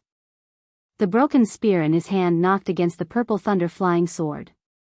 The sound was loud and clear, like the sound of a 1,000-pound bell. It could be heard clearly outside the residence of Dragon King. Every time the spear knocked against the sword, Zhong Liang's perception of each thunder flying sword increased. When the expressionless young man holding the saber finally moved his right hand, Zhong Liang's pupils shrank. He knew that the saber in his right hand was about to be unsheathed. The outsiders, Murong Baoding and Hong Jingyan, sighed softly almost at the same time. Su Fengnian was indeed holding the hilt of Xiudong's saber in his right hand. However, the one who made the move was not Xiudong, but the scabbard crossing the river pawn. Su Fengnian's palm was split open, and blood splattered everywhere. It was obvious that the crossing the river pawn was so fast that even Su Fengnian, who was holding the saber, could not control it. Outside the Shenwu city, a person who was far away in the martial emperor city borrowed a sword. Su Fengnian decisively gave him the sword. At the last moment of life and death, he killed Han Xingxian, the cat that was known as the land immortal, Han Wudi. Chapter 1000. This time, Su Fengnian returned the sword to the old man surnamed Sui. This time, he returned the scabbard to the soldier who had crossed the river. Otherwise, with Su Fengnian's spiritual foundation, he would have been able to cultivate the one-sleeve azure dragon. He would not have only used the rolling knife technique, which was born from Song Nianqing's shining guts sword technique, to fight against Zhong Liang. Everything was just an extremely sinister smokescreen to pave the way for returning the sword. In the soul-stirring trap outside the Jianghu city, the famous sword spring and autumn was only a foot away from the human cat's heart.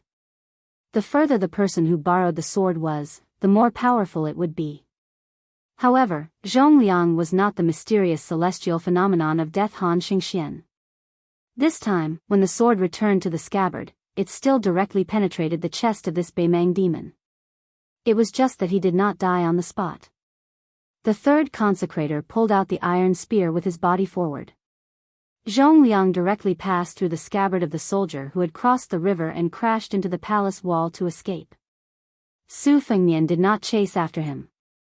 He only looked at the dead Bailiang spy sitting on the ground.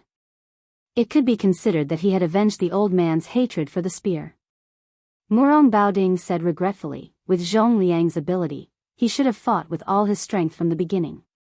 How could he be in such a difficult situation? His talent is really high. Before Luoyang, he was the fastest person in Beimang to enter the Finger Mysterious Realm from the Vajra realm. He was even faster than Li Chungang from Liang. This is a great thing, but also a great thing.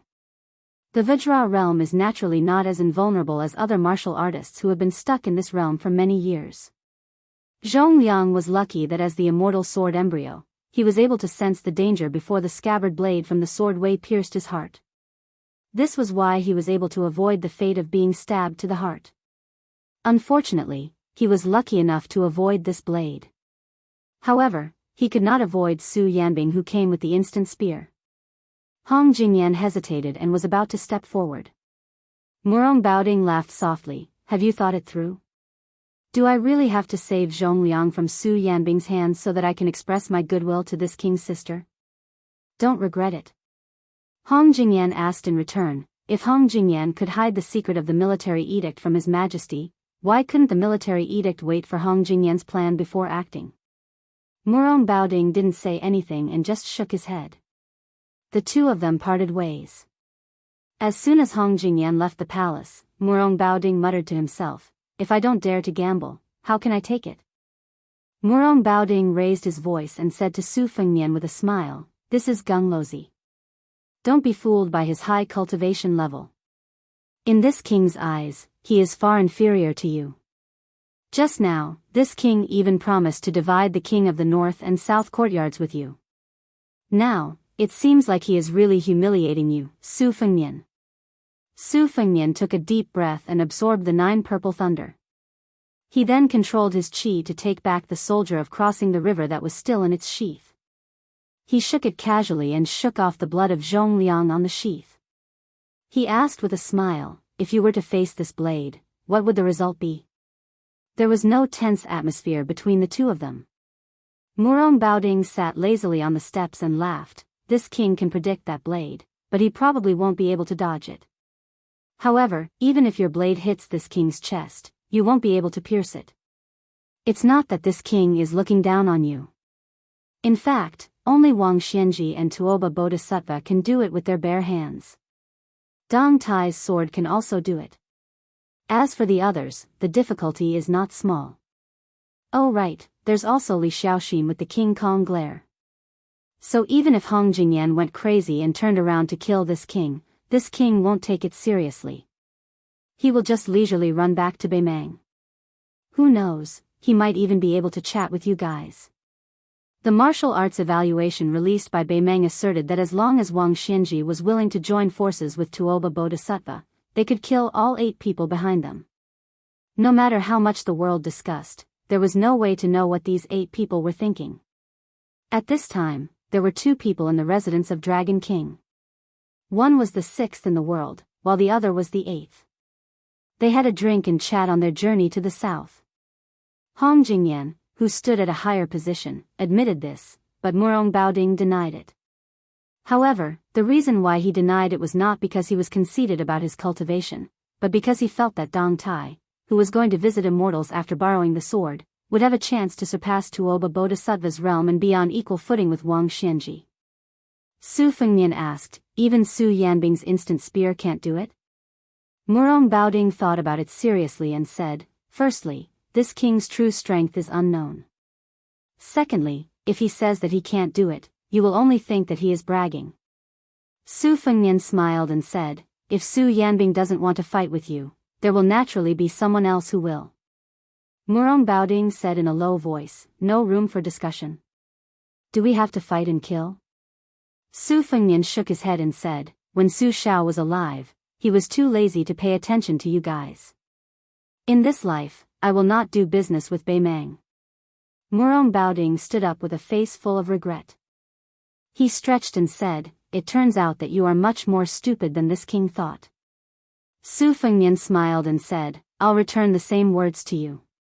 The spy leader of Qingcang was actually a pawn planted by Bei Mang. After lying to Zhou Junshan about the military situation, he had already disappeared.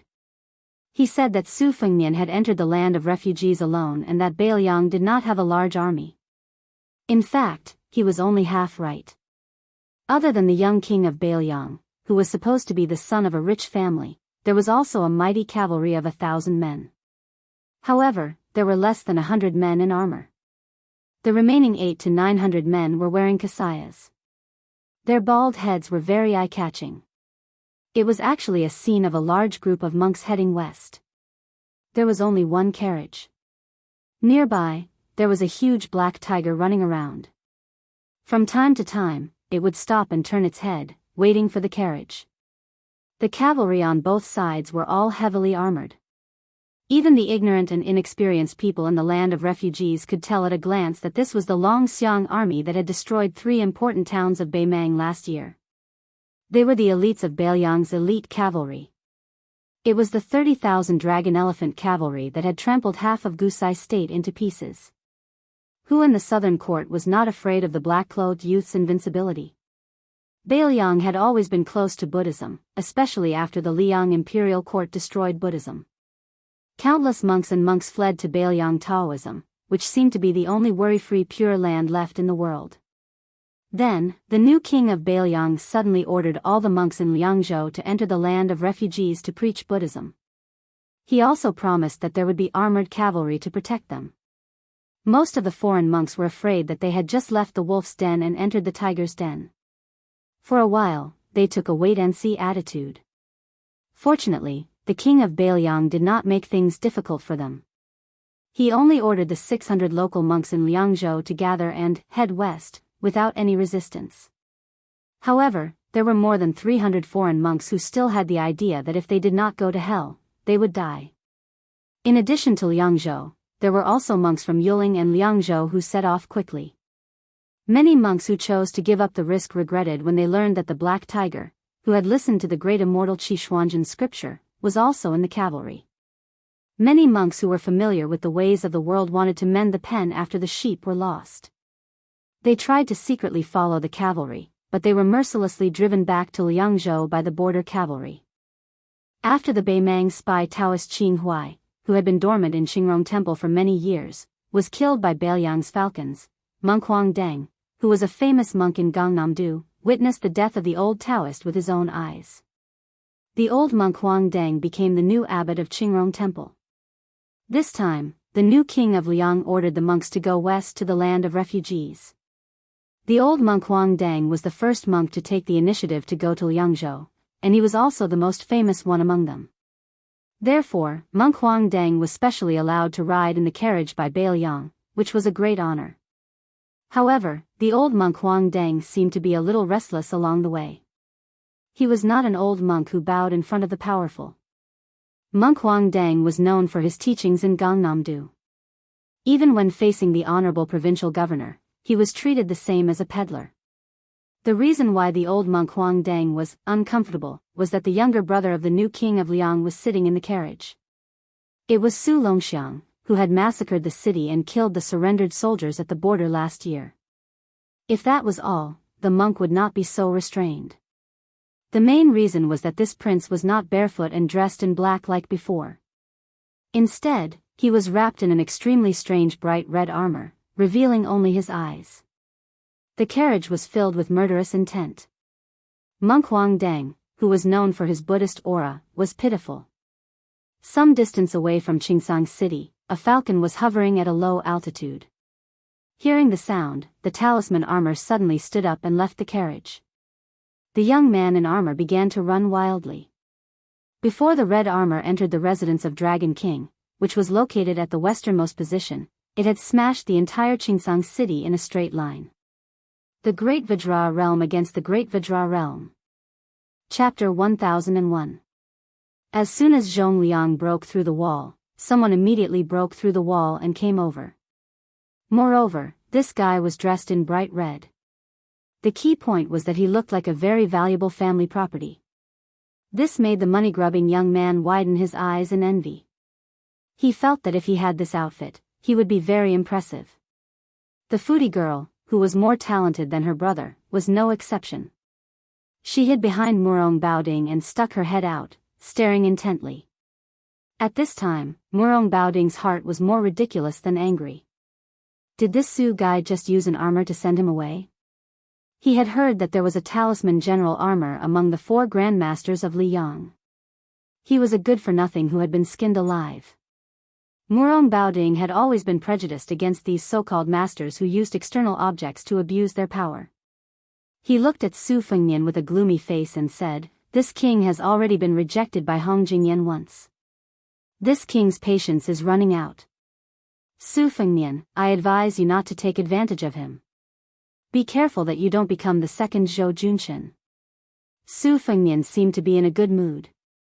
He walked to the side of the red armor and patted it here and there. He seemed to be relieved. He turned his head and smiled at half-faced Buddha. "Murong Baoding, don't think too highly of yourself. Who are you trying to scare by calling him this king? This is not Orange Province, and you haven't become the Emperor of Beimang. As for me, thanks to my father, I've seen the Emperor of Liang, the Empress of Beimang, and the vassal kings of Liang. I've also seen many of the top 10 people in the world who are better than you in the martial arts evaluation.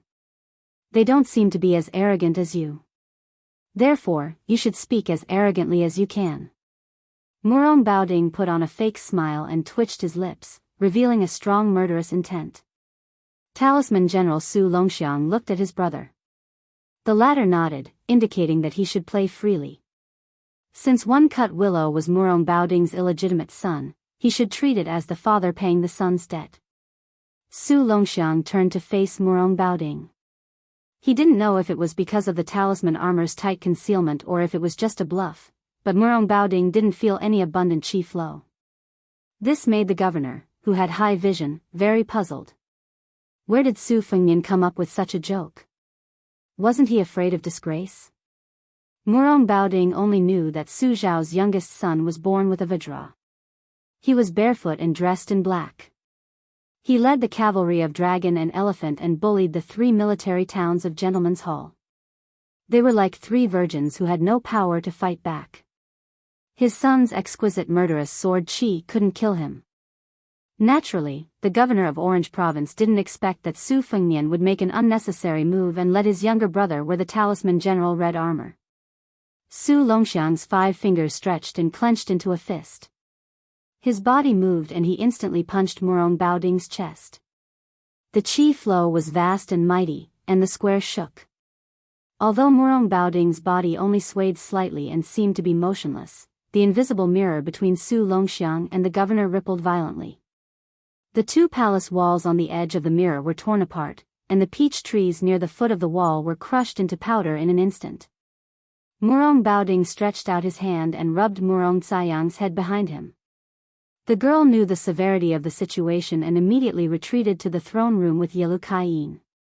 After Su Longxiang punched, his body swept back and returned to his original position. He crossed his arms over his chest. This posture clearly showed that he wanted Murong Baoding to punch him back. He didn't dodge.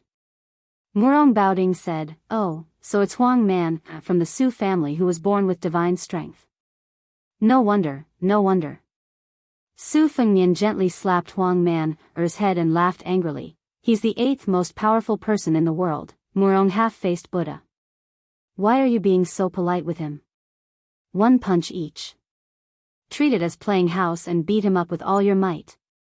This guy's ranking isn't high among the 10, but his ability to take a beating is outstanding. His killing power isn't good, and he's much worse than Dong Tai and Han Xingxian. If it were any other of the 10 most powerful people in the world, I wouldn't be at ease. But since it's Murong Baoding, it doesn't matter. Brother can verify if there are any flaws in the talisman armor that the Mo family's great son carefully crafted. Su Fengmian looked at Huang Man's eyes and glared, "You're not allowed to take off your armor." Murong Baoding walked down the steps and mocked himself, "You two brothers really don't take this king seriously." Su Fengmian covered his hands with his sleeves and hid far away at the foot of the wall. He squatted beside the old consecrator's corpse. Murong Baoding didn't finish walking down the steps. He tapped the ground with the tip of his foot and casually pushed Su Longxiang's head, which was covered with the talisman armor. Su Longxiang was sent flying. Not only did he smash through the palace gate, there was also a deafening shattering sound coming from the other side of the city gate. Murong Baoding's body was suspended in the air for a moment before he floated down like a feather landing on the ground. This light feather actually crushed the solid bricks. Murong Baoding had just landed when a scarlet rainbow returned. This time, it was Murong Baoding's turn to fly back dozens of feet. In the blink of an eye, Murong Baoding took a step forward and punched out with his left fist. Su Longxiang's right fist collided with his. The astral chi rushed over, and Su Fengmian had no choice but to extend his arm in front of the old spy, Bailiang, to protect him. Then, the two great Vajra realm martial artists fought with their left and right fists respectively. They were like two barbaric bulls wrestling. They didn't have the demeanor of an expert, but their aura was extraordinarily powerful. Murong Baoding roared angrily. His entire face was glowing with golden light. He pushed Su Longxiang a few feet away and kicked him. His expression couldn't be seen clearly. Su Longxiang bent down and wrapped his hands around the leg of the half-faced Buddha. He twisted his waist and forcefully pulled Murong Baoding out of the ground like a radish. He spun one round and threw it out, smashing half of the palace wall. Su Longxiang leaped up and stomped on Murong Baoding's head. The latter slapped with one hand, and his body was like a tornado. He whipped his leg and smashed Su Longxiang into the palace wall on Su Fengmian's side. Just like that, the two palace walls were destroyed in half.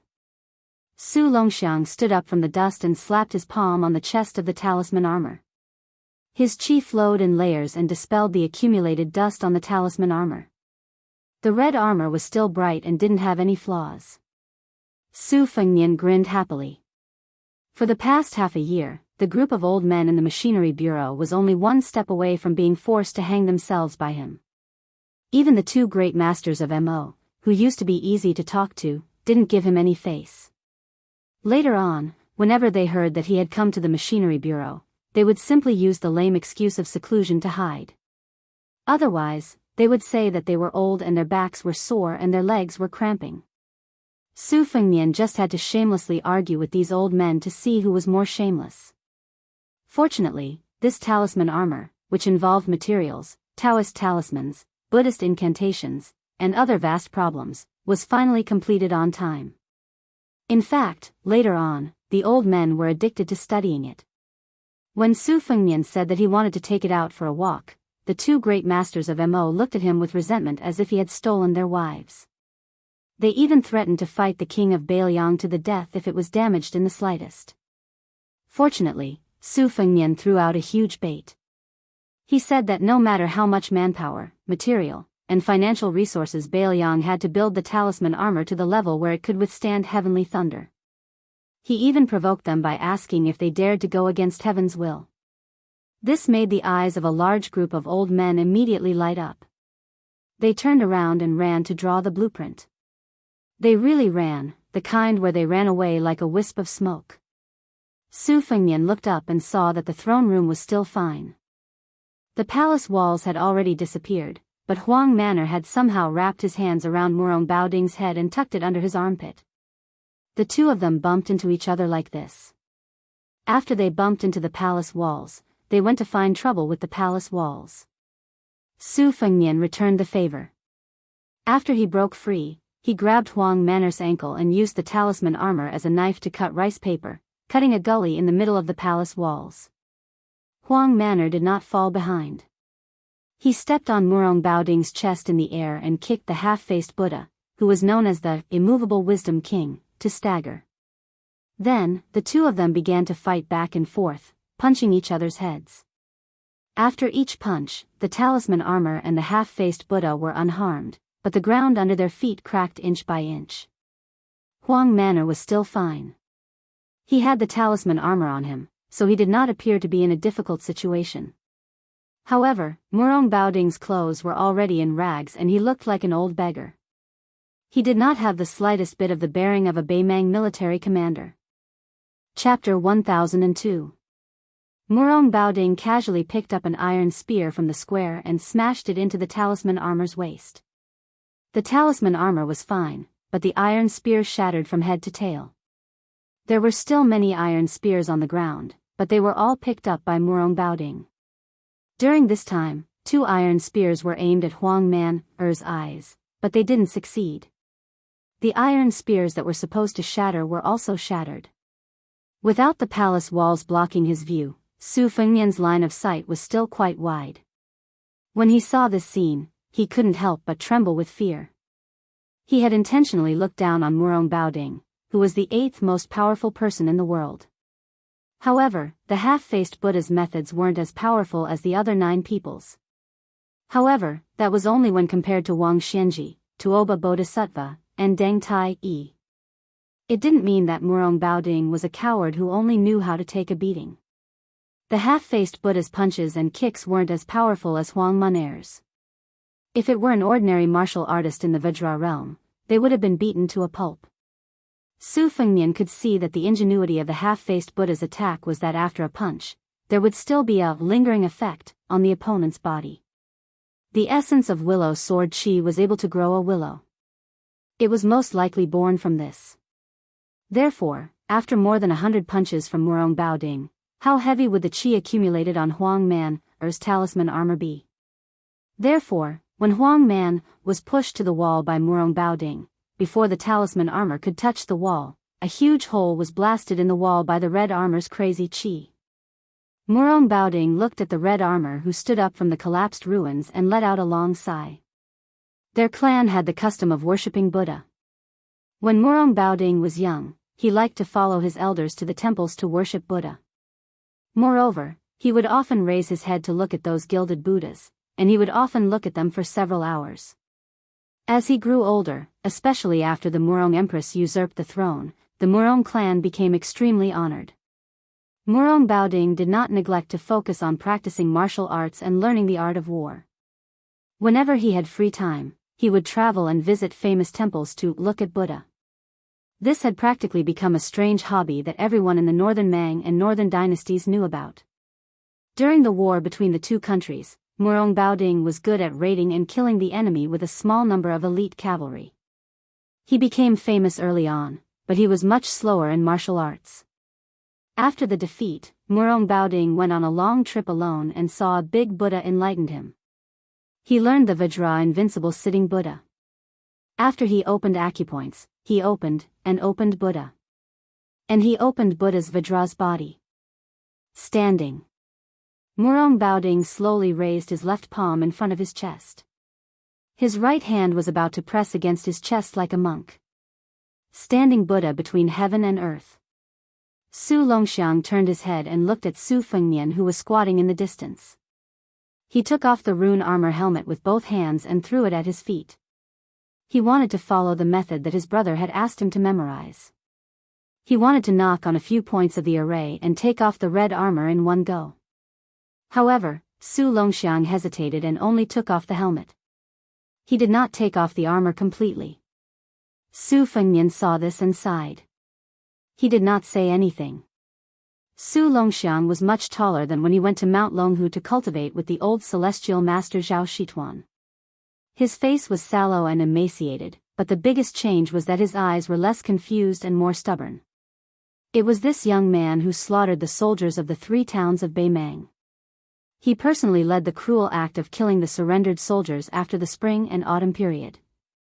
Su Longxiang twisted his neck and punched the palm of his left hand with his right fist. Then, he bent his knees slightly. Su Longxiang looked at the half-faced Buddha whose body was overflowing with golden light. The corner of his mouth twitched. With Su Longxiang as the center, not only did the fist power that Murong Baoding left on the rune armor suddenly disappear, the atmosphere between heaven and earth seemed to be absorbed by the young man. The young man was like an ancient ferocious beast. If God blocked him, he would kill God. If Buddha blocked him, he would kill Buddha. Su Longxiang began to run. Step by step, he stepped on the ground with the momentum of 1,000 horses galloping thunder. Then, he jumped up lightly. His 10 fingers intertwined and formed a fist, smashing down on the head of the standing Buddha. When Murong Baoding's invincible golden body was smashed into the ground, his hands were tightly pressed together and there was a gap. Su Fengnian stood up. He knew that the situation in Qingsang City was settled. Su Fengnian did not stop the young man and woman from leaving quietly.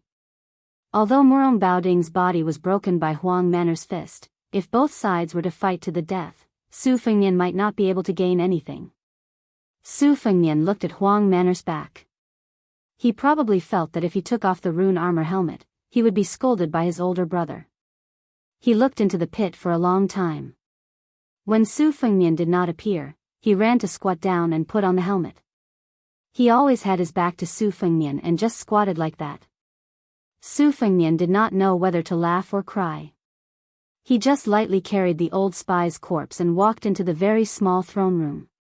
Dressed in a dragon robe, Zhou Junshan bent down hard and called out to the king of Bailiang. He said a lot of mushy and flattering words. Su Fengnian placed the old man's corpse beside the dragon pillar. He did not say anything and just glanced at Zhou Junshan. The latter quickly shut up. He realized that the young vassal king in front of him who had seen many storms was not like the previous vassals he had relied on. Not only was his eyes shallow, but he was also soft-hearted. Zhou Junshan lamented in his heart. Half an hour ago, he was still waiting for his subordinates to tie this guy up and bring him to the throne room. He hoped that he could enjoy an audience with the dignified king of Liang. Now, the battle outside had turned the world upside down. Not only had the Ruan Mountain Lord, Hong Jingyan, even Murong Baoding had to personally lead the battle. Thinking of this, Zhou Junshan bent down even more. Su Fengnian went straight to the point and said, "Originally, I wanted to rely on my status as the Northern Liang Prince to talk business with you while drinking. However, as the Azure City Lord, you really put on airs. Alright, we can settle the old and new debts together. Ruan Shandong is from Northern Liang, and so is your third consecrator. They all died because of you, Zhou Junshan. Your head isn't worth much, so you can't pay for it. When I came in, I estimated that you would have to use 20,000 loyal refugees to pay for it. Jianghu and Hidajia have about 3,000 bodyguards. Shinkangwu, who is not in the city, has another 1,600. In addition, there are more than 1,000 dragon scale guards from the residence of the Dragon King. These are not included in the 20,000 people. Just take it as a gift for our first meeting." Zhou Junshan cried and wailed, "Your Highness, I don't have the ability to turn beans into soldiers. Winning over 20,000 refugees is harder than ascending to the heavens, let alone making them loyal. It's not that I don't want to do my best for your Highness, but I really don't have the strength to do it." Su Fengnian suddenly grabbed Zhou Junshan's neck with one hand and threw him onto a pillar. Zhou Junshan's feet were off the ground, and his back was against the pillar. He could not breathe. Su Fengnian's arm was wrapped with the red snake. He sneered and said, "Then you can die. It seems that after your head is cut off, it will be more useful to use it to intimidate the Qingsang refugees than to keep it on my shoulder." Zhou Junshan tried his best to grab Su Fengnian's arm with both hands, making a final struggle. He had only heard that this young man, who was still His Royal Highness last year, was undisciplined and lawless. He did not know that he was so unwilling to drag things out and would take someone's life without a word. Zhou Junshan was smart, so he knew to wait for a good price to sell himself at a fair price. He did not want to sell himself too cheaply to Bailiang. It seemed that the king of Bailiang did not like smart people. If he had known this earlier, even if Zhou Junshan had the courage of a bear and the courage of a leopard, he would not have dared to hide his shrewdness. Su Fengnian reached out and pulled out the crossing the river pawn. He tilted the blade and gently pressed the tip of the blade against Zhou Junshan's forehead. He smiled and said, "If I stab the blade into your skull, I will probably be able to nail you to the pillar. Emperor, I have always wanted to kill you, so it's not a bad idea to try it out on you first." After an unknown amount of time, Zhou Junshan slowly regained consciousness and opened his eyes with difficulty. He was in a trance and his vision was blurry. Could it be that he had arrived in the netherworld, or was he still walking on the road to the Yellow Springs and had not crossed the bridge of helplessness? Zhou Junshan subconsciously touched his forehead. It seemed that there was no wound left behind. Zhou Junshan wanted to curse that person's surname Su for being vicious and merciless, but his throat felt as uncomfortable as if a piece of burning coal had been stuffed into it. He reached out and touched his forehead. It hurt so much that his body trembled and he broke out in a cold sweat. He suddenly opened his eyes wide and raised his head.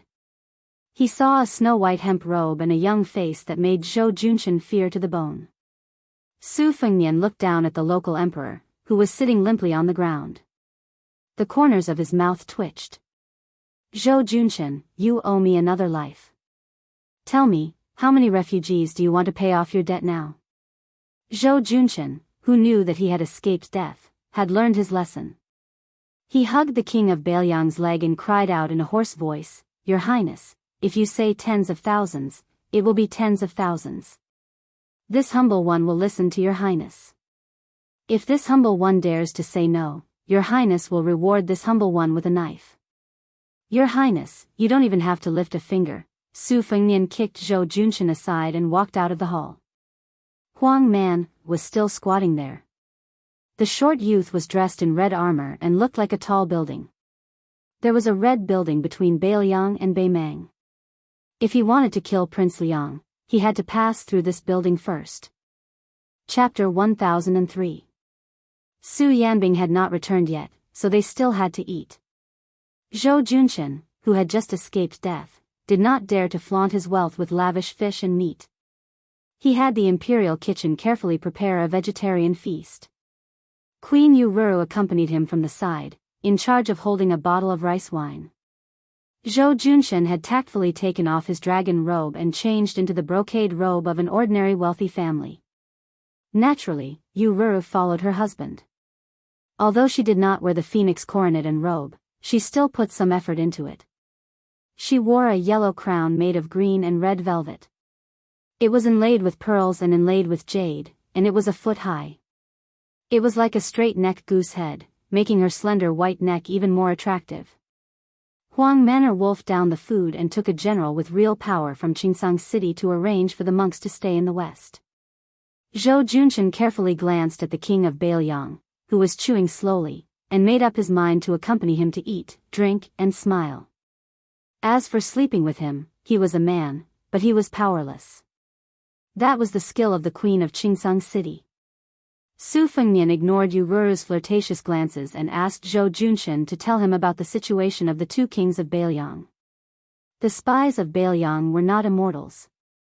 They could not be meticulous in all aspects. Zhou Junshan was one of the 4 leaders in the land of refugees. The news from his mouth was not low. Malyoka, the king of Phoenix Soaring, was once an unknown metalworker in Yangzhou. The way he made his fortune was somewhat similar to Zhou Junshan's. Both of them first worked for other powerful forces, but they were nothing more than advisors. Later, his old master died in an assassination attempt. The nominal king of Phoenix Soaring was young and ignorant, so Malyoka was able to control the emperor and command his vassals. Little by little, he accumulated a substantial amount of wealth. However, Zhou Junshan said that this person had some fateful encounters with Mount Lantua in the western region. Since last year, he had been sheltering hundreds of monk soldiers. According to northern Liang spies, the prince of Linyao, Kai Anshan, who came from an aristocratic family in northern Liang, was harsh and merciless. He was a person who shared weal and woe but could not share riches and honor with others. However, in Zhou Junshan's mouth, Kai Anshan was actually described as a rather heroic old man. Su Fengnian felt that Kai Anshan most likely had some ability to convince the vile Zhou Junshan wholeheartedly. As for the gang between Linyao and Fengxiang, they were all horse bandits who relied on plundering for a living. They turned their backs on each other and were experts in taking advantage of each other. Over the years, the three military towns had suffered quite a bit. Moreover, this group of horse bandits were often bold enough to cross the border and plunder from Northern Mang's southern court. Once, one of Northern Mang's great generals, Lu Gui, was alarmed. Not only did he personally lead an army to suppress the bandits, he also specially instructed a fatty surnamed Dong to keep an eye on this area. It was only after this incident that the horse bandits at the border of Gusai province were reduced by a lot. This lawless gang was stationed at Stone Mountain. Zhou Junshin said that the gang leader was a coquettish woman in the prime of her youth. He revealed the heavenly secret and reminded Su Fengnian that although this group of horse bandits was not on good terms with Northern Mang, both he and Kai Anshan privately felt that it was merely a ruse to injure themselves to gain the enemy's confidence. In reality, they were spies that Northern Mang had planted in the refugee lands. Su Fengnian sorted out Zhou Junshin's words bit by bit and did not find any big loopholes. He asked, the three old military towns and the horse bandits have a total of 170,000 to 180,000 sinners. About half of them are in the prime of their lives. They can fight on horseback and farm off horseback. They are a source of soldiers that even Beimang covets. I don't expect to get all of them in one go. You see, Fengxiang, Linyao and Stone Mountain, there are only about 20 people in power in these three places. How many of them are willing to be appeased and recruited? Zhou Junshin hesitated for a moment. He gritted his teeth and said, I'll risk my life to tell you the truth. As long as they don't really starve to death, they would rather be hungry than eat the leftovers given by the Bailiang. Take my Qingsang city as an example. It's easy to guess that Jianghu and his 1,600 people would take advantage of this opportunity to either establish their own family or to rely on Kai Anshan in Linyao city. They would rather die than run back to Qingsang city. No matter how high the position you give him, it's useless. When he was 6 years old, he saw with his own eyes that the heads of his family's elders were chopped off one by one. Then, he was driven to this desolate land of refugees. Even in his dreams, he was thinking about how to kill his way back to Bailiang for revenge. Fengxiang and Linyao also have many people in their prime who are irreconcilable with the Bailiang. They hold military power. Firstly, I'm not from the Bailiang noble family that was destroyed back then. I have no grudge against the Bailiang. Secondly, I admire the ability of the prince from the bottom of my heart. That's why I'm willing to do anything for the Bailiang. Su Fengnian put down his chopsticks and said calmly, if you were in my position, how would you recruit the refugees? No matter how difficult it is, you still have to do it. If you can tell me the truth, I'll give you a great merit, and the Qingsang Empire will still be in your pocket. Zhou Junshin was about to pretend to be trembling in fear when Yururu, who was holding the bottle, coughed lightly. Zhou Junshin quickly came back to his senses. He already knew the habits of this young king when he talked to you about serious matters. Don't be vague, it was better to be straightforward than anything else. Zhou Junshin drank a cup of wine to boost his courage. Then he said, we refugees are all ghosts without a home or roots. Yes, we're the kind of pitiful people who don't even know where to go during the Qingming festival. We all believe that if we don't stay here, there will be a place to stay. We don't do long-term business here, and no one has the patience to cast a long line to catch a big fish. We only care about what you can take out from your pocket. If you give us money and food, then we'll be your people from head to toe. If you reward us with good wine and good meat every day, then I'll be willing to risk my life for you. Of course, Bailiang, this outsider, is an exception. We've suffered too much for so many years. The crossbowmen of the prince's family come here to kill people every 2 or 3 days. We're scared to the bone. I heard that His Highness had brought more than 1,000 monks into the land of the refugees. This is something that this lowly one could never come up with even if I racked my brains. It's amazing. There aren't many ancient books in the entire land of the refugees. Therefore, Confucianism is a joke here. As for Taoism, when a person attains the Tao, even his chickens and dogs ascend to the heavens, no one is interested in it. If one can't even fill their stomachs, how can they cultivate? Only the bald donkey's theory is something that many people are willing to believe. In any case, they were born with a lowly life of suffering. At most, they would just give up. What's the big deal? Can't they just wait for the next life? I've seen through people. As long as they have the slightest desire to stay, they will start to fear death. Take me, Zhou Junshen, for example. When this lowly one heard that His Highness wanted to keep me alive in Qingcang, I couldn't help but become excited. Once the monks arrived, they would pray for blessings for the refugees day after day.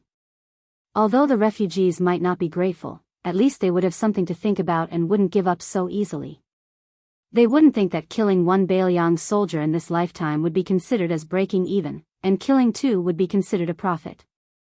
However, Zhou Junshen secretly believes that just having the monks to give us something to think about isn't very useful. We need something more practical, especially something that can fill our stomachs. In the past, even the residents of the Dragon King in Qingcang City was struggling to make ends meet. We really don't have the capital to attract people's hearts. However, with His Highness's Bailiang backing us, we don't need a lot. As long as we can place 10 or so large pots at each of the 3 city gates every day, I don't believe that no one will take the bait. If no one comes for a day, then there should be at least one in 10 days or half a month, right? As long as someone takes the lead, then we won't be able to stop the refugees from flocking to us. Perhaps everyone has a little bit of backbone, but there's also a distinction between what's important and what's important. Some people are more important, and there's no lack of people who are more important than their lives. However, there are still more people who are less important. Yu Ru timidly lowered her eyes and softly interrupted Zhou Junshen. If no one dares to come, we can let the weak Qingcang soldiers pretend to be refugees. Zhou Junshen glared at her and said, "Woman, shut up." Chapter 1004. Su Fengnian waved his hand. He did not comment on Yu Ru's strategy and signaled Zhou Junshen to continue. The latter, who was full of evil tricks, drank wine to moisten his throat. His face was flushed red. It was obvious that he was in a good mood. If we only use the Bailiang cavalry to crush the 3 towns, the refugees will definitely not be able to defeat them. They can hide in the western regions or even Beimang. If they scatter like birds and beasts, then they will ruin His Highness's grand plan. If they were forced into a corner by the Northern Liang Iron Cavalry, there would definitely be people who would defect to the Northern Mang Southern Dynasty in a fit of anger. I heard that in the western capital of the Southern Dynasty, there were indeed some important people who wanted to recruit the refugees for their own use. However, many of the policies to pacify the people were all bark and no bite. Presumably, they were obstructed by the western capital. Moreover, even though the refugees were poor, they were not stupid. They were afraid that the Northern Mang had ill intentions. Once they boarded the Southern Dynasty's pirate ship, they would be ordered to fight to the death with the Northern Liang Iron Cavalry. Compared to Zhou Junshen, the refugees in the Southern Dynasty had a bellyful of evil tricks. Internal strife, the ability to harm one's own people. These people who joined the Northern Mang slaves of 2 surnames are all carrying the experience slowly accumulated by generations of old ancestors for hundreds and thousands of years. Aren't the history books tirelessly teaching the scholars of the younger generation how to kill without shedding blood? Su Fengnian had a new level of respect for him. He smiled pleasantly and said, "Don't be sentimental. Let's talk about serious matters." Zhou Junshen quickly nodded like a chicken pecking rice. He said, "Zhou Junshen has a plan. There are 4 words, divide and conquer. There are 2 types of division. The first type is territorial. Excluding this dog fart Qingcang king, then your highness can promise that the other 3 armies will continue to be local emperors. However, they will have to submit to the Bailiang nominally. Your highness can add a new province to the refugees' land. This will give you the titles of provincial governor and general. Kai Anshan will definitely scoff at this, but it doesn't matter. Malyoka, who only cares about his own happiness and doesn't care about the lives of others, may be tempted. Moreover, Kai Anshan is not tactful and doesn't appreciate the kindness. It is possible that his subordinates will be tempted. In this way, the two towns' refugees will more or less have their own ulterior motives. In any case, if they defected to the Bailiang, when the time comes and they really have to fight to the death on the battlefield, it will be the soldiers under their command, not the officials. However, this matter still needs to be told by Your Highness personally. The second type of division and conquer is targeted at the refugees themselves. Some of them are abandoned soldiers who committed serious crimes in the Bailiang army. These people will be pardoned. There are also some people who are from the tyrannical families in Bailiang in the recent 10 years who were driven here. Your Highness can restore their family property in Bailiang. If they have official titles, you can just return them. If you think too highly of them, you can reduce their family property by half and reduce their official titles. As for the earliest batch of refugees and locals, the people who surrounded them did not change their nature and were the largest in number. However, it was not necessarily true that they were impenetrable. Their ancestral businesses and ancestral graves were all within the borders of northern Liang, so they were allowed to return to their hometowns to worship their ancestors. After witnessing the prosperity of their hometowns in northern Liang, some of them would eventually be willing to return to their hometowns and return to their hometowns. There were also some desperados who had nowhere to escape and could only seek refuge in the land of refugees. Some of them were Jianghu people of the Central Plains, and some were descendants of officials who hated the Liang imperial court to the core. These people were even easier to deal with.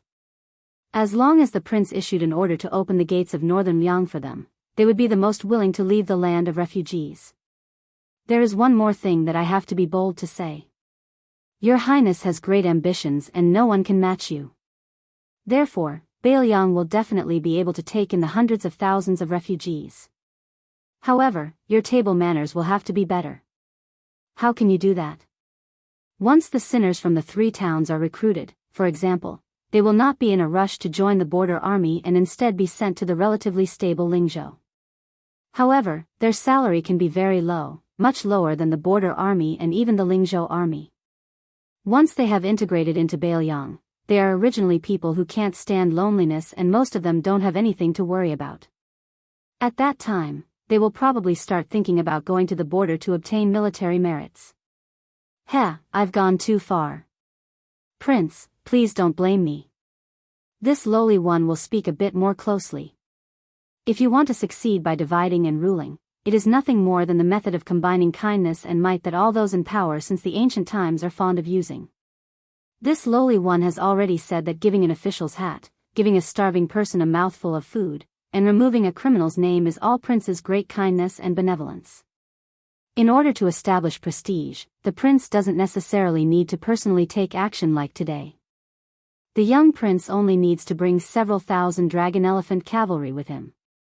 The young prince has already made an illustrious name for himself, an unrivaled general who can kill Northern Mang's elite soldiers like cutting rice. With the prince's grace at the front and the young prince's cavalry trailing behind, even if their bones are tough, they aren't as tough as the refugees, so they can only go with the flow and surrender. In any case, losing to this kind of hero isn't shameful at all, right? As for the remaining stubborn people, if they want to die, then they can go and die. From the 300,000 Beimang cavalry that the old prince handed over to you, who would be so careless to kill?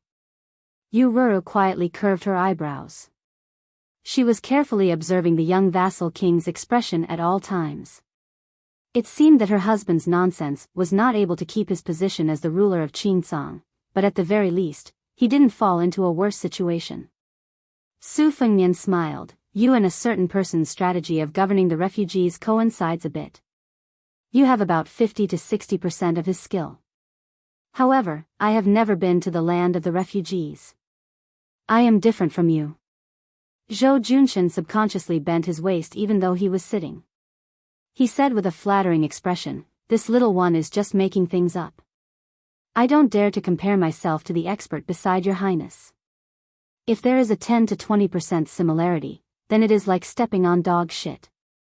Su Fengnian stood up. Zhou Junshin quickly followed. Su Fengnian said, Zhou Junshin, I will give you two choices. Either you stay in Qingcang City and assist that person, or you go to Lingzhou and become the governor of Fik County. However, I feel that it is safer for you to choose the latter. With your backbone, when you encounter a life and death situation in the future, you will definitely become a Bailiang traitor. At that time, I will definitely want you to die. A person like you can barely be considered a capable official if you become a peace official. Bailiang lacks officials, but we don't need honest and upright officials who do nothing. When the time comes, you can be greedy. I don't mind, but you must remember not to delay your work for the people of Bailiang. Greedy officials, greedy for more and greedy for less. They only have one mouth and two hands, how much can they eat and take? Moreover, the truly valuable things can't be brought to the coffin. The rich family property is there for display. If you really want to use this as an example, the military power of Bailiang's border can be raised to another level. However, the Su family is not at the end of the line yet. Zhou Junshen and Yu Ruru, who had knelt down to express their gratitude, looked at each other. They could see the fear in each other's eyes. Su Fengnian said indifferently, "Both of you, get up. You can probably stay in Qingcang for another month or so." Zhou Junshen and Yu Ruru got up and stood side by side. Su Fengnian suddenly smiled at Yu Ruru and said, "I have given Zhou Junshen the position of governor. I don't have anything to give you. Your situation has been written in Bailiang's spy reports. At the very least, as long as you are unwilling, no one will be able to make you take off your clothes in the future. If there is, and Zhou Junshen shamelessly agrees, come to Mount Qingliang. I will help you stop them." After Su Fengnian left, a loud slap sounded from behind him. Then, there was a burst of crying. Some were from Yu Ruru, and some were from Zhou Junshen. Su Fengnian walked out of the north gate of the residence of Dragon King, which was equivalent to leaving the city. In the north of the city, there was a small lake whose water reached his knees. He squatted by the lake, grabbed a handful of sand, and gently threw it into the lake. He was lost in thought. Actually, according to Chen Shiliang's original plan, the first thing he wanted to do was to use 20,000 cavalrymen to bathe Qingcang City in blood. He wanted to kill everyone around Qingcang City. Only then would he talk about the favor. Malyoka's soldier monks were actually a deal between Su Fengnian and the six-pearl bodhisattva of Mount Lantua. Of course, Malyoka did not know the inside story. If the female Dharmaraja of the esoteric sect wanted to be the master of Mount Lantua, she would have to join forces with the Su family of Bailiang. Su Fengnian would then use this opportunity to control the vast area of the western region. Of course, there was also an urgent need, which was to form a military situation that would suppress hundreds of thousands of refugees from east to west. Then, he would send tens of thousands of light cavalrymen to the north and south borders to prevent the refugees from escaping. In fact, the refugees in this huge pocket would either surrender or die. Beimang's southern dynasty deliberately spread rumors that Su Zhao's last words were to bury the refugees with him before his death. Before Li Yishan died, he left behind a simple and comprehensive brocade pouch. Chen Shiliang's vicious strategy happened to coincide with it. However, in Su Fengnian, he knew that his master felt guilty towards these refugees who lost their homes because of him. It was just that he never said it out loud. Instead, he wrote it down on the tip of his pen. His master died without a grave and his ashes were scattered at the border. When one was born, one had someone to rely on when one was old, and one had someone to bury when one died. These were the three blessings of life that the withered man mentioned. The hundreds of thousands of refugees on this piece of land did not seem to be able to enjoy any of them. Li Yishan, who wrote the 20-year history of the refugees, Records of Knowing Autumn, called himself Water Margin Mountain Ghost in his old age. Water margin, in the wilderness. Wild ghosts by the water. Maybe it was because in his master's view, he was not the same as Zhao Chongling who brought thousands of servants to join the Su family. He was not the same as Chen Qiuyang who wanted to conquer the world. He, Li Yishan, had never walked into a temple, had never knelt before anyone. In the end, he was just like these homeless refugees, a wandering soul by tide listening lake, a wild ghost on clear cold mountain. Su Fengnian leaned back and closed his eyes. He lay on the yellow sand, his hands behind his head. After eating Master Lu Hao's purple lightning, he ate Qilan's spiritual master Yuan Xingshan's steamed bun. He was a bit full.